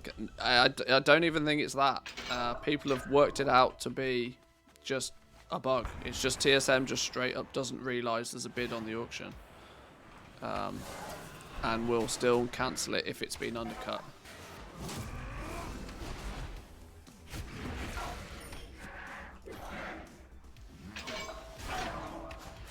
Somebody showcased it to me in action the other day, and also, I wonder. I suggested they bring it to the attention of TSM. I don't know if TSM responded to whether it was a known issue or not, or whether they're aware of it. I think they did actually. I think Gumdrops even chimed in saying that it was, you know, a known issue. That TSM doesn't always recognise that there's a bid on an auction. Which on, you know, on smaller stuff is not a problem, but if it's a big ticket item, the auction house fee, when your margins are skinny, you don't have, you know, too much to be messing about with in that regard. You don't want to be paying 5% of the price of an item to cancel it because it's got a bid on it, unless, you know. Well done. Because in many cases, there's not much more profit than that in selling the item in the first place.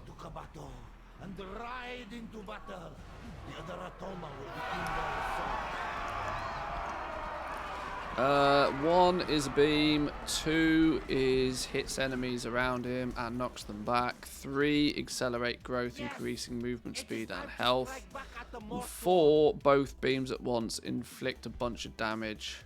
Okay, 4's your big one then, okay.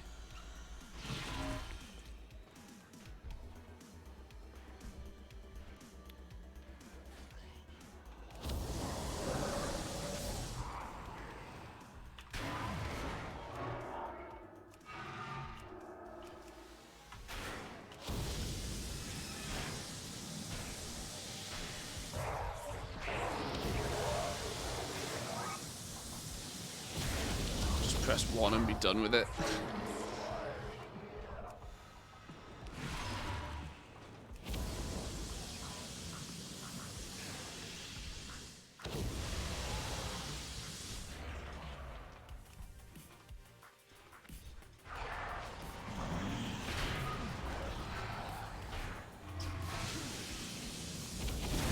Spam 1, it makes it tick faster. Oh, really? Oh, okay. Oh my god. Okay, yeah.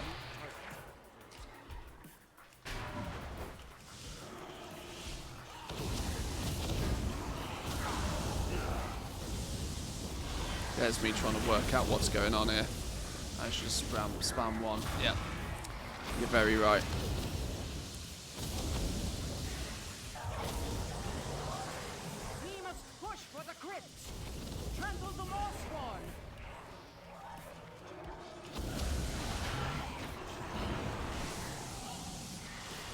Is there an option in TSM to not allow bids since the default UI has a checkbox for the buyout mode? You have to uncheck this box in order to allow bids.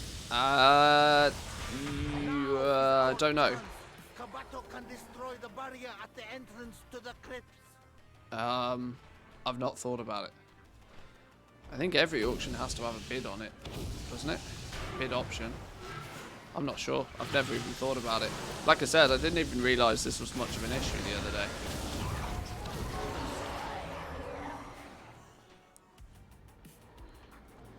Set the bid as... Yeah, setting the bid as the same as the buyout price. It's not...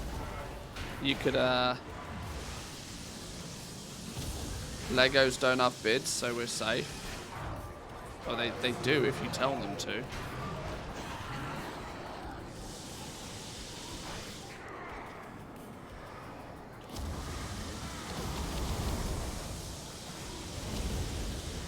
hang on. Is this where we go 4? This is where we go 4, isn't it?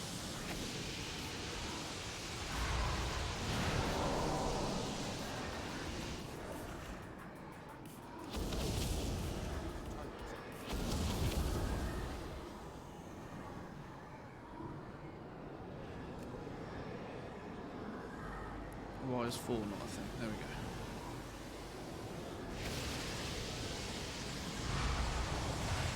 Do we get this thing as a mount? I want this as a mount. Give me this as a mount. I mean, I'm already kind of, you know, chilling on his head. Let me keep this as a mount in game.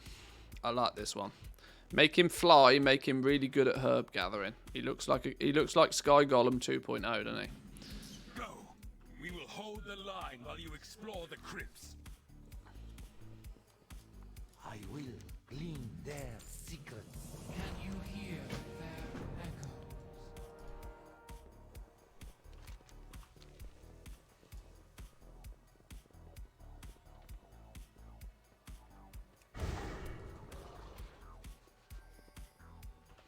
A soul distorted. The crypts defile.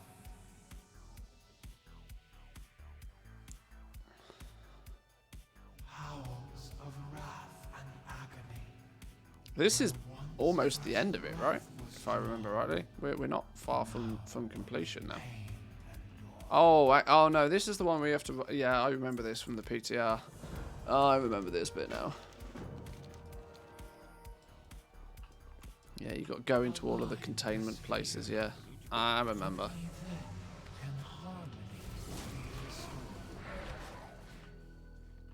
Those must be the spheres. Try pushing them into place. You gotta go. It's all about flipping balls in this expansion, my lord. Or this patch, I should say. It's all about getting your balls in the right place. You don't want to accidentally, you know, sit on them.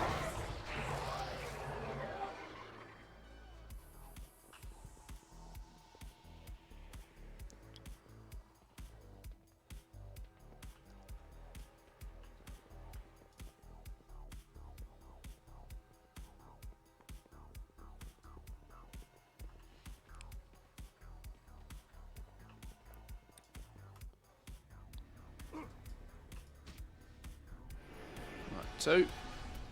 Is there a third one here? Oh, there is.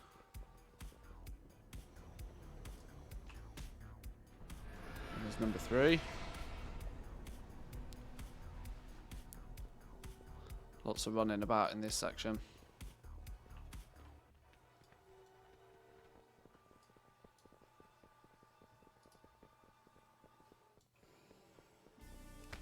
We have been waiting for you.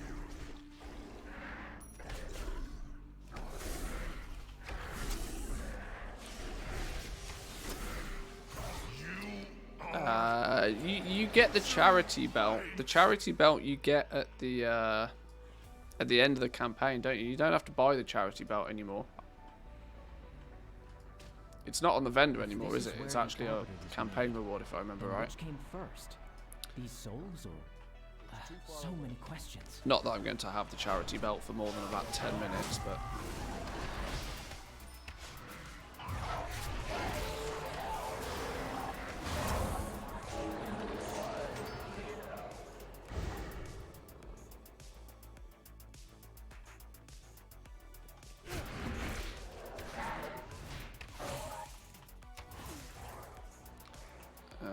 what next? This way. Get it from the Arbiter in Oribos. Okay, yeah, so it's a quest reward. No problem. About new game tomorrow. Funnily enough, the first time I watched your stream was when you played that Vampire Idol game. No clue what it was. Vampire Survivors. That was fun, you know. There's been some updates to that, apparently. I saw Quinn playing. Quinn was playing that again the other day. That Vampire Survivors. They must have updated it. I'm not sure what the crack was with that game, you know. I saw it because I saw other Twitch streamers playing it. I reckon a few Twitch streamers got paid to play that game initially. But it was only like $2 on Steam. I never understood why it was. I mean, apart from the fact that it was actually just quite fun, I never really knew where it came from. But it was a bit of a hit for a few days, and I bought it and got heavily addicted to it for a day or two until I completed it. Like I min-maxed the absolute fuck out of that vampire game for a few days. That was good fun. But apparently there's been some updates to it. We could play Vampire Survivor. Although it made my eyes hurt, I can't deny. Like because you just stop blinking, and if you stop blinking, bad things happen. Oh, hang on, we need to kill 2 more things. I didn't see any of those on my travels. Why are you not keeping the belt? I thought it was ideal for hunters. Yeah, but it's 265 item level. It's trash level. I want 291.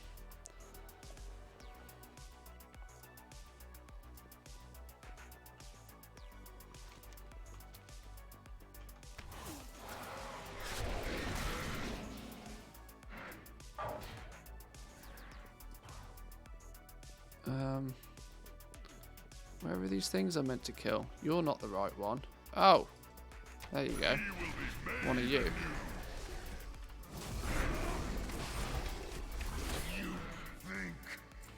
Right, one more. Find me one more.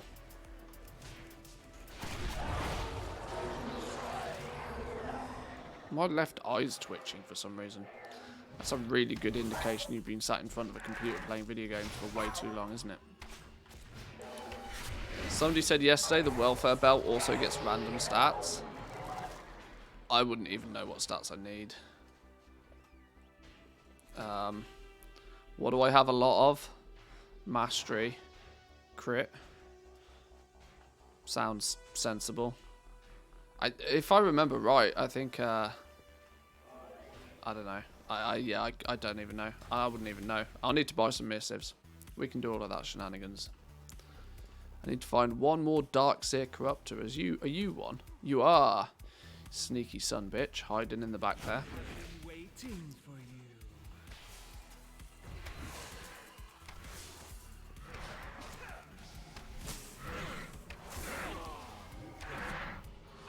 First rank 7 day I made my Covenant legs as 291. Yesterday I crafted Unity in the same slot. There's people out there that have like re-rolled their legendary multiple times. It's this is where a lot of the complaints have come from, that these base items are too expensive. Is due to the fact that people started off with one thing in the first week, and then when they get a tier set piece, or when something clashes with it, or they get something better in that slot, they've re-rolled it and they've had to buy it again, and then they've done it again. And you know, people who don't care about it's ironic, right? People who don't care about spending so much gold on their legendaries have ended up being the first ones to complain that they're spending too much gold on legendaries. Well, either just wait a day.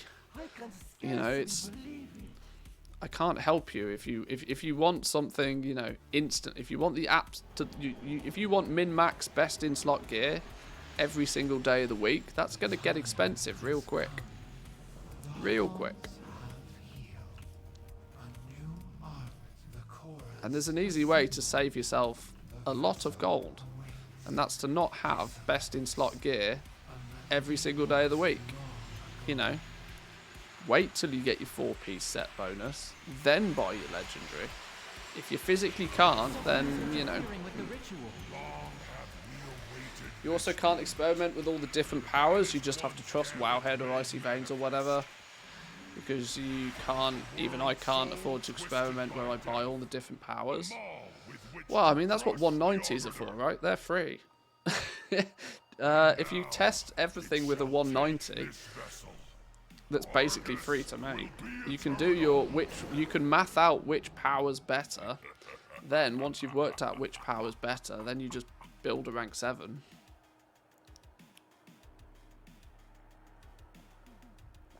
Queuing at the Apple Store on new product release day and then asking for a discount. Yeah, exactly. It's on the same level.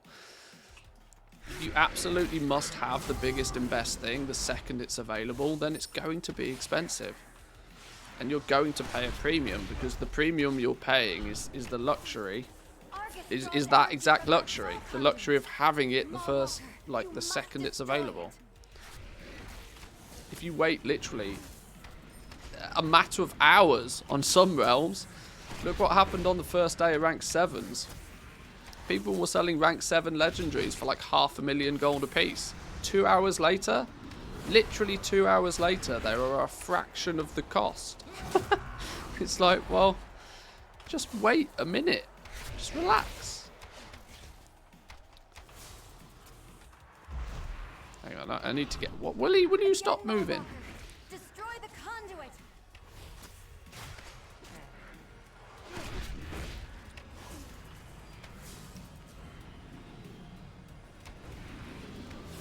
Or those people, yeah, that's it. Like, then people complain that they paid a premium on the first day.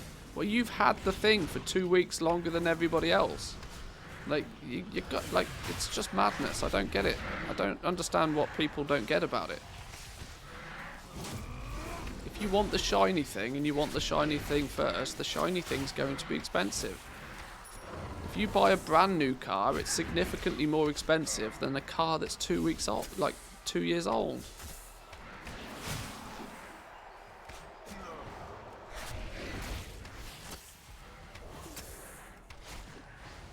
Remember a 291 cape selling for 650,000 gold? There you go. That person will then complain that somebody's able to buy it yesterday for 50k. It's like, well, your bad purchasing decision is not somebody else's fault. For example, there is absolutely zero reason I should be running around with 291 legendaries. The fact that I do not step foot in a single dungeon or a raid means that I do not need 291 legendaries. I fully know that if I craft and use 291 legendaries, it's a waste of gold. It's going to do basically nothing to my DPS, especially considering the gameplay that I choose to engage in has very little requirement on DPS in the first place. I'm doing it just because I can. And so many people need to kind of understand that at the scale of the content that they're doing, they probably don't need the biggest and best and shiniest thing first.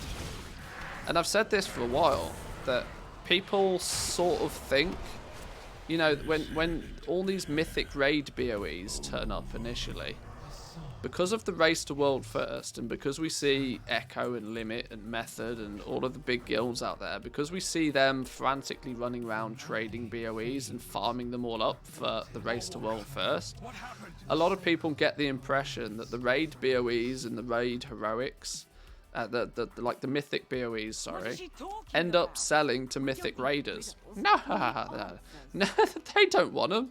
They've already got mythic gear. They don't need them. The people that are buying those 600,000-700,000 gold raid BOEs, they're casual players. They're casual players that have got no need for it whatsoever.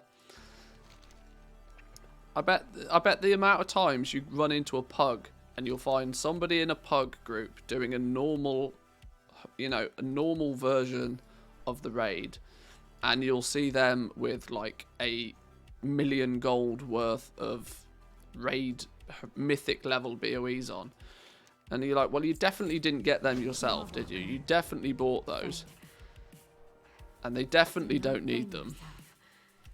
I just wish there were some way. There is, but you know. Oh, can I not skip this? Yeah, I don't want to see Pelagos being a dick. Pelagos? Knowing which buttons to press is a bigger upgrade than a rank 6 to a rank 7. Knowing which buttons to press is a bigger upgrade from a rank 1 to a rank 7. Yes, Clea. I am whom I have always been. And yet, so much more.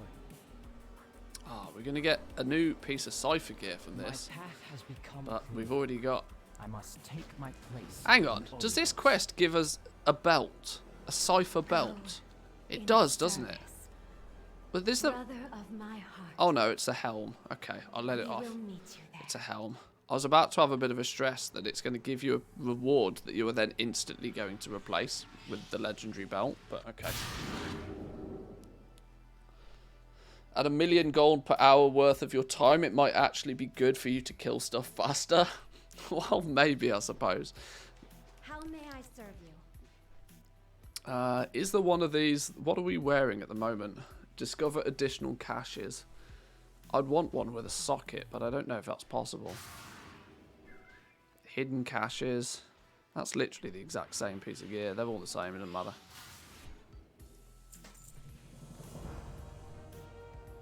May I share a word with you, my friend? Here we go. Clasp of Unity, look. Archon Pelagos. After so long, he has ascended higher than us all. Crystallic sockets, OP. Yeah. I see your logic where you're coming from, but that logic also seems to assume that the casual players are on the same skill curve. Arguably, having better gear helps a lot with people who aren't at that same skill level.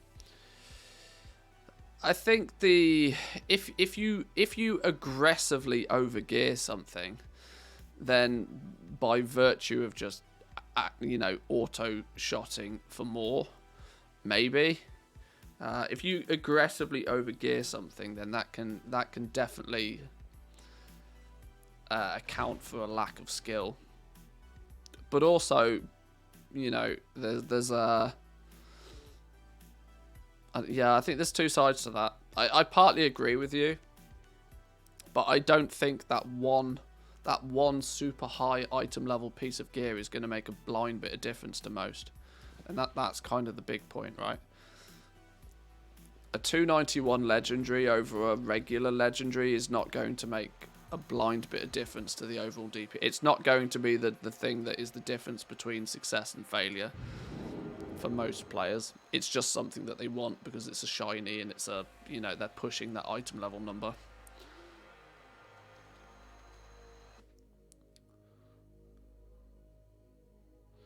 Do you have more than one socketable cipher slot? I'm only getting shoulders with my ZM character. No, I don't actually. I do only have my shoulders. Is it only shoulders where it's available? I half assumed that all the gear could possibly have sockets on it, but maybe that's not the case.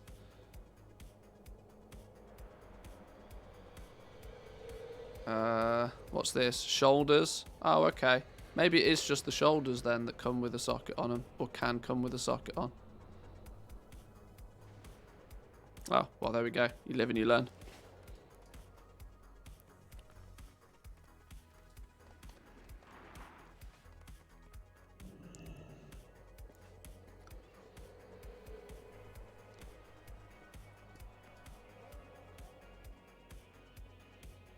Want to Buy Gold did a pretty good video about this where he proved that using buffs and using your most geared toon to do skinning farms made a significant difference to your gold per hour.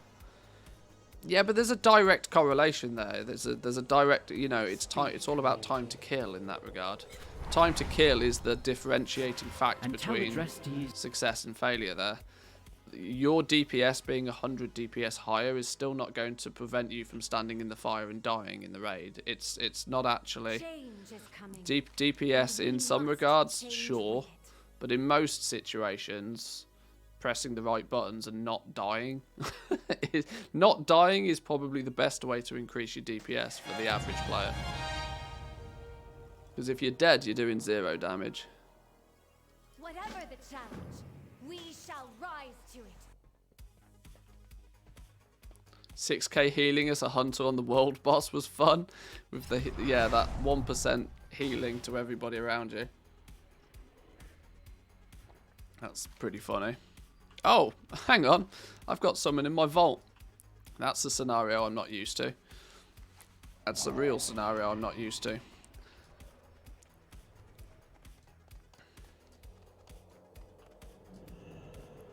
Why have you got a quest? Why have you got a quest? Complete time walking dungeons. Maybe. We'll think about it.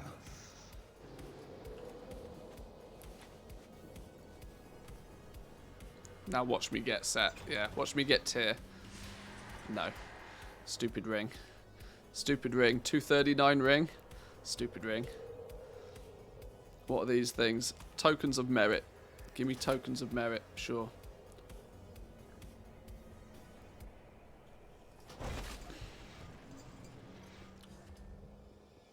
What can we spend our tokens of merit on? Is that you? What are these tokens of merit going to be traded for then? 40 ciphers of the first one? Wow, that was worth 80 ciphers of the first one. My god. Aren't I a lucky pup? Add a socket to Shadowlands Season 3 gear that doesn't already have one. Overflowing chest of riches, a substantial amount of gold. Has anybody worked out what they consider to be a substantial amount? Has anybody tested this? What's considered a substantial amount of gold? Because I bet your ass my definition of substantial is different to Blizzard's. I bet it's different. 3,000 gold? I don't get out. I wouldn't get out of bed for 3,000 gold. More than 2 gold. Cosmic Flux parcel. 500 Cosmic Flux. Increase your renown of your current active covenant by 1. Really? Really?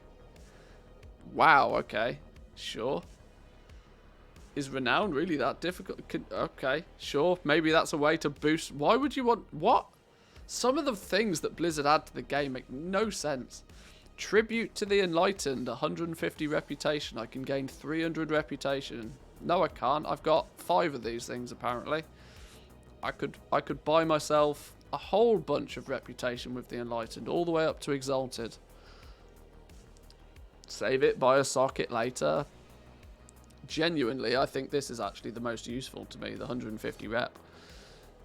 Because that directly correlates into things that I might want eventually. Renown, couldn't care less. Substantial amount of gold is going to be a meme. Cosmic Flux, we don't need. A socket, yeah, sure. 40 ciphers. 25 Genesis motes. 25 Genesis motes. Are you mad? Okay. 500 catalogued research. Some Soul Ash. Some Stygia. And then the funny one. We can trade 1,500 Valor points for 5 Gorthite crystals. Oh, that's funny. Or I could just do what I usually do with these currencies and just not spend them on anything. Just not spend them on anything.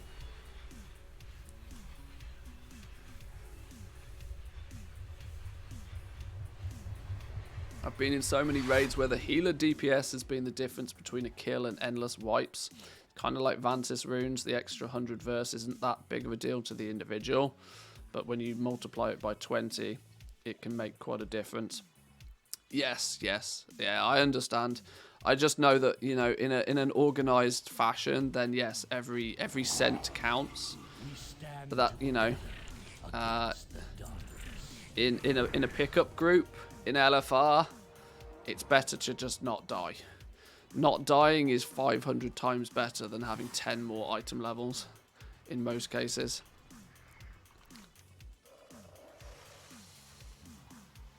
At least I believe it to be so anyway. Right, so we have 2 legendaries now. What we need to do is we need to make ourselves a Bone Shatter Waste at rank 7. Bone Shatter Waste at rank 7. Do I have the mats to do that? Maybe. Hey, look, those pogs we just farmed up. Those pogs we just farmed up, we can put them to good use, look. Bone Shatter Waste Guard. I should probably check I don't already have one of these. 291 Bone Shatter Waste Guard. We can make one of those. I need some pallid bones, I need some heavy desolate leather, and I need some arboreal shards. I need a bunch of shit. I'm also going to need a pair of legs, actually, aren't I? Greaves at rank 7. Those I almost definitely have. Maybe I should check my bank character before I do this, because I've probably got these already. I have a sneaky feeling that these are the ones that didn't sell yesterday.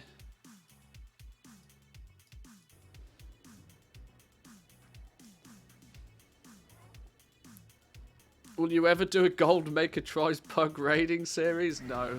No. I have no interest in doing that.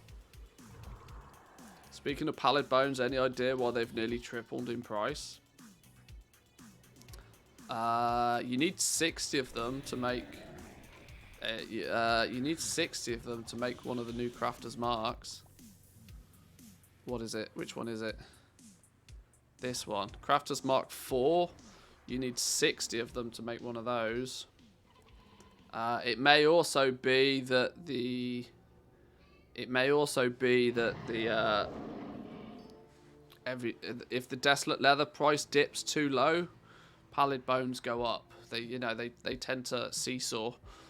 They either stay at about the same and they stay about 2 gold a piece, or one goes up when the other goes down, and vice versa, because of the vendor shuffle.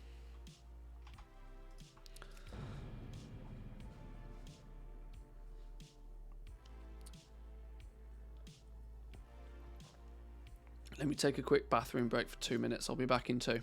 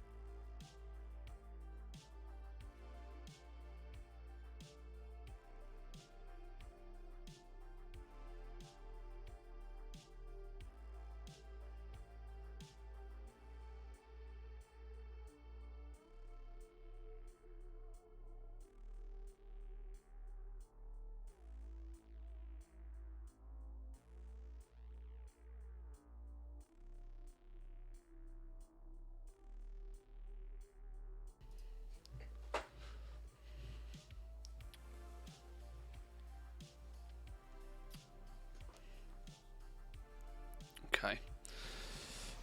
What did I say we needed? We needed a bunch of we're selling stuff. There's a shock to the system. Hang on. Realization's just kicked in. What the flippin' hell am I doing crafting these? What the flippin' hell am I doing crafting these?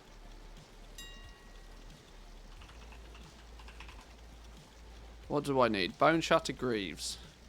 291. What in the world am I doing? Just buy the damn things. Bone Shatter Waistguard. 291. One with a bid on it. Hang on, I want to make sure I buy off somebody that is not a dick. To the moon. You've proven to be a sensible soul. I'll buy yours off you.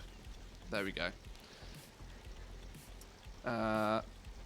I need a couple of missives, I know. I'm gonna need a couple of missives. What are the best stats for a hunter?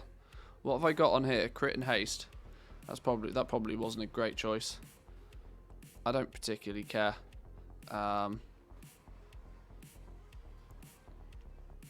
Leveling on a new realm, loot a Reigns of the Tamed Bloodfeaster. Oh, nice.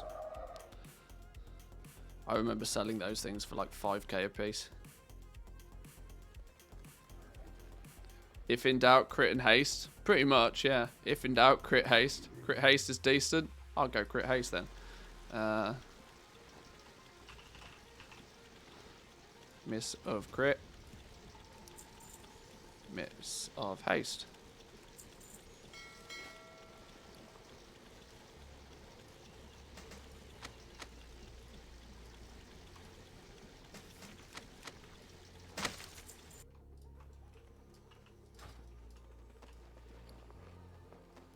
Lost item? We've discovered a curious item. No attachments. Thanks, Blizzard. Thanks for that. Your support is appreciated.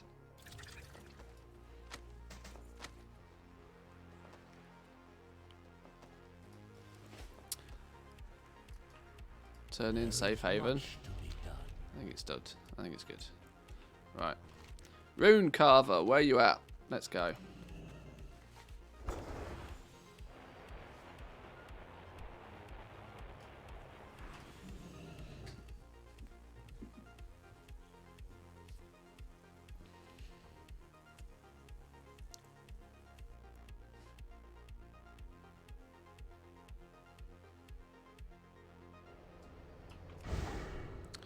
Into the abyss.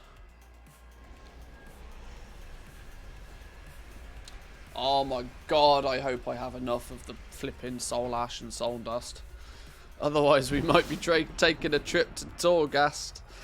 Well, luckily we'll be nearly there anyway.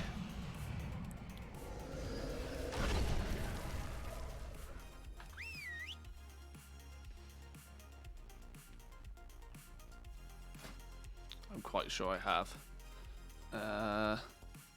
Soul Cinders, Soul Ash. I think I've got enough.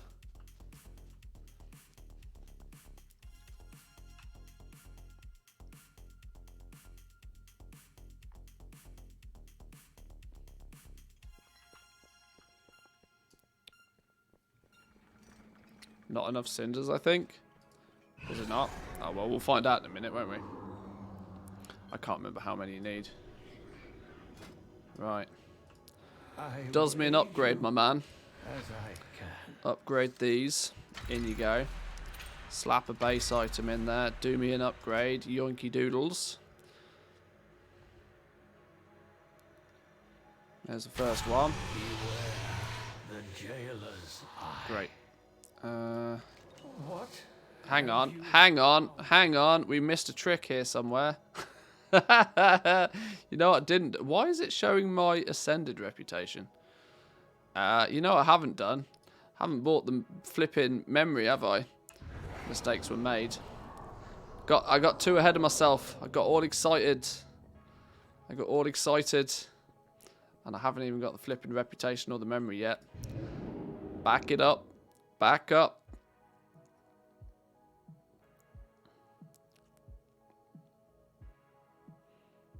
There's me zooming forward like a crazy person.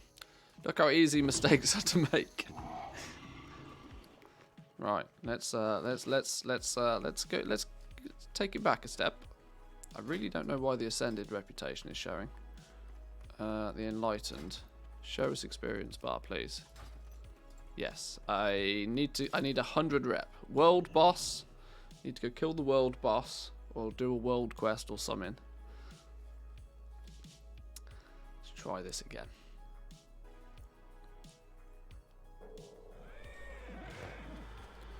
Just did the world boss, number 1 on healer. Ask my hunter. I need to put something in this socket actually. Maybe we'll go find one of those forges to try and get something good for this socket. Before people cry at me as well, let me throw in a couple of if in doubt quick jewel clusters. I've probably got some on me already. I don't know. If in doubt quick jewel clusters. Craft.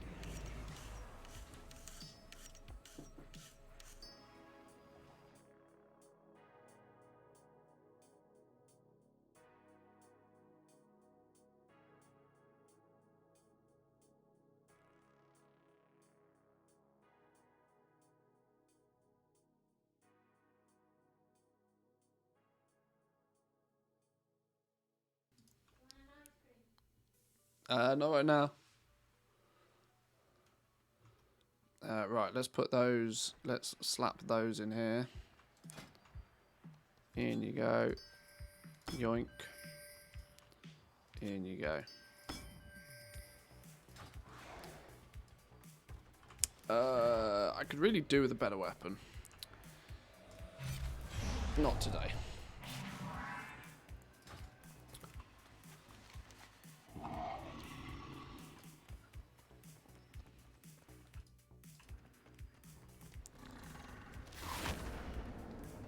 You in my group, the tank complained about shit healers. If a hunter with a Zereth Mortis buff is out healing your hunters, then there's definitely a problem. There's definitely a problem there. Right, do we go do the world boss, or do we just go do a world quest real quick? If I start doing one world quest, I'll start doing all of the world quests. I should probably just go kill the world boss. Let's gamble ourselves some luck on this thing. See if we can get something good here. 5% mastery, 10% avoidance, 10% chance to deflect enemy physical attacks. Well, we'll go with flat mastery for now. Let's go again. Absorb lethal attacks, increased haste, increased gold. Well, we'll go with a flat haste. Stamina, crit, absorb lethal attacks. Well, I guess we can complete the set now, can't we? Is that 5% mastery, 5% haste, 5% crit?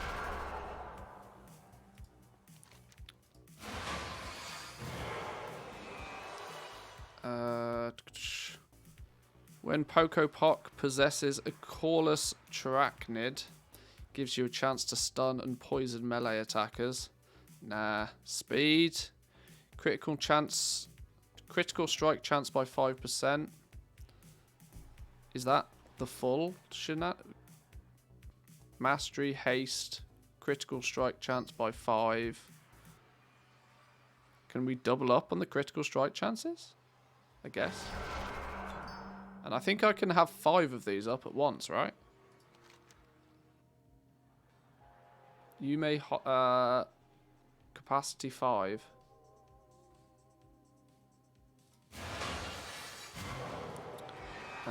When Pokopok possesses a Cawless Helicid, has a chance to slow the enemy.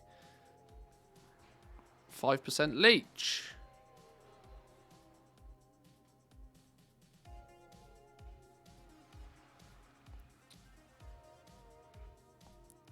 Put one on your shoulder. Yeah, I will. I'll put whichever ends up being the best one.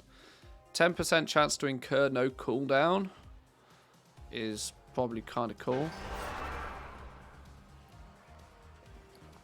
So there's 5. I can have 5 buffs, and I can put 1 in the shoulder. So let's roll a 6th one. Avoidance by 10% restores 1% of max health to raid or party members within 30 yards every second. Yoink. Let's put that one in our gear, because that one's fun. That one's just genuinely fun. Put that in there. And we'll go do the world boss with this on as well. That'll be funny. Healing for everybody. Now we should be able to personally have 5 of these.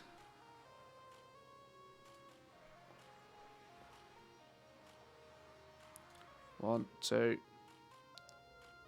3, 4, 5. There we go. 10% chance for no cooldown. Inflict periodic damage to up to 5 enemies. Critical chance, haste, and mastery. That'll do. That'll do. Buffed to the hills. Where's Pokopok at? Let's get Coco Pops out. He's probably got no energy left now, has he? He's only got 5 energy, but we'll put Coco Pops on. We'll go Coco Pops on full. Should we just go full heal mode? Should we go full heal hunter mode? In fact, I can't remember what the actual ability is for the heal. When you press it, what does it do? Heals you for 50%. Also performs a light barrier. Also stuns enemies within 5 yards. No, that's boring. That's boring, Coco Pops. Let's fix that. Let's go aggressive.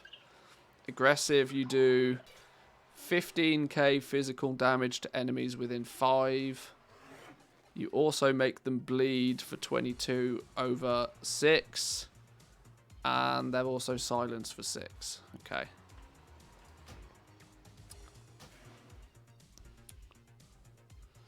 Race to world first, missing that trick with the heal gem in the shoulders.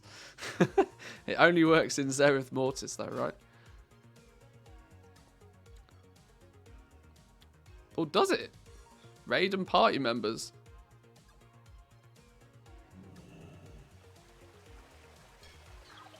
I guess it only works in actual Zereth Mortis. I guess I don't know. Somebody tweet Max quick. Or Scripe even. I'm Team EU.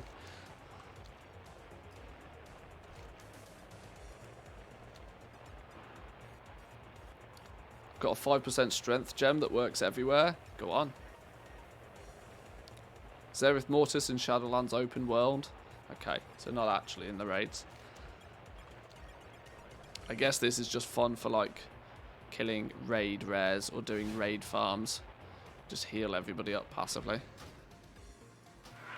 Why did I take the Flight Master? I was already flying. Sure. Declined? Maybe they killed it already.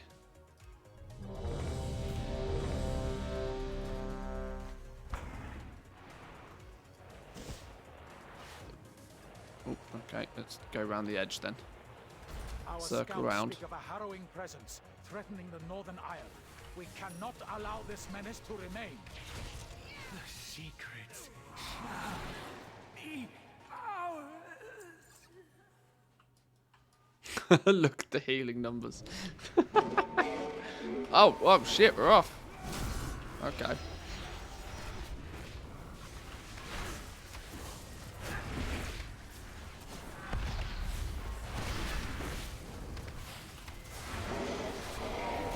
Show healing meters. You want to see healing meters? Ah, I can't click the thing.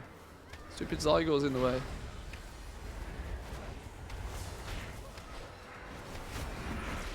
Top healer Manthias. Check it out. Hunter healing. Ah! Get out. It's alright, I'll heal you all. I got yous. I got yous. Everybody stand in the fire. I got this.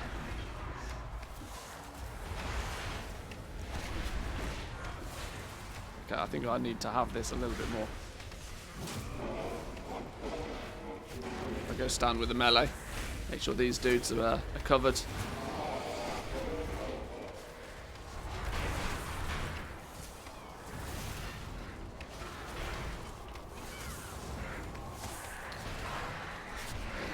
I'm doing more healing than I'm doing damage.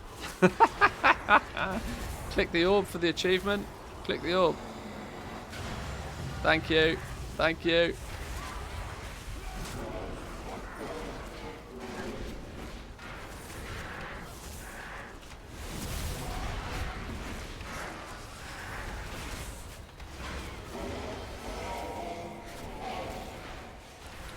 Off-spec Hunter heals for the win. Yep. My 7.4k heals per second. Biss Hunter healer.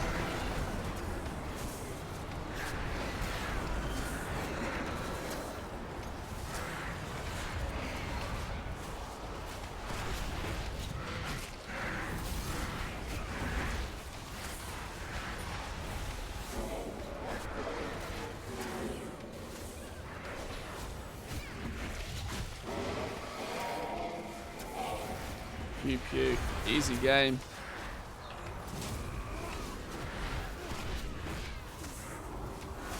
I'm out healing the Holy Paladin. I'm over double. Go home, Holy Paladin. You're being smoked. Cannot allow these Oh, that's sacred lands funny. to be scavenged and left in the ruins. A stupid game. A stupid game. Shit like that amuses me. I love stuff like that. It's so ridiculous. There's everybody running off to get treasures.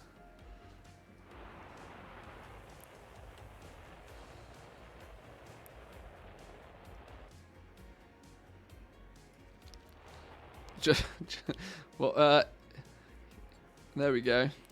93% of my healing, to be fair. Casper coming in clutch with the Spirit Mend. Second we had the Holy Paladin. Third we had the what appears to be Flash Heal, Prayer of Healing. Is that Holy Spec, I guess? I don't even know. I hope this works in dungeons. I don't know. Well, it's pretty busted.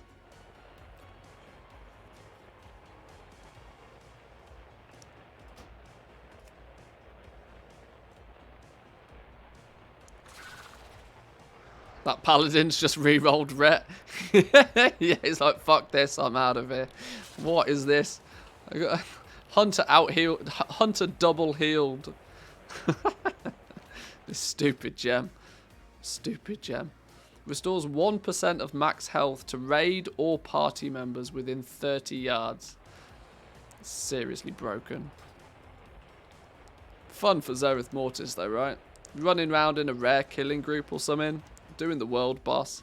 I should just continuously do the world boss for lols.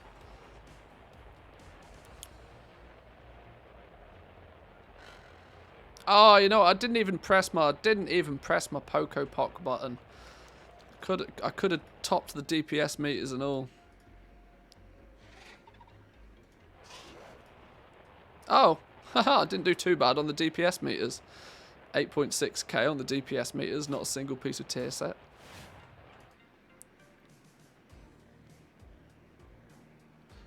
The toxic thing did 10% of my damage. So this buff alone did 10% of my damage. It's not quite as silly as Corruption Gear though. It's not quite as silly as Corruption Gear. It's amusing, but it's not quite Corruption Gear. What was I here? What was I doing? Oh, I've hit Revered, haven't I? That's what I was doing. My fellow pilgrim. So Memory of Unity, yoink. Do I get anything else for being Revered? Is there any other funds? What's this?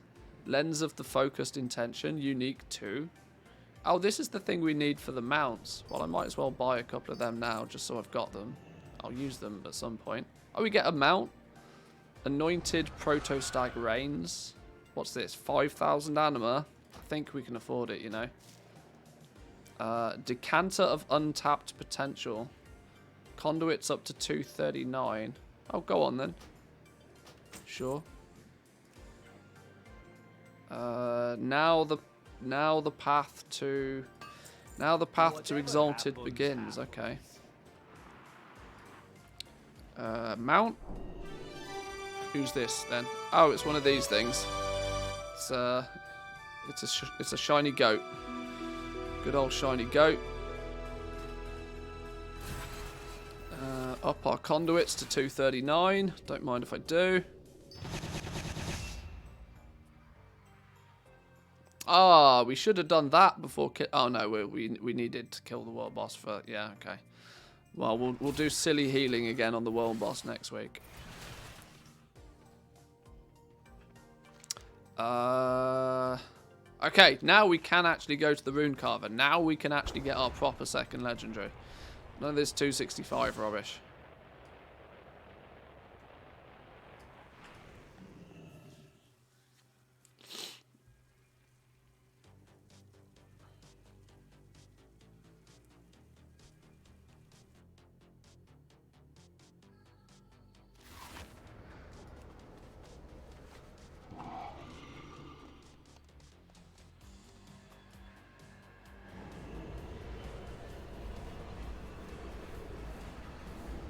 Oh, you know what?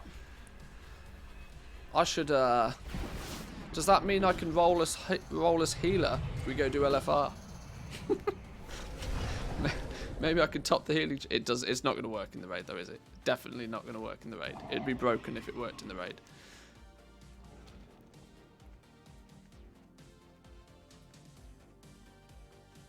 Test it. I'm quite sure it doesn't work in the raid. Otherwise, every single player in the Race to World First would have had one of those on.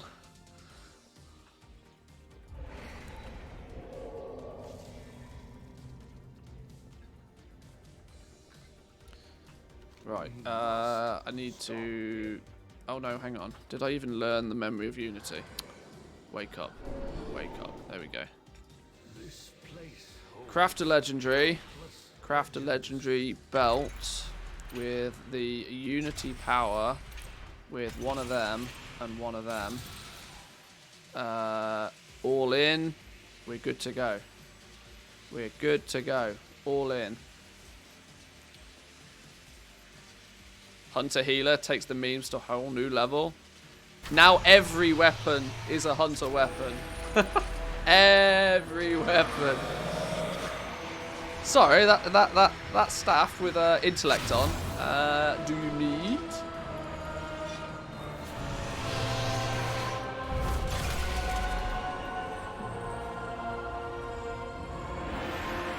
Da da la. A shiny. All the shinies. With a socket. Now I need a gem for it.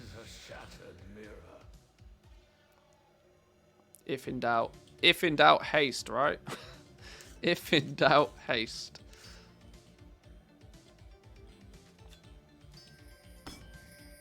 Boom. Boom. I think once I get 4-piece, I actually want to switch a bunch of stuff out, but I've not got 1-piece yet, so I don't think I need to worry about 4-piece. Let's not be too overzealous. 253 item level though. That's normal. That's normal raid gear item level, right? Look at you, more than 20 feet from the auction house. I know. I start to feel a bit. Uneasy. I need to hold the handrail. Starts to get a bit sketchy when I step foot outside the auction house. Don't quite know what's going on. Couple more days to do. Maybe I should go back and bang out my world quests and stuff while I still got. Oh, where did all my buffs go? If you leave Zereth Mortis, do all those buffs disappear? Oh, well, that's not very fair. How are you meant to travel? Okay. Do they come back if I go back to Zereth Mortis? Or are they just donezo now? Did I waste 1,000,000 Pokepock energy?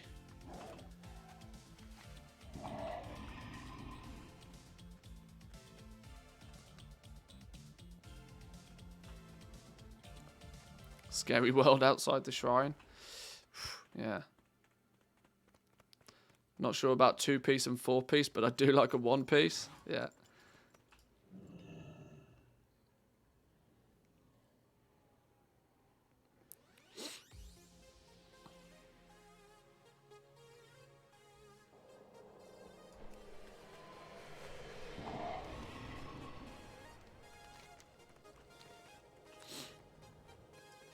Right, let's go get our dailies done real quick then. Buff for the healing still there though. You're right, it is.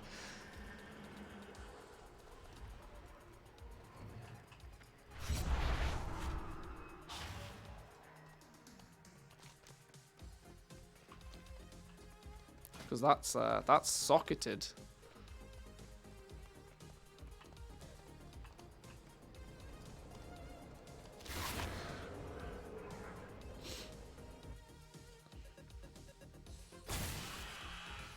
Ah, all my buffs are gone, look. Alright. Stupid game. I don't even need to do my day. Oh, no, I do need to do my dailies now. Ah, because there's achievements attached to some of them. There's Cluck Cluck Boom or something is one of them. Ah, alright, well, let's go get the, let's go see what the dailies are. There's a chance I might need to do something for the dailies.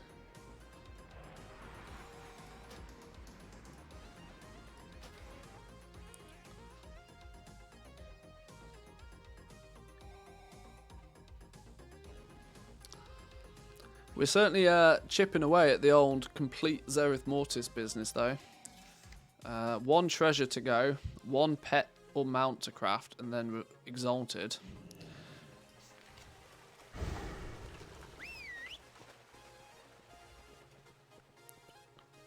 You also get the Forever Augment Rune Exalted. Yeah, I mean, I've not used a single Augment Rune all expansion. Not too much of a problem for me. You're interrupting my research. Forcing the Cycle and Portal Play. Neither of which are ones that I care for. Unfortunately. Leave me to my thoughts.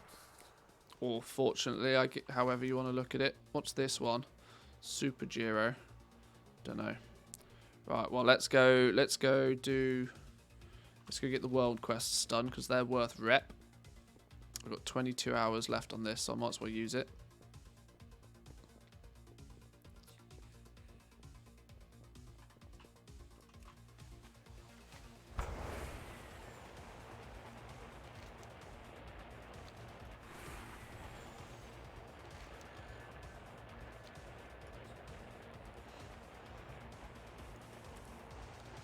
So I'm kind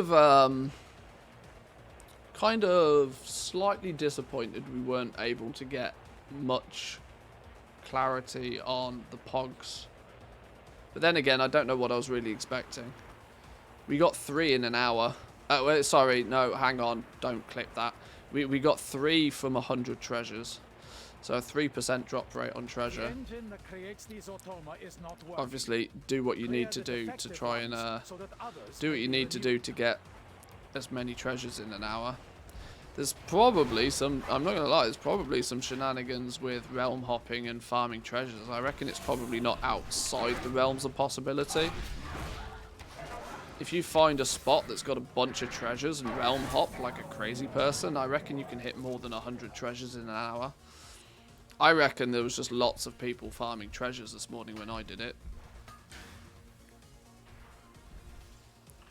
Which is possibly why it took us quite a while to find 100 treasures.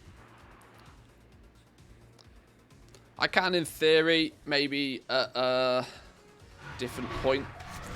Maybe we'll do the druid. Maybe we'll do a bit of farming and a bit of flying on the druid at some point. Not today though. I'm going to be honest with you. I'm almost done for today. I need to go get some proper food. And maybe we can do the similar thing on the druid. Fly around, get 100 treasures, see what the difference is. It's not scientific until you do it at least 3 times. So.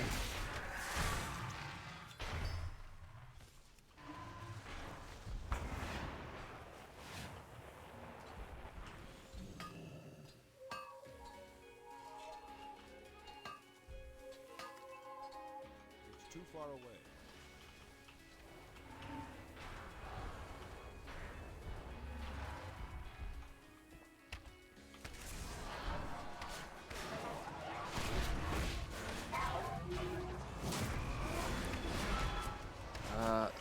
This quest annoys me. It takes too long.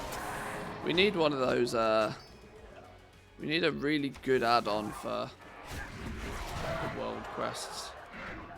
I mean, there might be one, I just might not know what it is.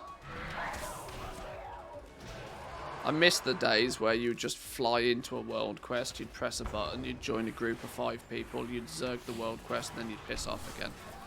There was kind of some... Blizzard didn't like that though, because God, they hate it when you do things too fast. What? You mean you actually want to play the game faster than we intend? You might get some value out of your... You mean you want value out of your monthly subscription? How dare you? Oh, he's dead already. Jesus. He got melted. Didn't even have time to leave combat and fly over there.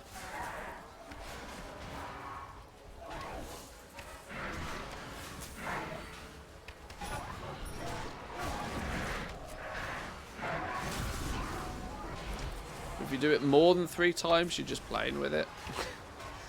Yeah.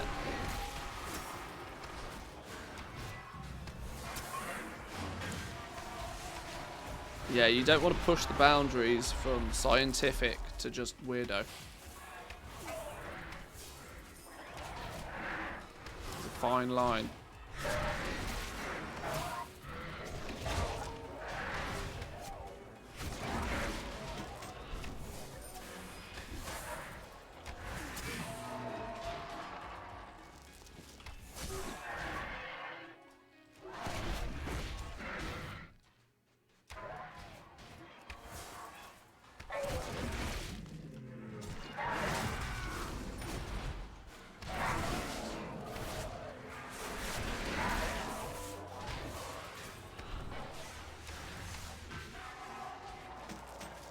that it? Oh, 94.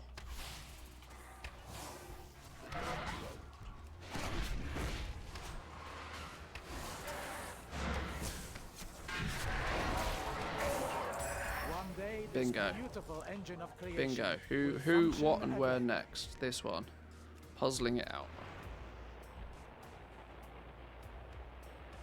Oh!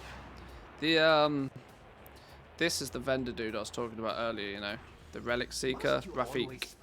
The Sandsworn Relics. They've made it, they've increased the drop chance on these Sandsworn Relics. You get a whole bunch of them from the World Boss. You get a whole bunch of them from your Patterns chest now.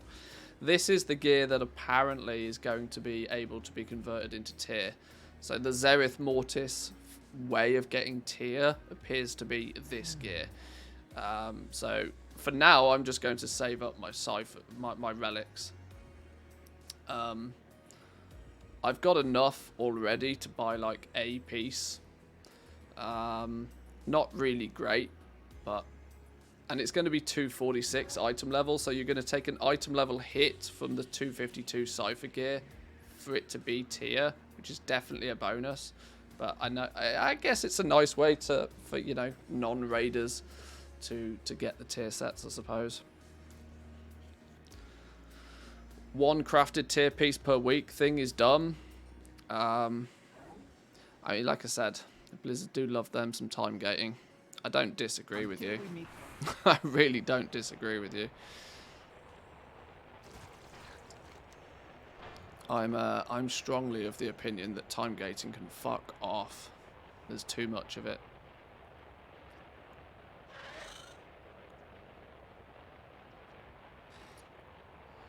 Go raid if you want to. Well, yeah, there's also that purist mentality as well, that the tier sets should be, you know, for the raiders. I don't mind that theory either. I don't chase gear though. Honestly, gear doesn't mean diddly squat to me. I don't chase gear at all. It's not. I've I've long since given up about gear. If I get it, I get it. If there's something I'm doing in the game that, you know, accidentally gives me gear, cool, nice. I don't really chase it though.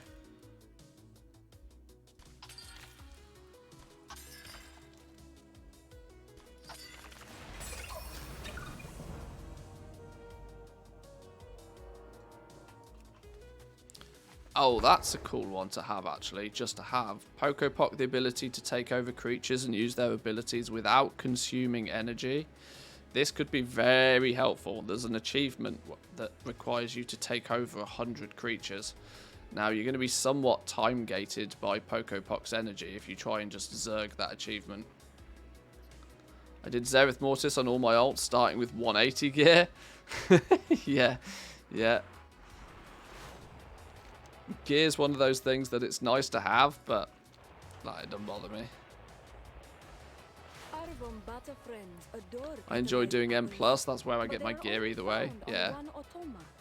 Could you obtain some for us? Yeah, there's still a lot of people that play this, and arguably I get it. Like, arguably you should want to chase gear. It should be valuable to you, and you should want to chase bigger and better gear. The problem is Blizzard have created a scenario where chasing gear is a never-ending. There's no, you know, if you could chase Abyss set and acquire Abyss set by putting in a couple of weeks of effort, then great. But it's just not a thing anymore. They replaced the gear way too quickly, in my opinion.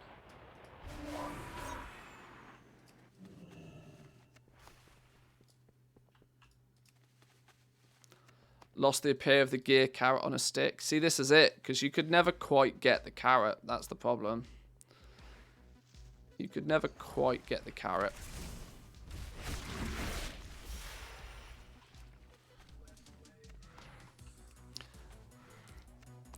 New patch, refarm the same gear. Well, look how many times people have gone back to the same dungeons to refarm the same trinket just at the new item level.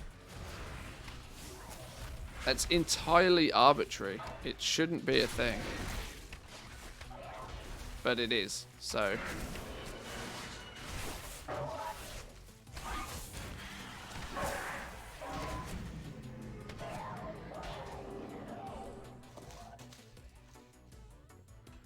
How many Genesis motes we got? Oh, hang on. Ah, we've only got 224 motes. I was just wondering whether we'd have enough to craft a mount today. It doesn't look like we do, unfortunately.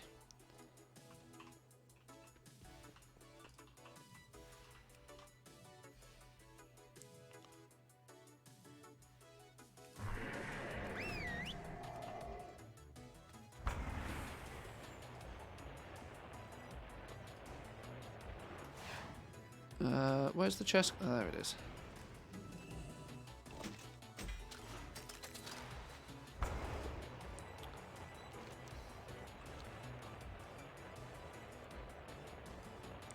Is the rare still up? Where is he at? Where is he at? Oh, he's there. Has somebody pulled him? No. Pew pew.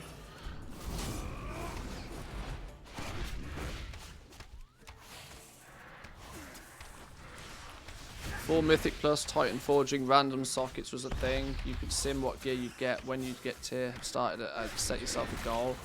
Yeah, I do kind of wish there was the... I would happily chase the gear if I could see a path to victory. And I also knew that, you know, once I'd got the best gear, there'd be a reasonable amount of time before I'd have any incentive to, like, completely change it or upgrade it again. Which I don't, at least by my, you know, from my perspective, there isn't anymore. There's always something better that you could obtain. I let the stupid thing regenerate for too long then, didn't I?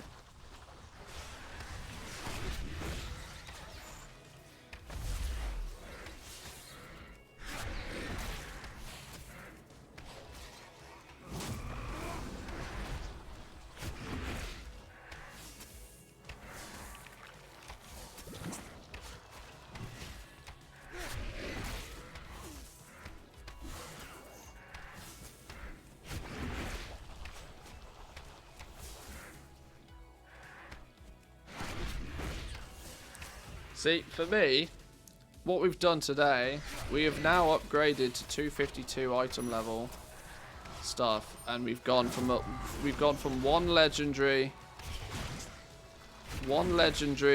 at 262 to 2 legendaries at 291, and my DPS has gone up by about 500. Which is about a 10% DPS increase by equipping those 2 legendaries for me. Which is not, you know, it's nothing to be sniffed at, but it's equally not anything to write home about. I mean, it's like I said, it falls into the category of, well, it's a nice to have. It's nice to do 10% more DPS, but it doesn't really make much difference. You changed your gameplay to play around the new powers. Well, for me, it hasn't really changed anything. It doesn't really change anything for me at all. My Bestial Wrath, my pet does more damage. Great. Do more Bestial Wraths. Bag of Munitions. Up to 2 targets hit by Death Chakram. Also hit by Explosive Shot. No difference there. My gameplay by the legendaries alone has not changed. As and when I get tier set, it changes slightly. If I was to go Night Fae, it would also change slightly. But with the current path that I've chosen, no change. No changes. Hashtag no changes.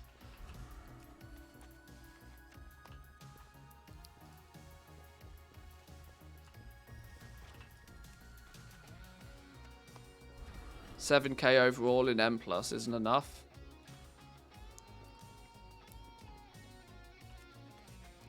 I'm sure it's not.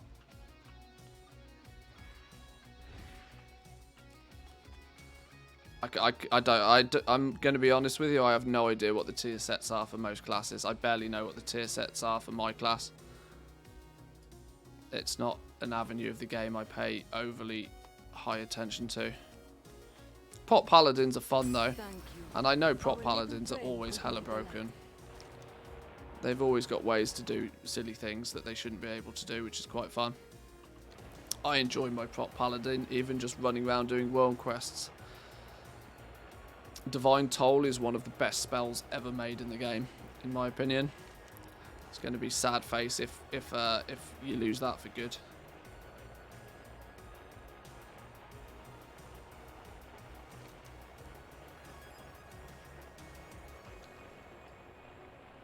Especially the fact that there's... I don't know if it's optimal for Paladin, but isn't there the legendary that means that you do a Divine Toll for like 10 seconds after you pop Avenging Wrath or something? So it just happens more frequently. The cool thing happens more. That's my style of legendary. Make a cool thing happen and make it happen more. I like. Right. Either boys and girls, I think I'm done for the day. I'm going to leave it there. We didn't do any auction housey stuff today. We just got a few bits and pieces done. We got our legendaries crafted. We played catch up from all of the stuff we probably should have done yesterday, but didn't. We hit Revered. We got our rewards for it. And I kind of feel that we're in a nice place now. We're in a nice place where we can play World of Warcraft and chill a little bit. No stresses. I don't feel as if I'm in the position where I have to spend hours cancel scanning to clear through stock before it diminishes in value. I'm happy. We hit our 100 million goal, 100 million liquid goal. We had 16.3 million from yesterday's mailbox, I think. Overall, it's been a very productive couple of weeks. Very productive couple of weeks. Tomorrow, I've not decided what we'll do tomorrow. Whether we play World of Warcraft and whether I just piss about in Zereth Mortis for a little while. Or whether we actually just jump into something else. Very tempted to play a bit of City Skylines. Don't know how, engaging I can make City Skylines from a stream perspective. But building cities I tend to find is quite fun, so that might be a thing. We'll see. I'll have a think. But thank you all for joining. Make sure you hit that follow button if you haven't already. We'll be back again tomorrow. Enjoy the rest of your day. Shall we see if there's... Is anybody else on? Is Zanzaful awake yet?